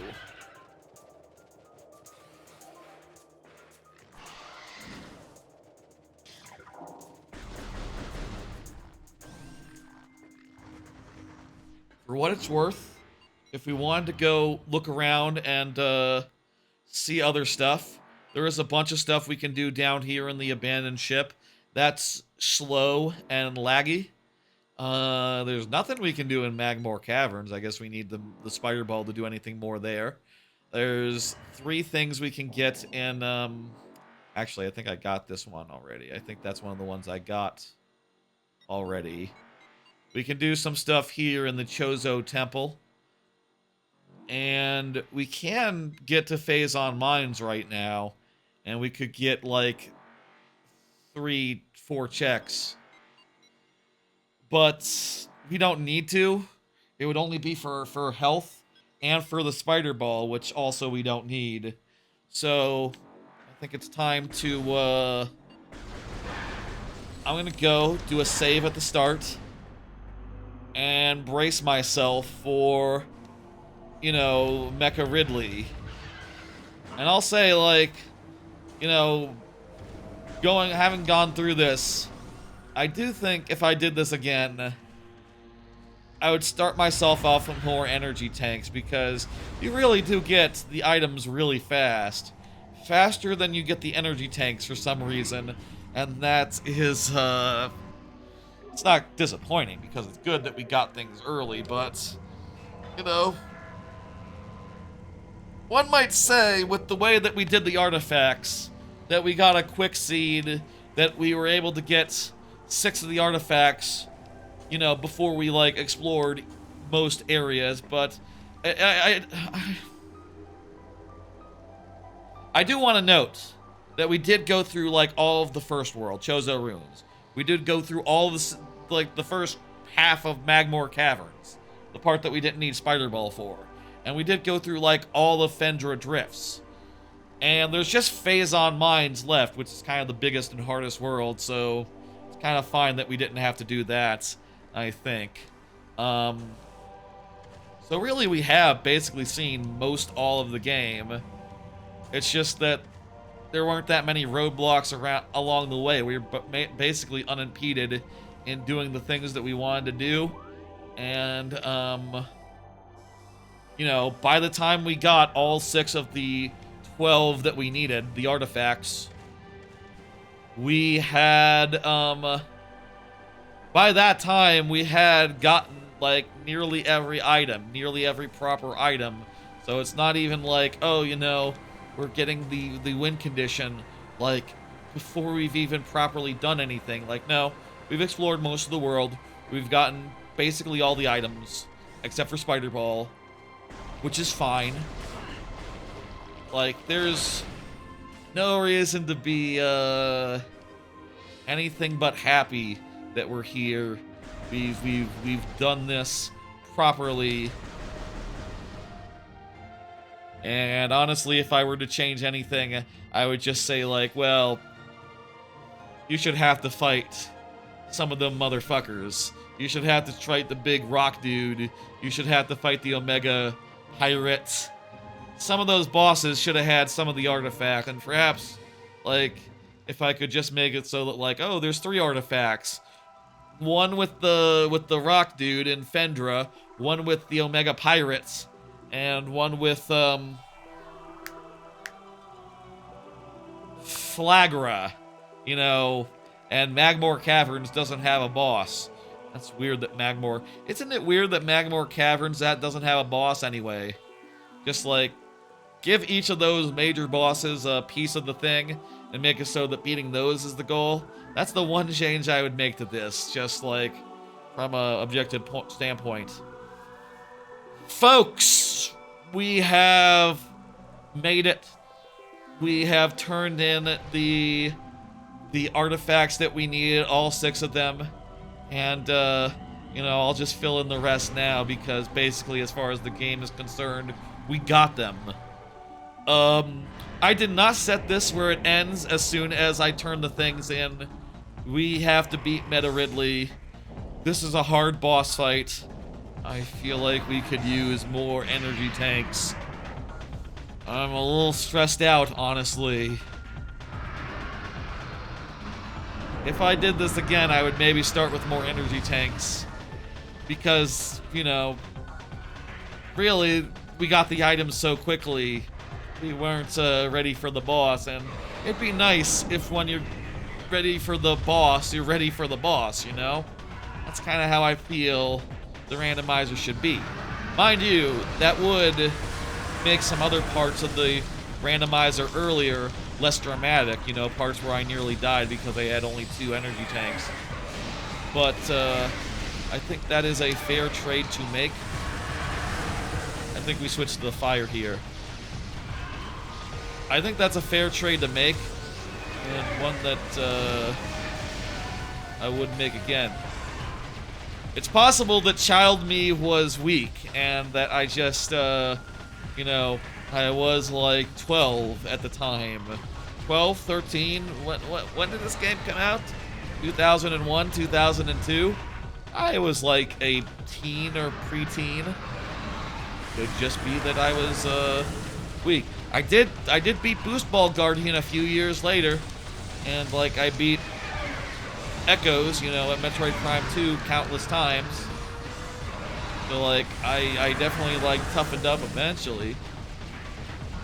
Would people say, generally, I don't know if, like, if people think that this boss is tougher than, like, a, Boost Ball Guardian, for instance. Maybe I'm alone here being like, man, Meta Ridley, man.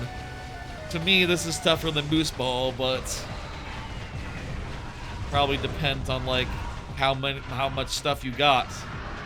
Which, again, we don't have that much.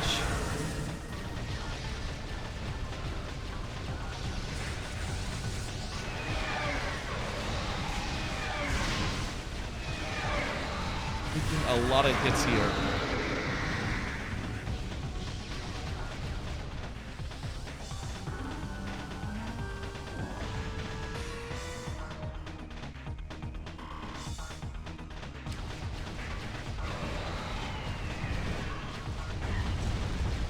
And also, like, once you beat Meta Ridley, you have to go right into Metroid Prime, the final boss. I was able to beat Metroid Prime, I think first try, on the remastered version. I'll say, you know, I've beaten this boss before on remastered once, about half a year ago. But, you know, I do worry that, like, maybe the remastered version was nice.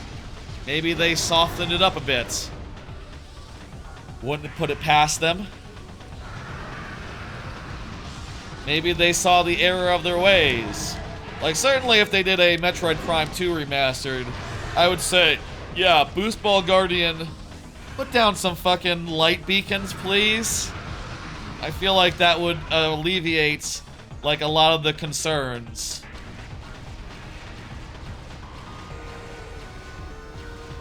Maybe another thing that as a kid I was really frustrated with was just like, you know, this is a really long boss battle that just seems to go and go and go, and you're just like constantly firing off shots to no avail, getting hit by flanking shots from him that you can't really anticipate, dodge, etc. very easily, whilst only doing like a microscopic amount of damage. It's a hard boss, but also it's a tedious boss.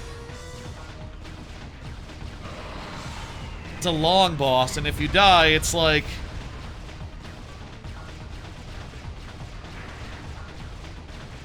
you're pretty bummed out, you know?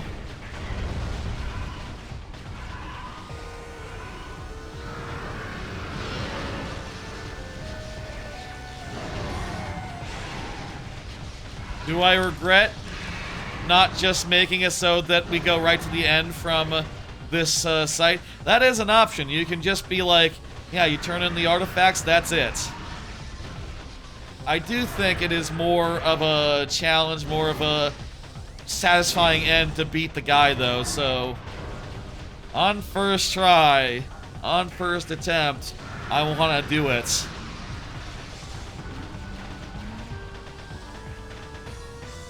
You know, I'll say again, I said earlier, the double damage buff item in Metroid Prime 2 Randomizer. I know it's not really in the game, like, it's not a real item, but, like, it's nice to get and makes bosses more easier. Helps you finish it off faster.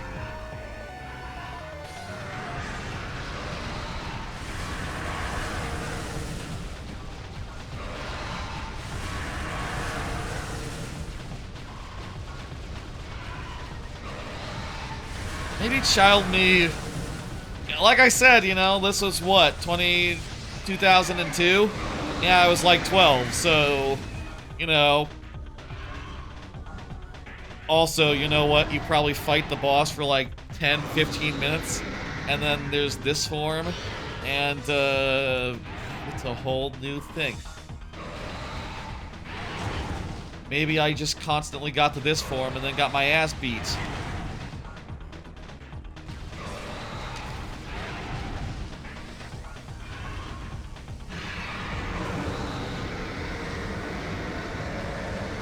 God, dodging crap. Not trivial, but you know what? It's not that hard either. And with a charged plasma beam, and then shoot him in the heart. Yeah, man. You dodge right. A little bit. Kinda. I feel like I always got to this part and then got wasted by his, like, hard-to-dodge attacks. And, you know, again, this is like 10 minutes into the battle. I mean, it's... once you do it, it's just like, oh, fuck you. Oh, fuck me. I lost, like, 200, 300 health in the last minute. So, you know, that ought to tell you a lot about how this fight goes.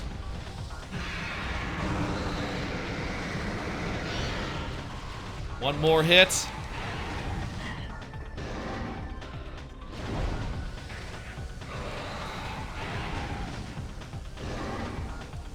Come on, give me the open mouth. I need the open mouth right now. Like, the battle up to this point was pretty easy, but, like, the final couple hits, hard. We beat him. Good. I wish that it saved right here, and also refilled all my health. Is there a save station down in the down below? Can I get a save real fast? Okay, that wasn't so bad. That wasn't so bad. I feel like that last phase destroyed me every time, and also the fact that it takes like 10 minutes to get to that phase just like made it so that I really didn't want to retry every time I got it. I am going to go take a save, if I can.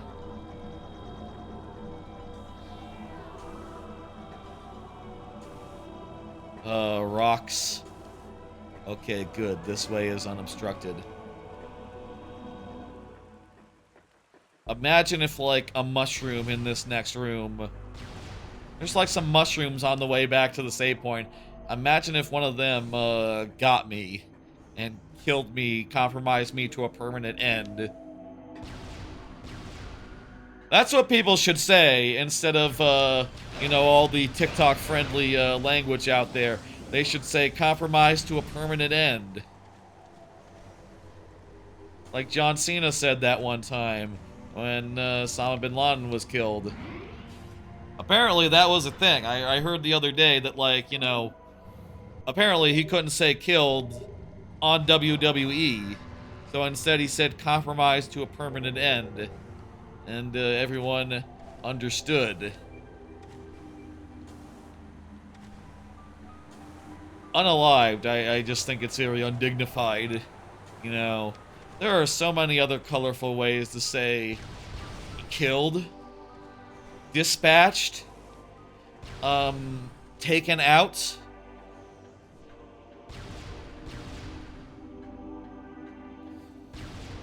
I could think of more if I cared. I don't. I'm glad that we could save. Ridley is permanently dead now. And I'm kind of happy about that. I was genuinely very scared of him. I'll say I'm less scared of Metroid Prime, even though I've only faced her once. It wasn't a defeat. I beat her. Let's do it. Final boss. Final, thing. This is another timestamp in the VOD. Ridley went great. Well, it was really annoying and long. And, oh, there is a save station right here as well. I'm just never sure about that that's there. Oh, I guess, come to think of it, aren't there a bunch of rooms before? What the hell is that? What? Yeah, I got it. I got that one. A hint. Yeah, I've only been into these impact crater a couple times in my life. Once in my life before. Right, I forgot that the impact crater is like a whole little biome that you have to go through. I have been here once in Remastered, and I found it kind of weird and annoying. I think I also, like, wasted a bunch of fucking health getting through.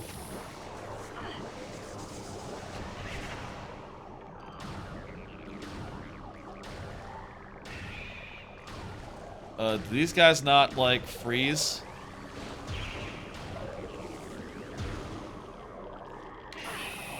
Shit, these guys are like... I get it. These guys, you have to match their, match the beam to the color. They're slightly annoying, but they're not, that complicated.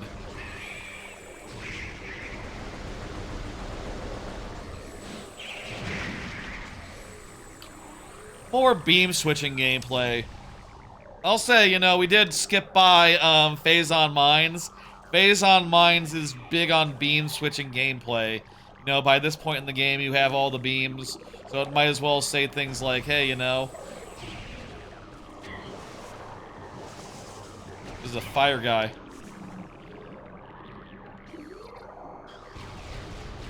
Or is it a nice guy?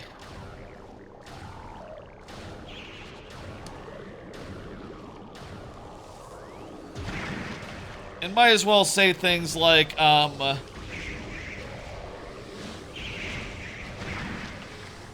then you have all the beams, so it might as well be like, hey, check it out, this is a pirate that can only be hit by red beam. This is a pirate that can only be hit by blue beam.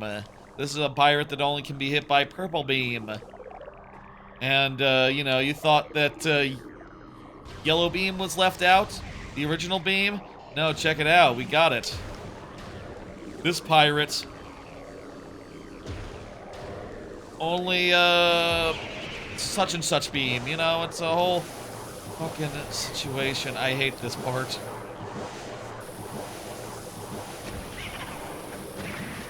These fucking Metroid keep on coming, and they're not as easy to kill as, other time that you encounter Metroids. Where it's just like ice beam, missile, done. Instead you have to really like hit them with a bunch.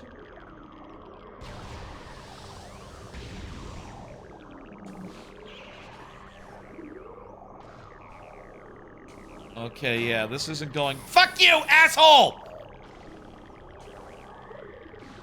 Fucking Metroid hit me, knocking me from my path.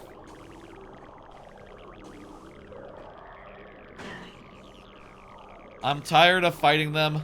I don't want to fight anymore. I know if I kill... I know if I kill them, they'll just come back.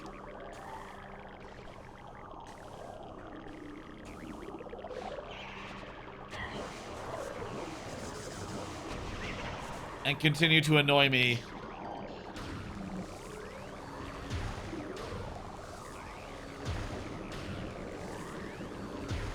And spawn more copies.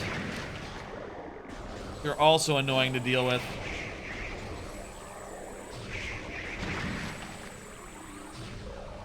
Okay, let's try platforming real fast now.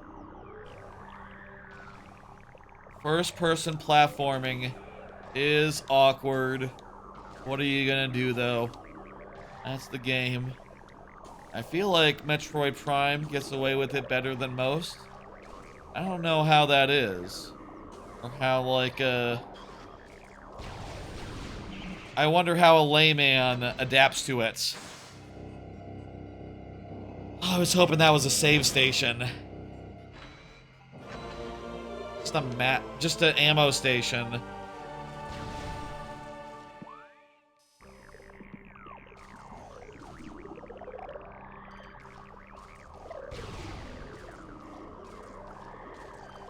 Hi.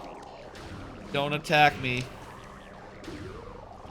But I really don't have that much room to dodge, my man. You're a fucking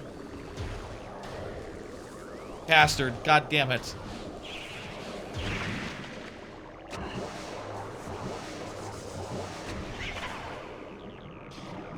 I really genuinely hate this room.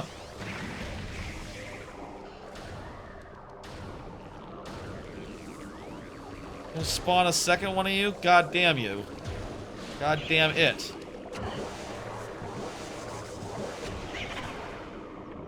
Is that not... Maybe that's... No, I think that is white. It's kind of hard to tell because the purple... No, actually, the purple tackle does indicate purple, beam. Thought it looked a little bit transparent. A little bit, neutral color, but... No, that one's the neutral color.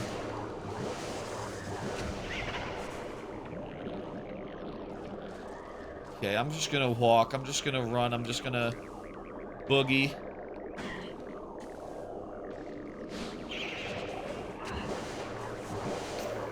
Fuck, shit, ass, no!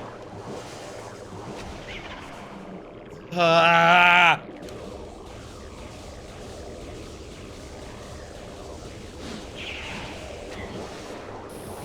You know, I do wish there were some, like, power-up type upgrades in this. You know, stuff like if I could have a faster, like, charge beam, for instance. Or, like, just, you know, more power in general.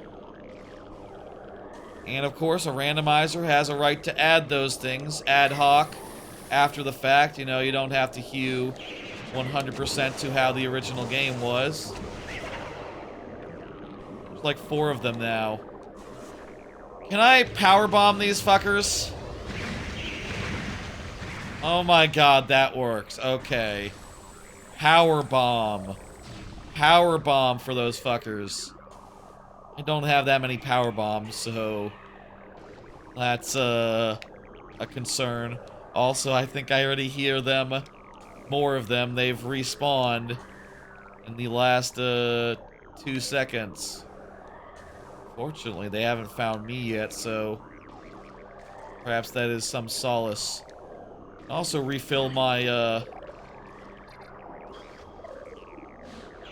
hi.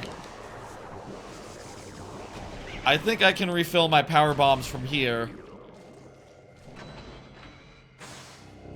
And use one of these free power bombs to do a thing to destroy them. Yes, okay.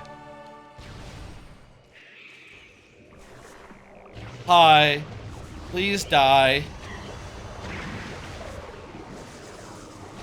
Are you fucking kidding me? Dude was on my head, so he avoided the power bomb?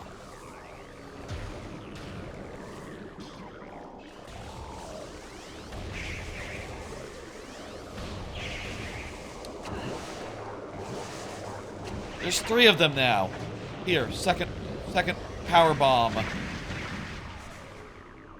I heard 3 deaths. I think they are all dead. For like 10 seconds.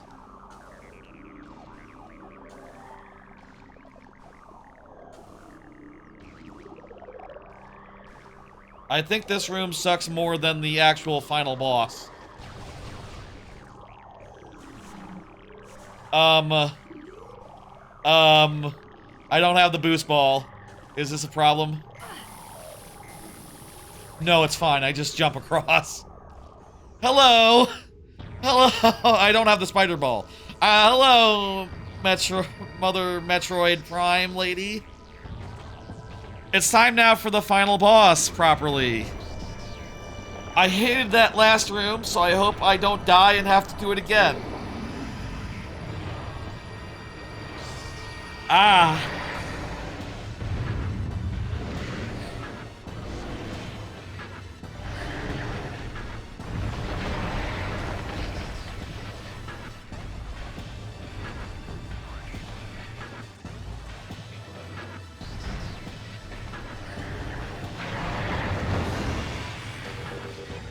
So this is a big color eye test. This boss just have to match the colors. I think that's about it as far as like strategy goes. Match the colors, don't get shot. Those are the 2 things you should know. Don't get shot, don't get attacked, don't get hit. She might summon some pirates or something at some point.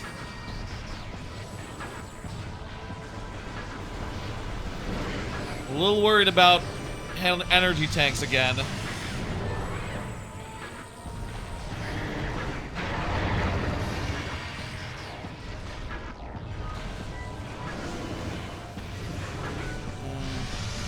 Especially having lost 3 on the way here.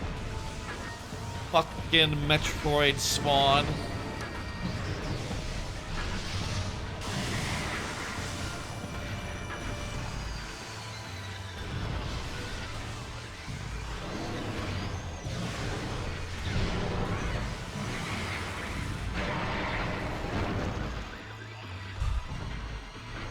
But I think, like, the only other time I fought her, I think I got her first try, so you know, on the remastered version.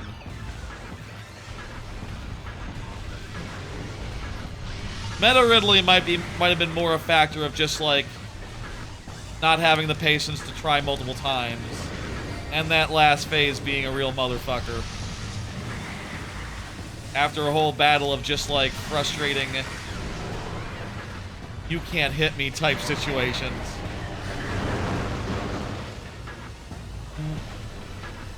Am I supposed to like turn into a ball and like dodge downward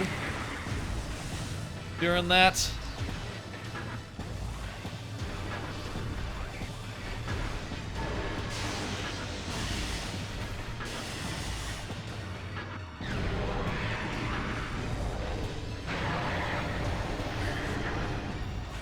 You know what? That did work. I think that was the key.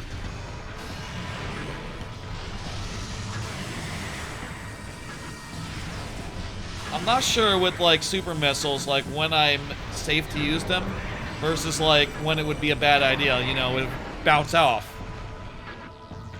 Probably if I was using my missiles more liberally, this fight goes down faster, but it feels like such a risk, you know?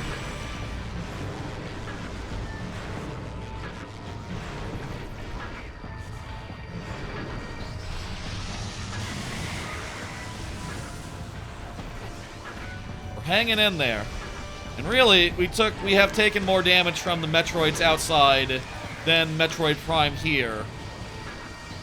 So we're doing pretty good, all things considered.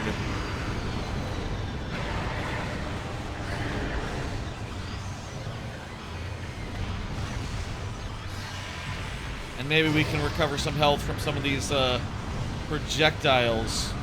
Are we supposed to, like, match the, No, it doesn't matter.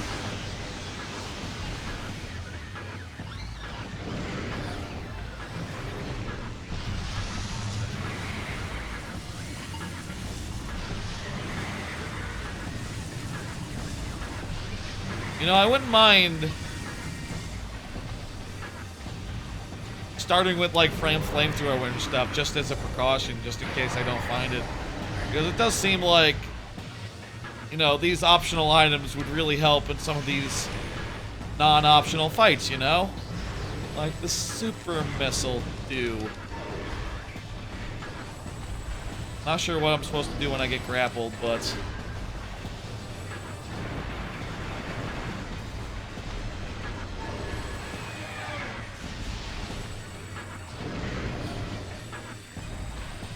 Super missile right now. There we go. She is like halfway down, little over. Is there a phase 2? Could be the question I am asking right now. It's probably going to be a phase 2, right?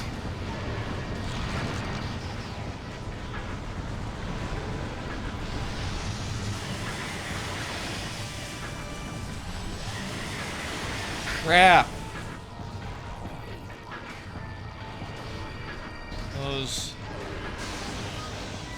It is a shame that all she's dropping is missiles. That's like the last thing I really need.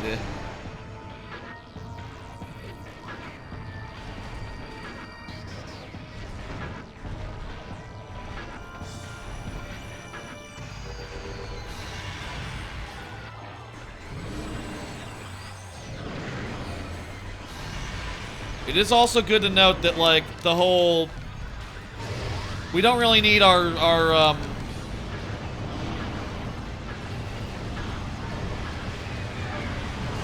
maybe if we match the thing, maybe we'll get, like, some goodies. Well, we got a little bit of health there. Got a whole 100 thing. Nice. Think if maybe we match the type of ball to its, like, opposite, we get more. I don't know, that's just a theory. It's coming down to it.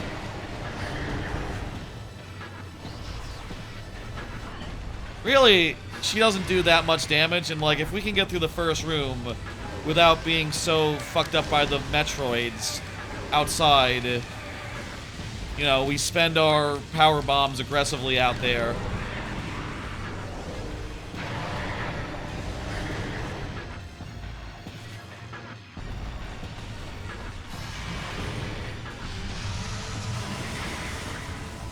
We spend our power bombs aggressively outside.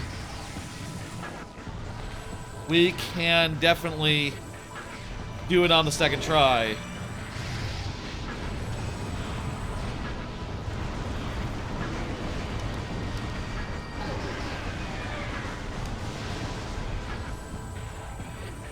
Alright, we got some more health things. Giving us some health as we're getting real fucking low, and that is just super appreciated.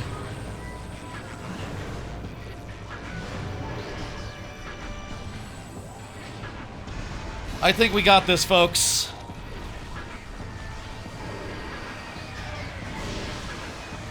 My advice to Metroid Prime, just don't give out, just don't give your enemy health, and, you might have been able to kill me. But I appreciate that the game does give me health. That is just, I'd be really bummed without it. This is a long boss fight, huh?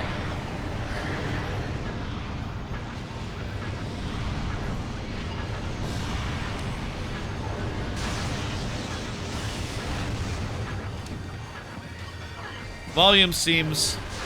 Oh god, I'm energy low.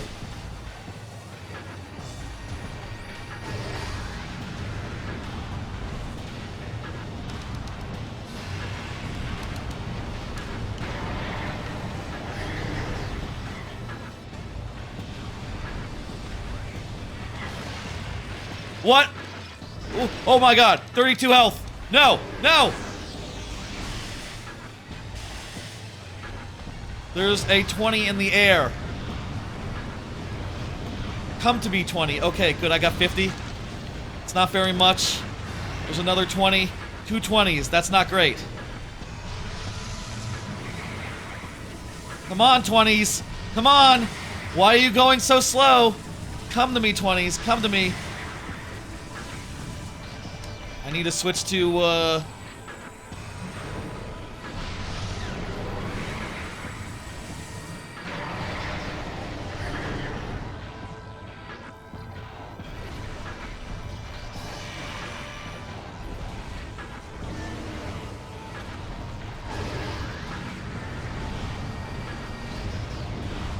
Okay, tell me. Please give me a big one. Give me a big heal, goddammit. No, those are missiles. Those are missiles! No! No! Wave Buster! Wave Buster! Come on! Do it! Finish her off! Come on, Wave Buster! I have 1 health! Is it dead? Is it done? I had 1 health! I have 1 health! I have 1 health! Tell me it's dead. It had like 0 life left.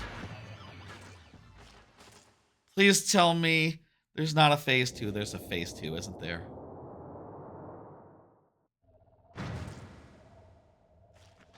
This is a phase 2. Oh my god, no. Yes, that's right. This is such a phase 2. There's like a whole phase 2 ghost. We have to like absorb the magic. Please tell me that we can destroy some of this stuff for health.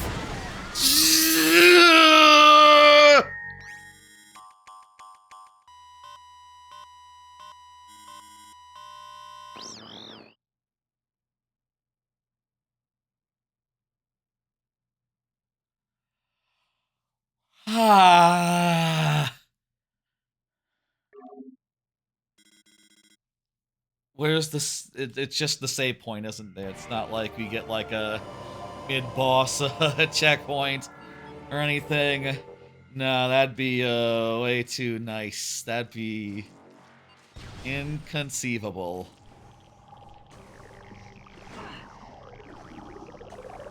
Fuck. Now we have to do this room again. We now know, of course, that we don't need our power bombs. And we can just use them pretty liberally to get rid of the Metroids when they are on our ass. Coincidentally. Hello, buddy.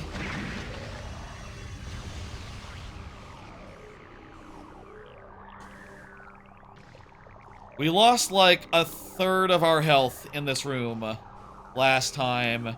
So like if we don't do that this time, we'll be in much better shape.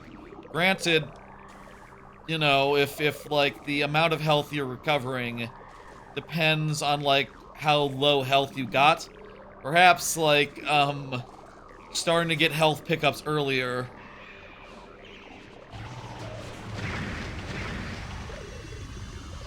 made up for that in spades. All I can tell you is attempt 2, let's go. Oh my god.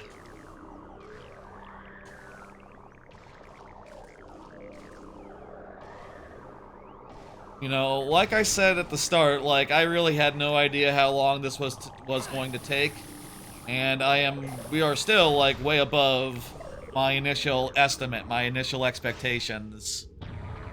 We are still doing really good. Like I did this on a day that I had off because if this went like 8 hours, that wouldn't be viable for a weekday. By the way, the audio is fine right now, right? It's definitely louder, but it's, like, you can still hear me 100%, right?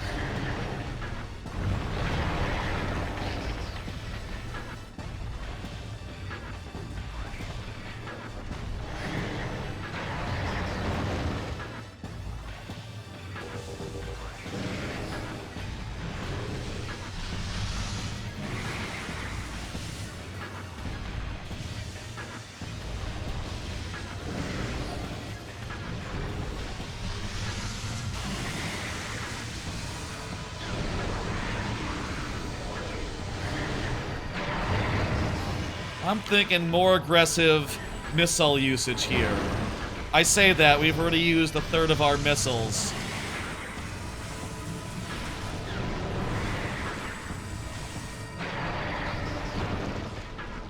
I'm thinking let's use our power-up attacks. Let's wave attack him. Let's do the whole 9.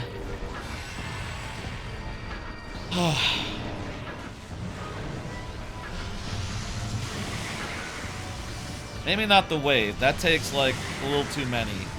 That's, like, a whole large expenditure. I'm not sure, like, if it really makes sense, like, from a bang-for-buck standpoint. Also, like, we'll be getting our health back our missiles back slowly as she does, like, as it does the, big beam attack. The thing where it fires 2 orbs at you, and you destroy them to get goodies.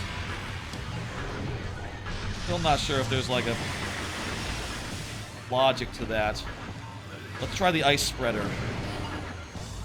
It fucking missed. Go.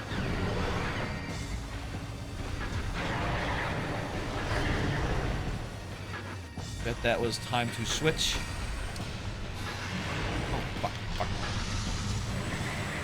Was time to switch. Here, have a super missile. Super missile again. Bounced off. That's not good.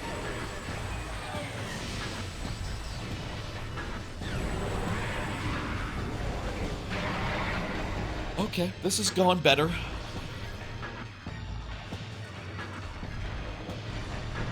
This is a very long boss fight to end the game with, you know. The boss fight, it goes wrong enough, might take more time than the rest of the randomizer.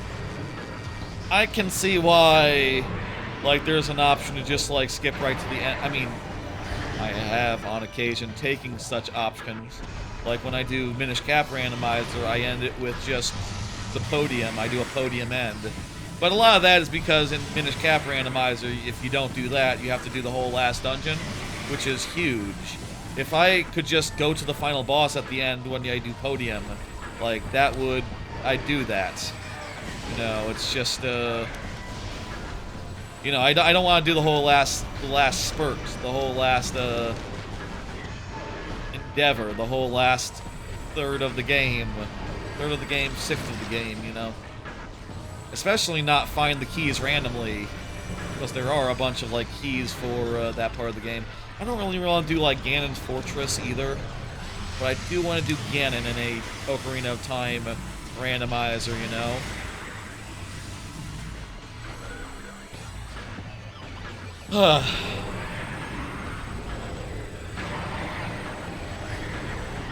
I think I can do it. I think we got it. I think we know what to do.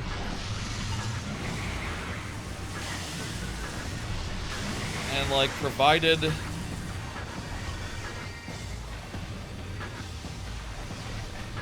I don't, like, lose a bunch of health stupidly, could be pretty good. Also, like, if it does some of those big orb things that gives us health back, maybe. Or missiles. Either one would be, handy.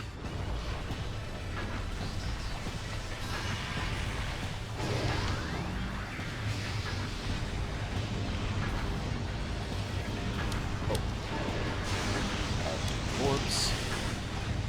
Get my health back. And my missiles back. I'll do 5 at a time for missiles. I wish there was a bigger missile pickup, you know? The fact that you only get 5 at a time makes it so that, like, you know, you're getting a bunch of missiles and they're helpful for, like, going through bosses really fast. But once you're out, it's like, okay, I'm getting a few at a time. It doesn't matter what your max is. It's just like a little modifier on top of the basics.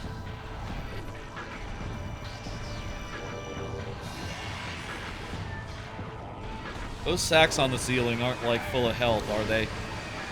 Kinda look like they would be, but...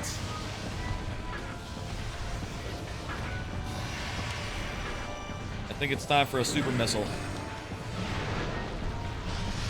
Shit!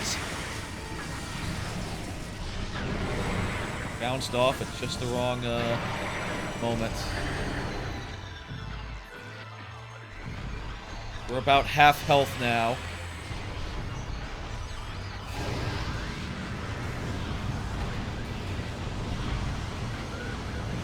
Let me focus on these.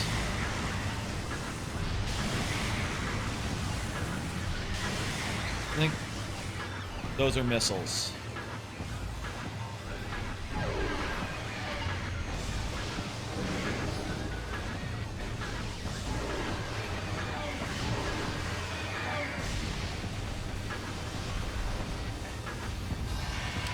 Okay, super missile time. Shit, bounced off. That was a hit.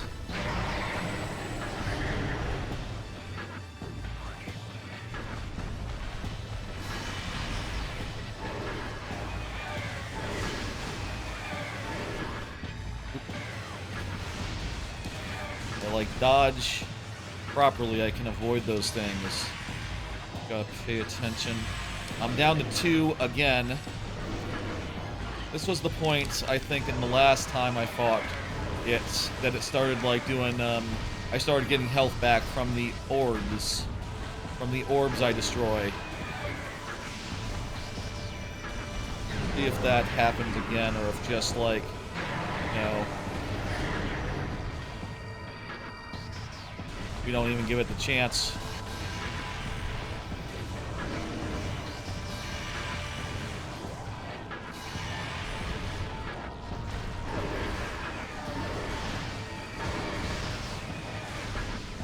There's a botched ice spreader there. Another botched ice spreader. That's fucking great. Let me get those orbs with the fire. That looks like a 20. Not good enough. Gee. Fucking laser.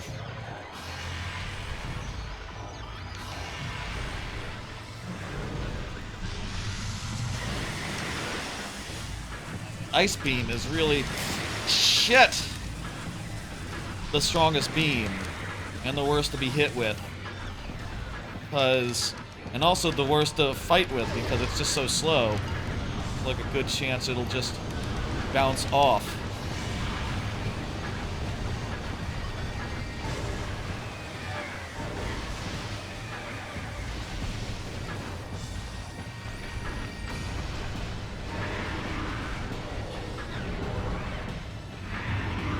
We're to the final phase again, but our health is super low. And neither of those, I think those were missiles that we just got.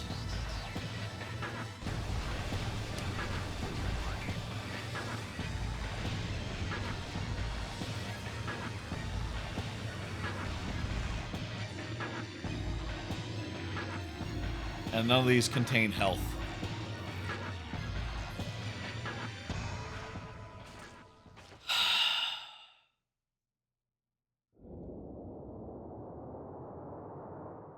Now, we have a lot more health than we did before, but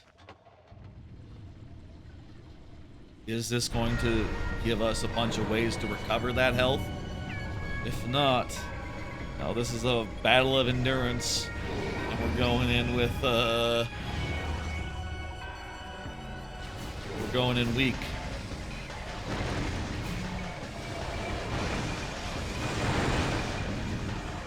Oh my god, look at that. That's a bunch of health. That's a bunch of health right there. Okay, beautiful. Let's take a breather. How do we fight this thing?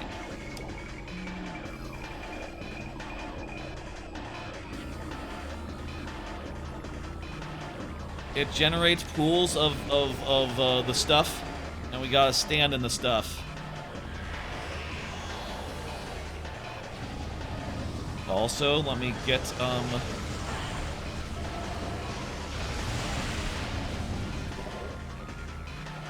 relax.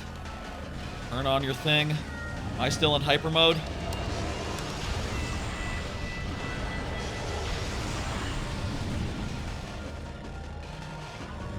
Hyper mode.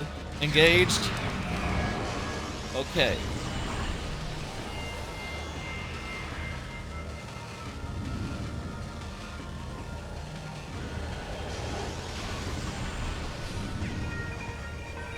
Jump every time there's a wave, get in the hyper mode when you can, and then shoot your shot properly. I think we got it down. I don't know why I'm charging my beam. I mean, I can like pull in health towards me, but if there's no health, there's no point.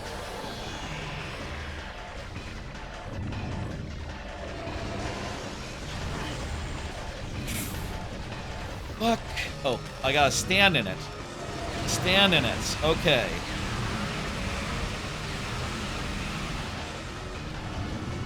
I understand now.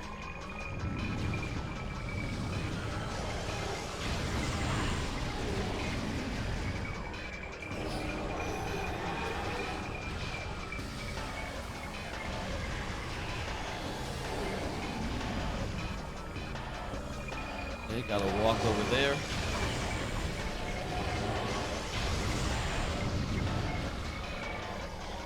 Stand in the hyper mode. Come on. Okay, we're like less than halfway done.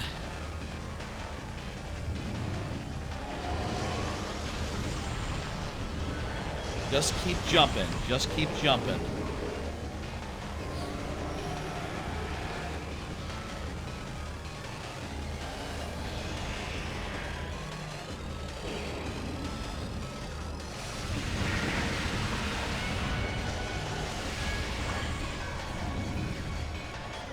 Where is it? Where is it? I don't see it. I don't see it.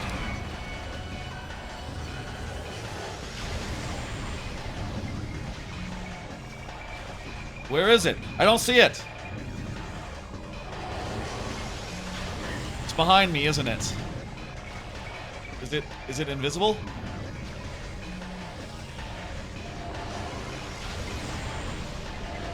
What? Thermal? Thermal! Oh, shit.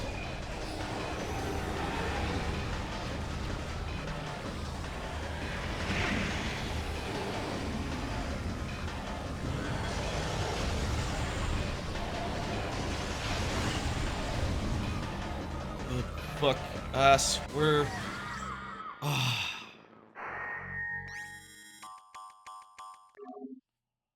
Fuck.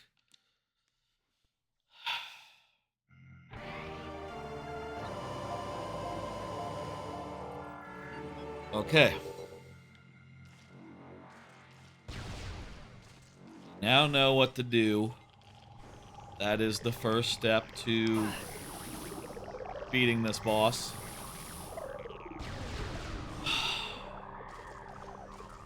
Would help if I had more energy tanks. I'll say that. I'll say that again.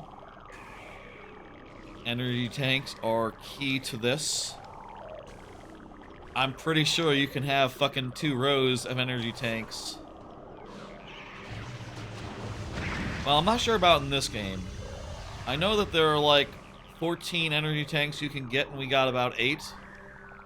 Which, at least in the randomizer, as like per default configuration.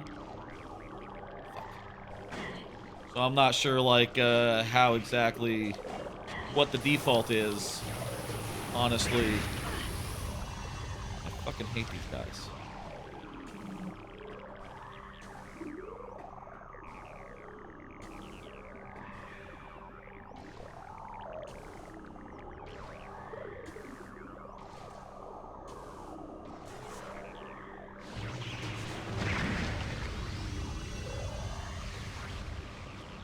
Careful. Take each jump carefully and do it right the first time. I'm tempted to get a refill on my missiles, but like on my power bomb, but like, you know, I only need them for now. Kind of have enough to get through these couple of bastards. Fucking dick. Avoided the first one.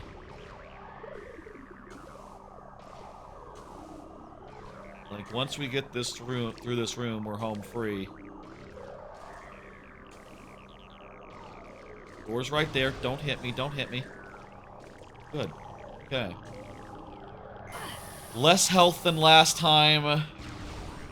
But, shit.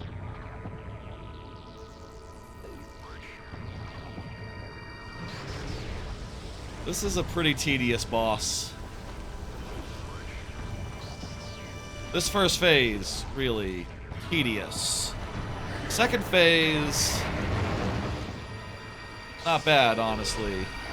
I would classify it as pretty doable, all things considered.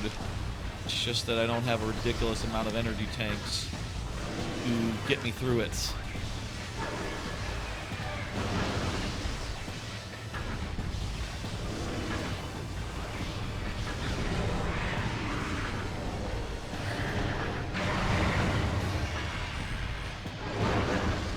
Okay, let's bust out some supers. One super missile at a time is the correct way to do it. But also, sometimes if a super missile bounces off, it just feels really bad. It's like a waste of 5 missiles.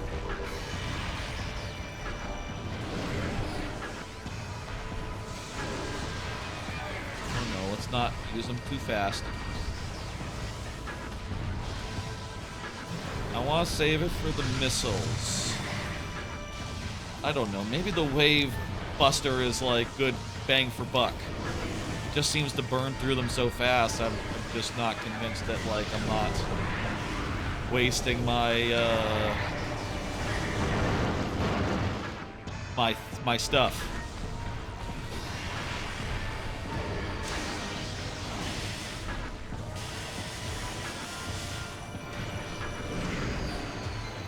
I hate the ice missile or this when it does its main function, freezing enemies. It's really good. On enemies it just does basic damage with, it's just the worst weapon.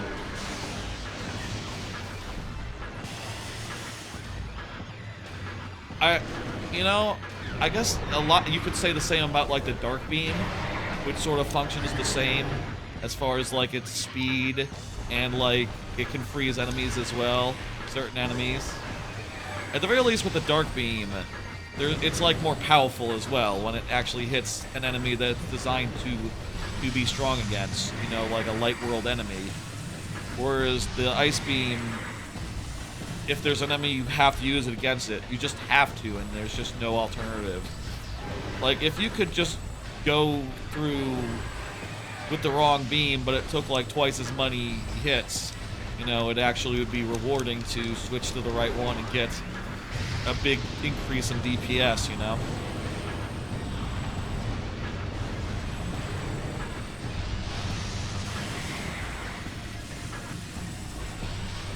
As it is, I don't feel very rewarded.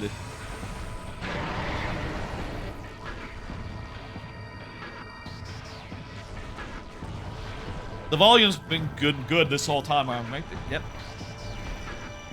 It's hard to talk when I can hear myself.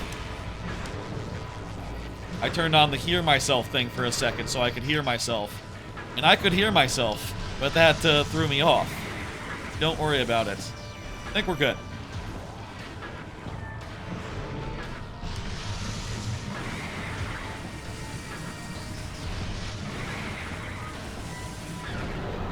This is definitely a loud part of the game, but I think it's manageable. I think it's tolerable. Not bad. You know, Remastered, I don't know if y'all know this, but Remastered sort of like switched around where some of the beams and items are in the UI. Like they changed the scan visor from like left to right. Which I thought was a weird thing to do, and made it so that I couldn't really get down with the new controls, because like I have all this muscle memory of it being on the other side. I hope that. I wonder how it's gonna be in 4 as far as like where those beams and well, there's not gonna be beams, but like where the scan visor is gonna be. Maybe it'll be more like 3, where it's like, oh, you hit a button to do your scan visor, and you don't need any other visors. Or it could be like a radial menu type situation. I mean, they're going for like basic controls as like aiming controls, right? You know, with a twin stick setup. I mean, not that the GameCube didn't have twin sticks, but you know, it doesn't do it in the traditional, what would later become a traditional setup.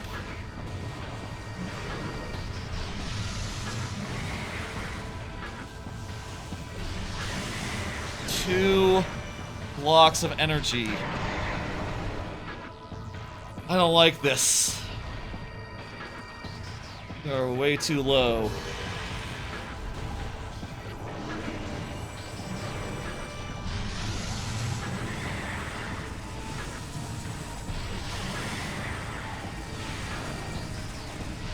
Damn it! Super missile bounced off there.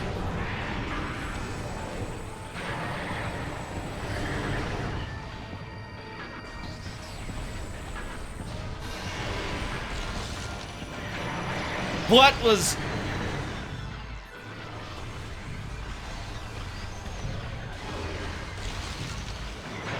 Why did it home?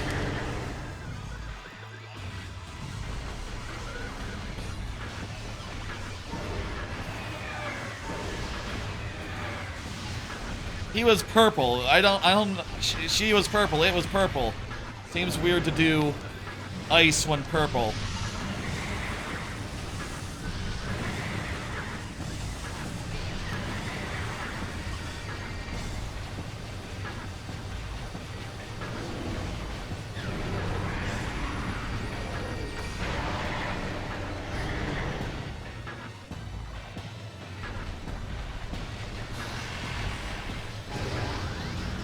Here comes ice. I want to focus on these balls. I want to get a big ball-based heal. That's a missile. That's a ball-based heal. Okay, good. We got a good 100. That's what I needed. I could use more, quite honestly.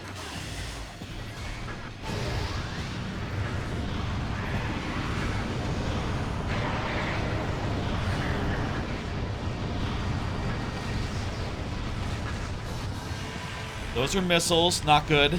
Not what I wanted.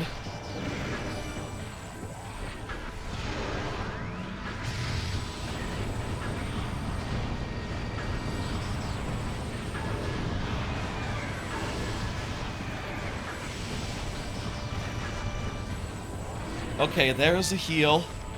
I can get that, get back up to 200. Was the other one missiles? The other one might have been missiles. Okay, I think this is the most health we've had going into this final sequence. Whatever it was, I absorbed it or it disappeared. Let's go. We know what to do. Absorb the Phazon, send it back. Try to get the Metroids killed for extra health. Switch to an appropriate visor if we can't see it.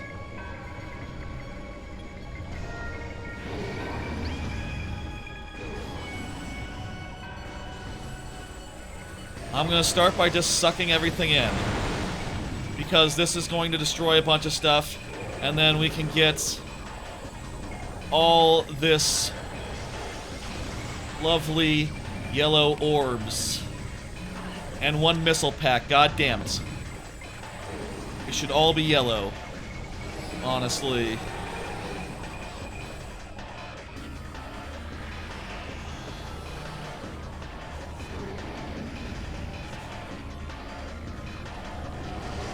Okay. Okay, go. Yeah.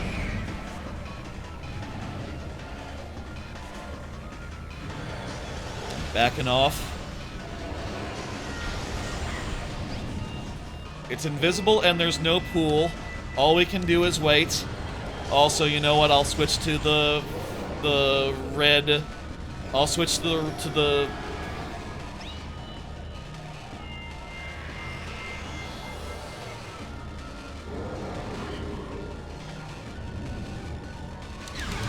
Okay, here we go. More hyper mode.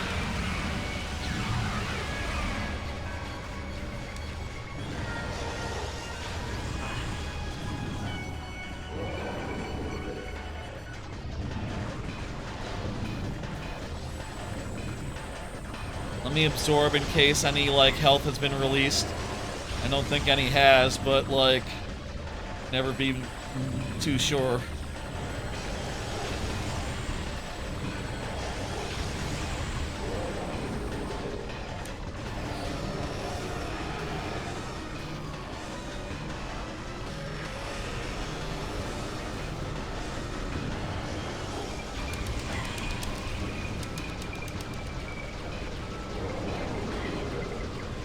Oh, do I need to, like, look at these guys? No, they're just regular Metroids. I guess maybe...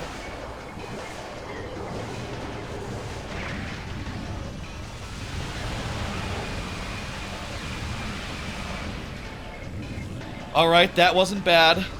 I guess maybe if they're regular Metroids, then ice is what we want.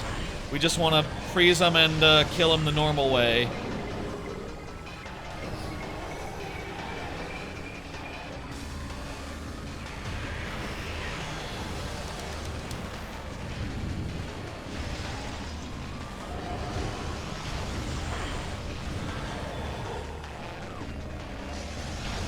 Come on. Oh, we're not standing in the poop? Where's the poop?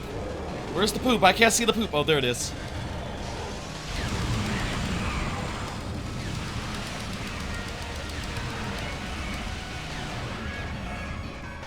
Okay, getting down to it. Getting down to it.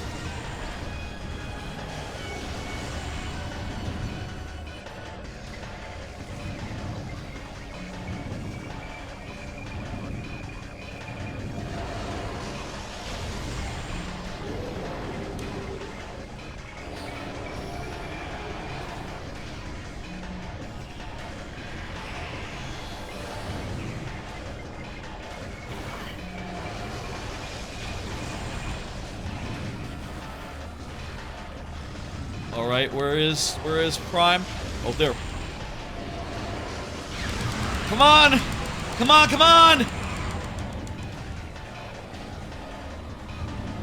Oh, the poop is still there.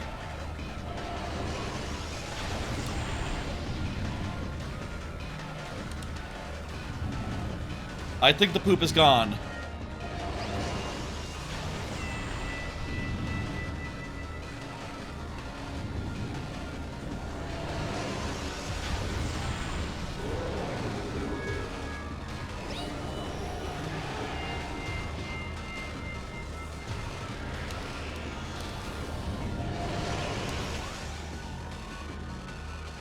Turn into thing and do a power bomb right now.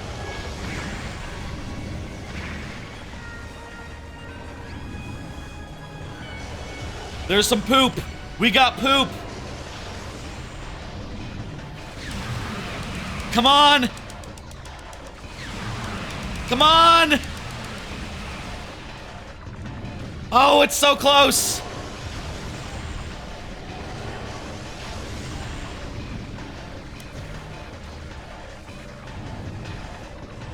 Little more poop. Little more poop.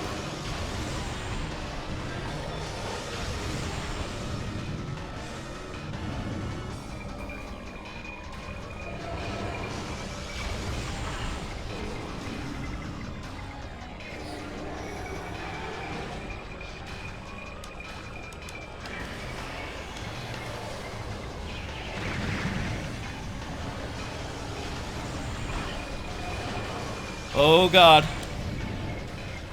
Yeah! Yeah, I think we got it! I think we got it! I think that's it! Come on! Yeah! Time!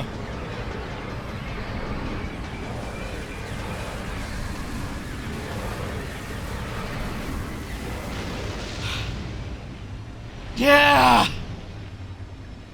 Oh, Christ. That's,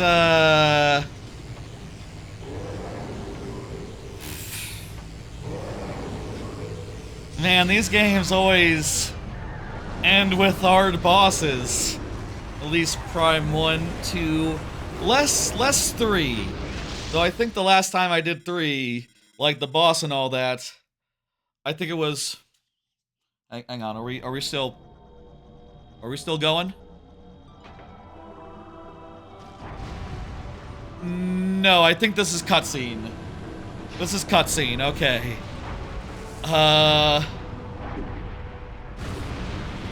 Timer stays stopped. Stays stopped. Oh. That feels good. I started this stream early because I had no idea how long it would take. Didn't take that long. 5 hours, and that last hour was all just, fighting the dude, fighting the last boss. Holy shit. Oh, Rock Party asking what tomorrow's stream is. Tomorrow's stream will be Windswept, which is a brand new indie DKC type platformer, which I am very curious to get into. That'll be like at 8 p.m. Make it 8 p.m. Later stream, which is actually, it's not even 8 p.m. right now, so that's over 24 hours from now. Again, I started this early because I thought it might go long, and it really didn't. Folks, that was a randomizer. That was fun.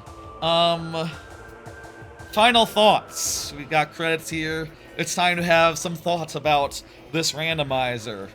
I thought it was fun.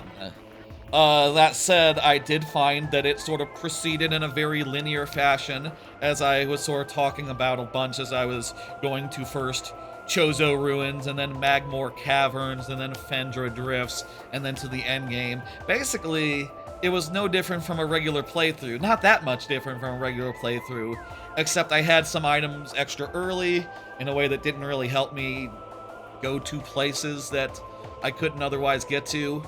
And, yeah, it was sort of a problem of just, like, the most efficient place to check was always in the earlier worlds.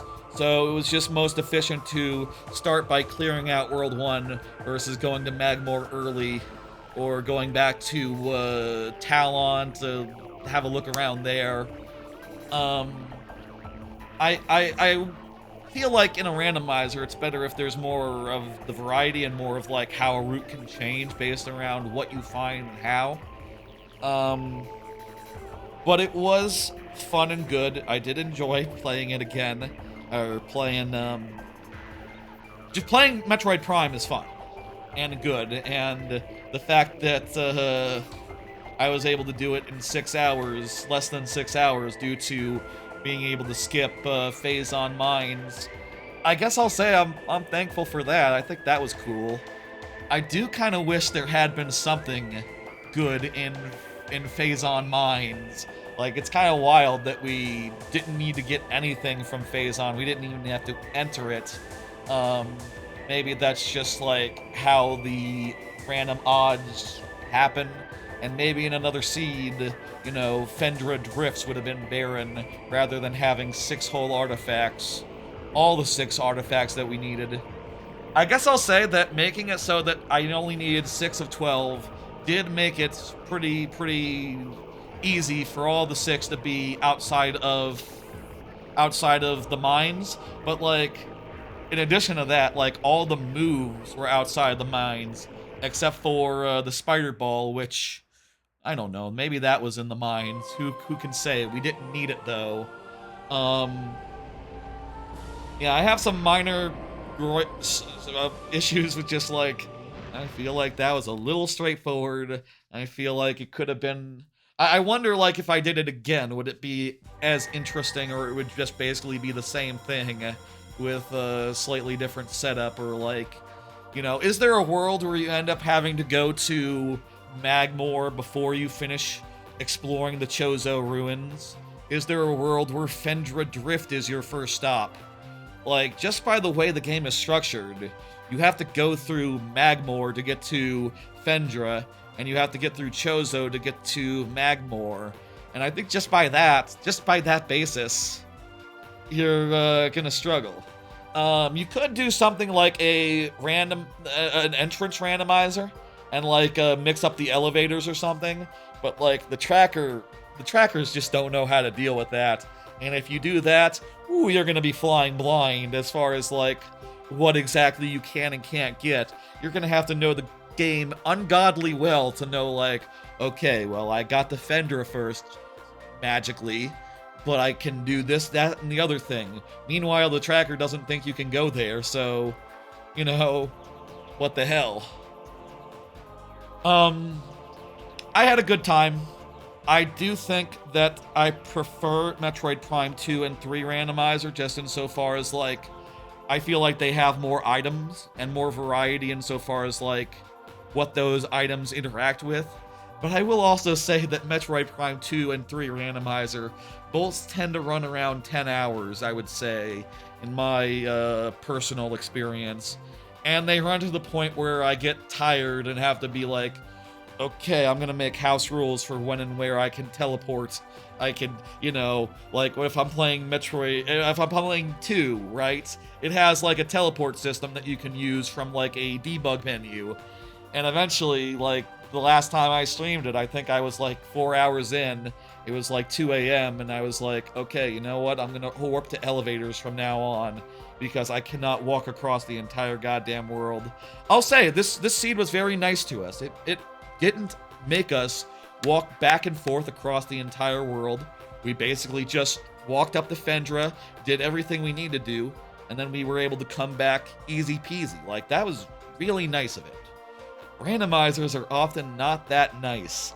Sometimes you have to do a lot more backtracking, and I do think Metroid Prime would really suffer the more backtracking you have to do, because, yeah, you would just be, like, going through Magmore Caverns 100 times. It's a linear route.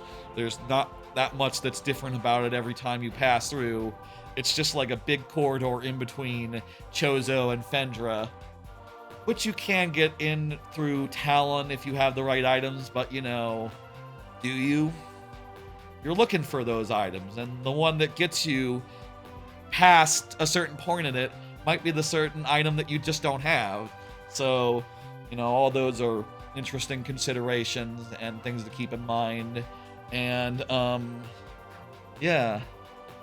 I think I would prefer the other two, but I'll say, like, with the other two, I have had to depend on the workarounds, and I have went up to 10 hours before on both of them, so in some ways, this is a lot cleaner, it's a lot smoother, it's a lot less hassle-free, and a lot more easy to randomize. You know, if any one of these three is like recommendable to casual randomizer enjoyers, like this is the one that's most close to the vanilla experience, where you're not going to end up having to go back and forth as much, at least in my experience. Maybe, you know, you get unlucky, you might have to go to Fendra and then go back to Talon and then back to Fendra and then back to Talon, and if that happens, all bets are off. But yeah, if I had like one point of criticism, I would say I wish that the artifacts were tied to the major bosses.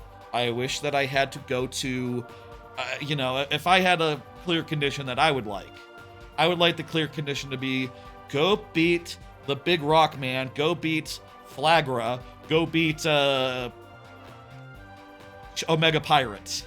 Like, go beat these three, and then you can go do whatever. Like, I'd rather have that than just go find 7 artifacts randomly. Like, I just think finding random artifacts as a clear condition isn't great. Metroid Prime 2 Randomizer lets you set it so that the keys are connected to the bosses. The area bosses, mini bosses, whichever. You could choose either one. And I think that's a lot more elegant. I don't think that's the case with 3, though. I think 3 would really benefit from it, because it literally has end-of-world bosses, the same as 2 does, so it could really use, like, just having those be the clear condition, rather than having to find energy cells that are scattered within the world randomly. 3, I think, has the worst of hits. Artifacts are definitely better than energy cells. And there's no way to, like, configure how many energy cells there are, power cells, whatever.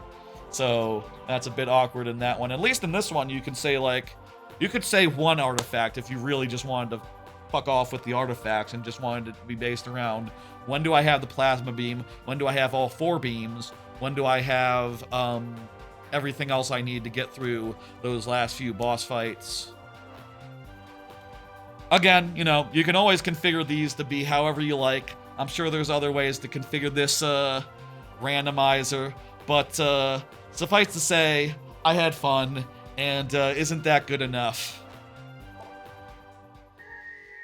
Mission final, it went really fast. I'm surprised by that. Again, I started it at 2 p.m. Central because I totally expected it could go like twice as long as it went. And it's cool that it went half as long as I expected. Like, I can't remember the last time I did a randomizer where it actually went below what I expected. Usually I go in and I'm like, oh, this will be like 8 hours, and it's like 10 or 12. It's like multiple streams, and I'm just like, oh, fuck.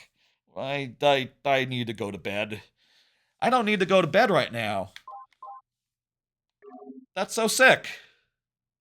That's so good. That's gonna do it for tonight's stream, folks. I am going to, I'm not gonna go to bed because it's 8 p.m., but shit, man, I gotta find something to do. Maybe I'll play Outer Worlds 2. I haven't played that in a bit. Maybe I'll give that more of a chance. I'm really not feeling it, though, so maybe not. I'll download the game for tomorrow.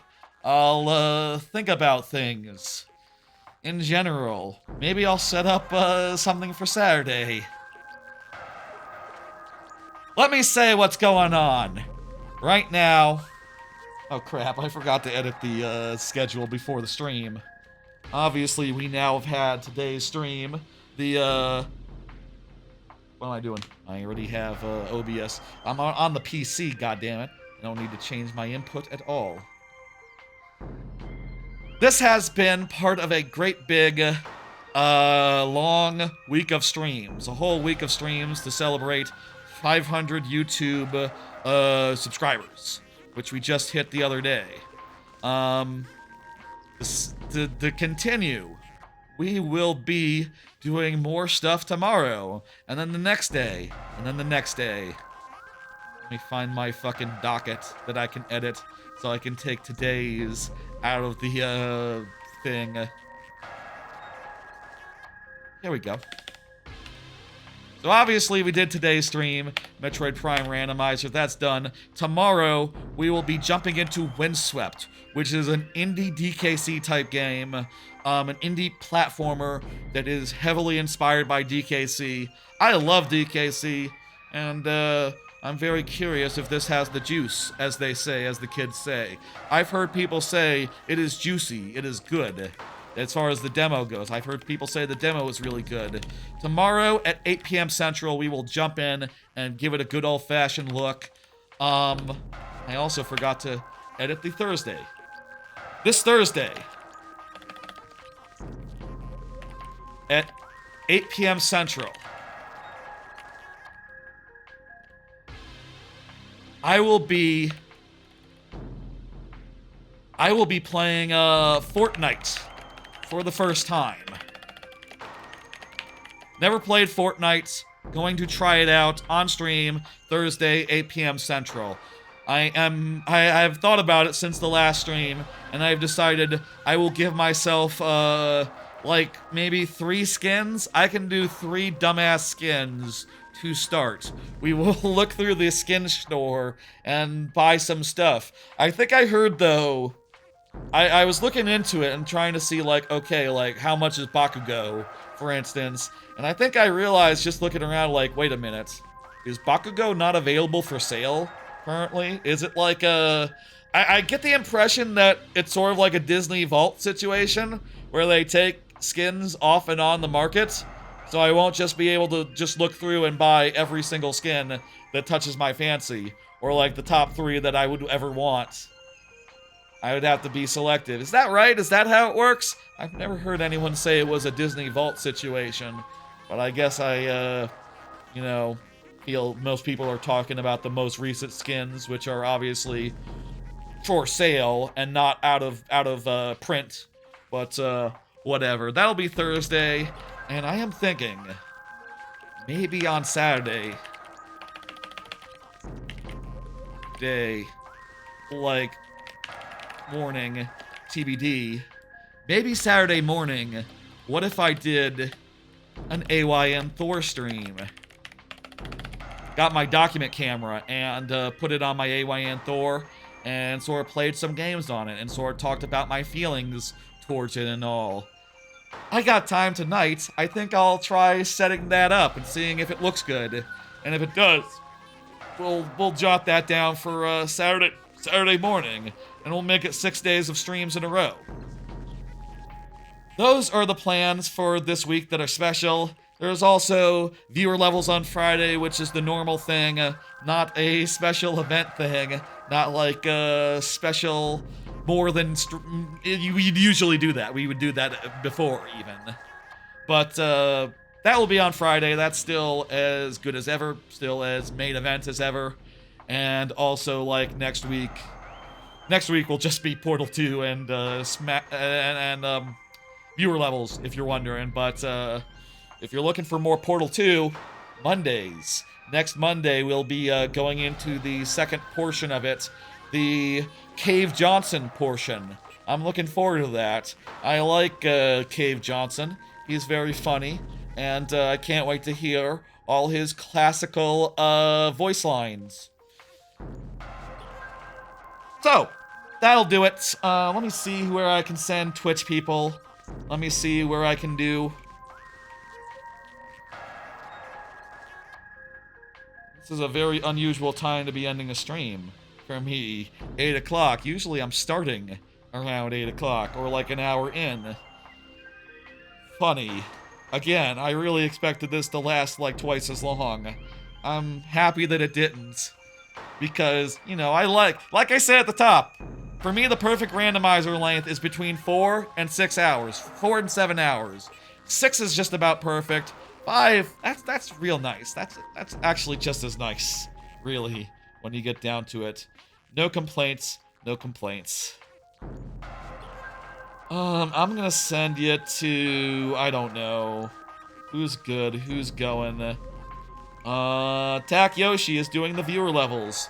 I'll send you there.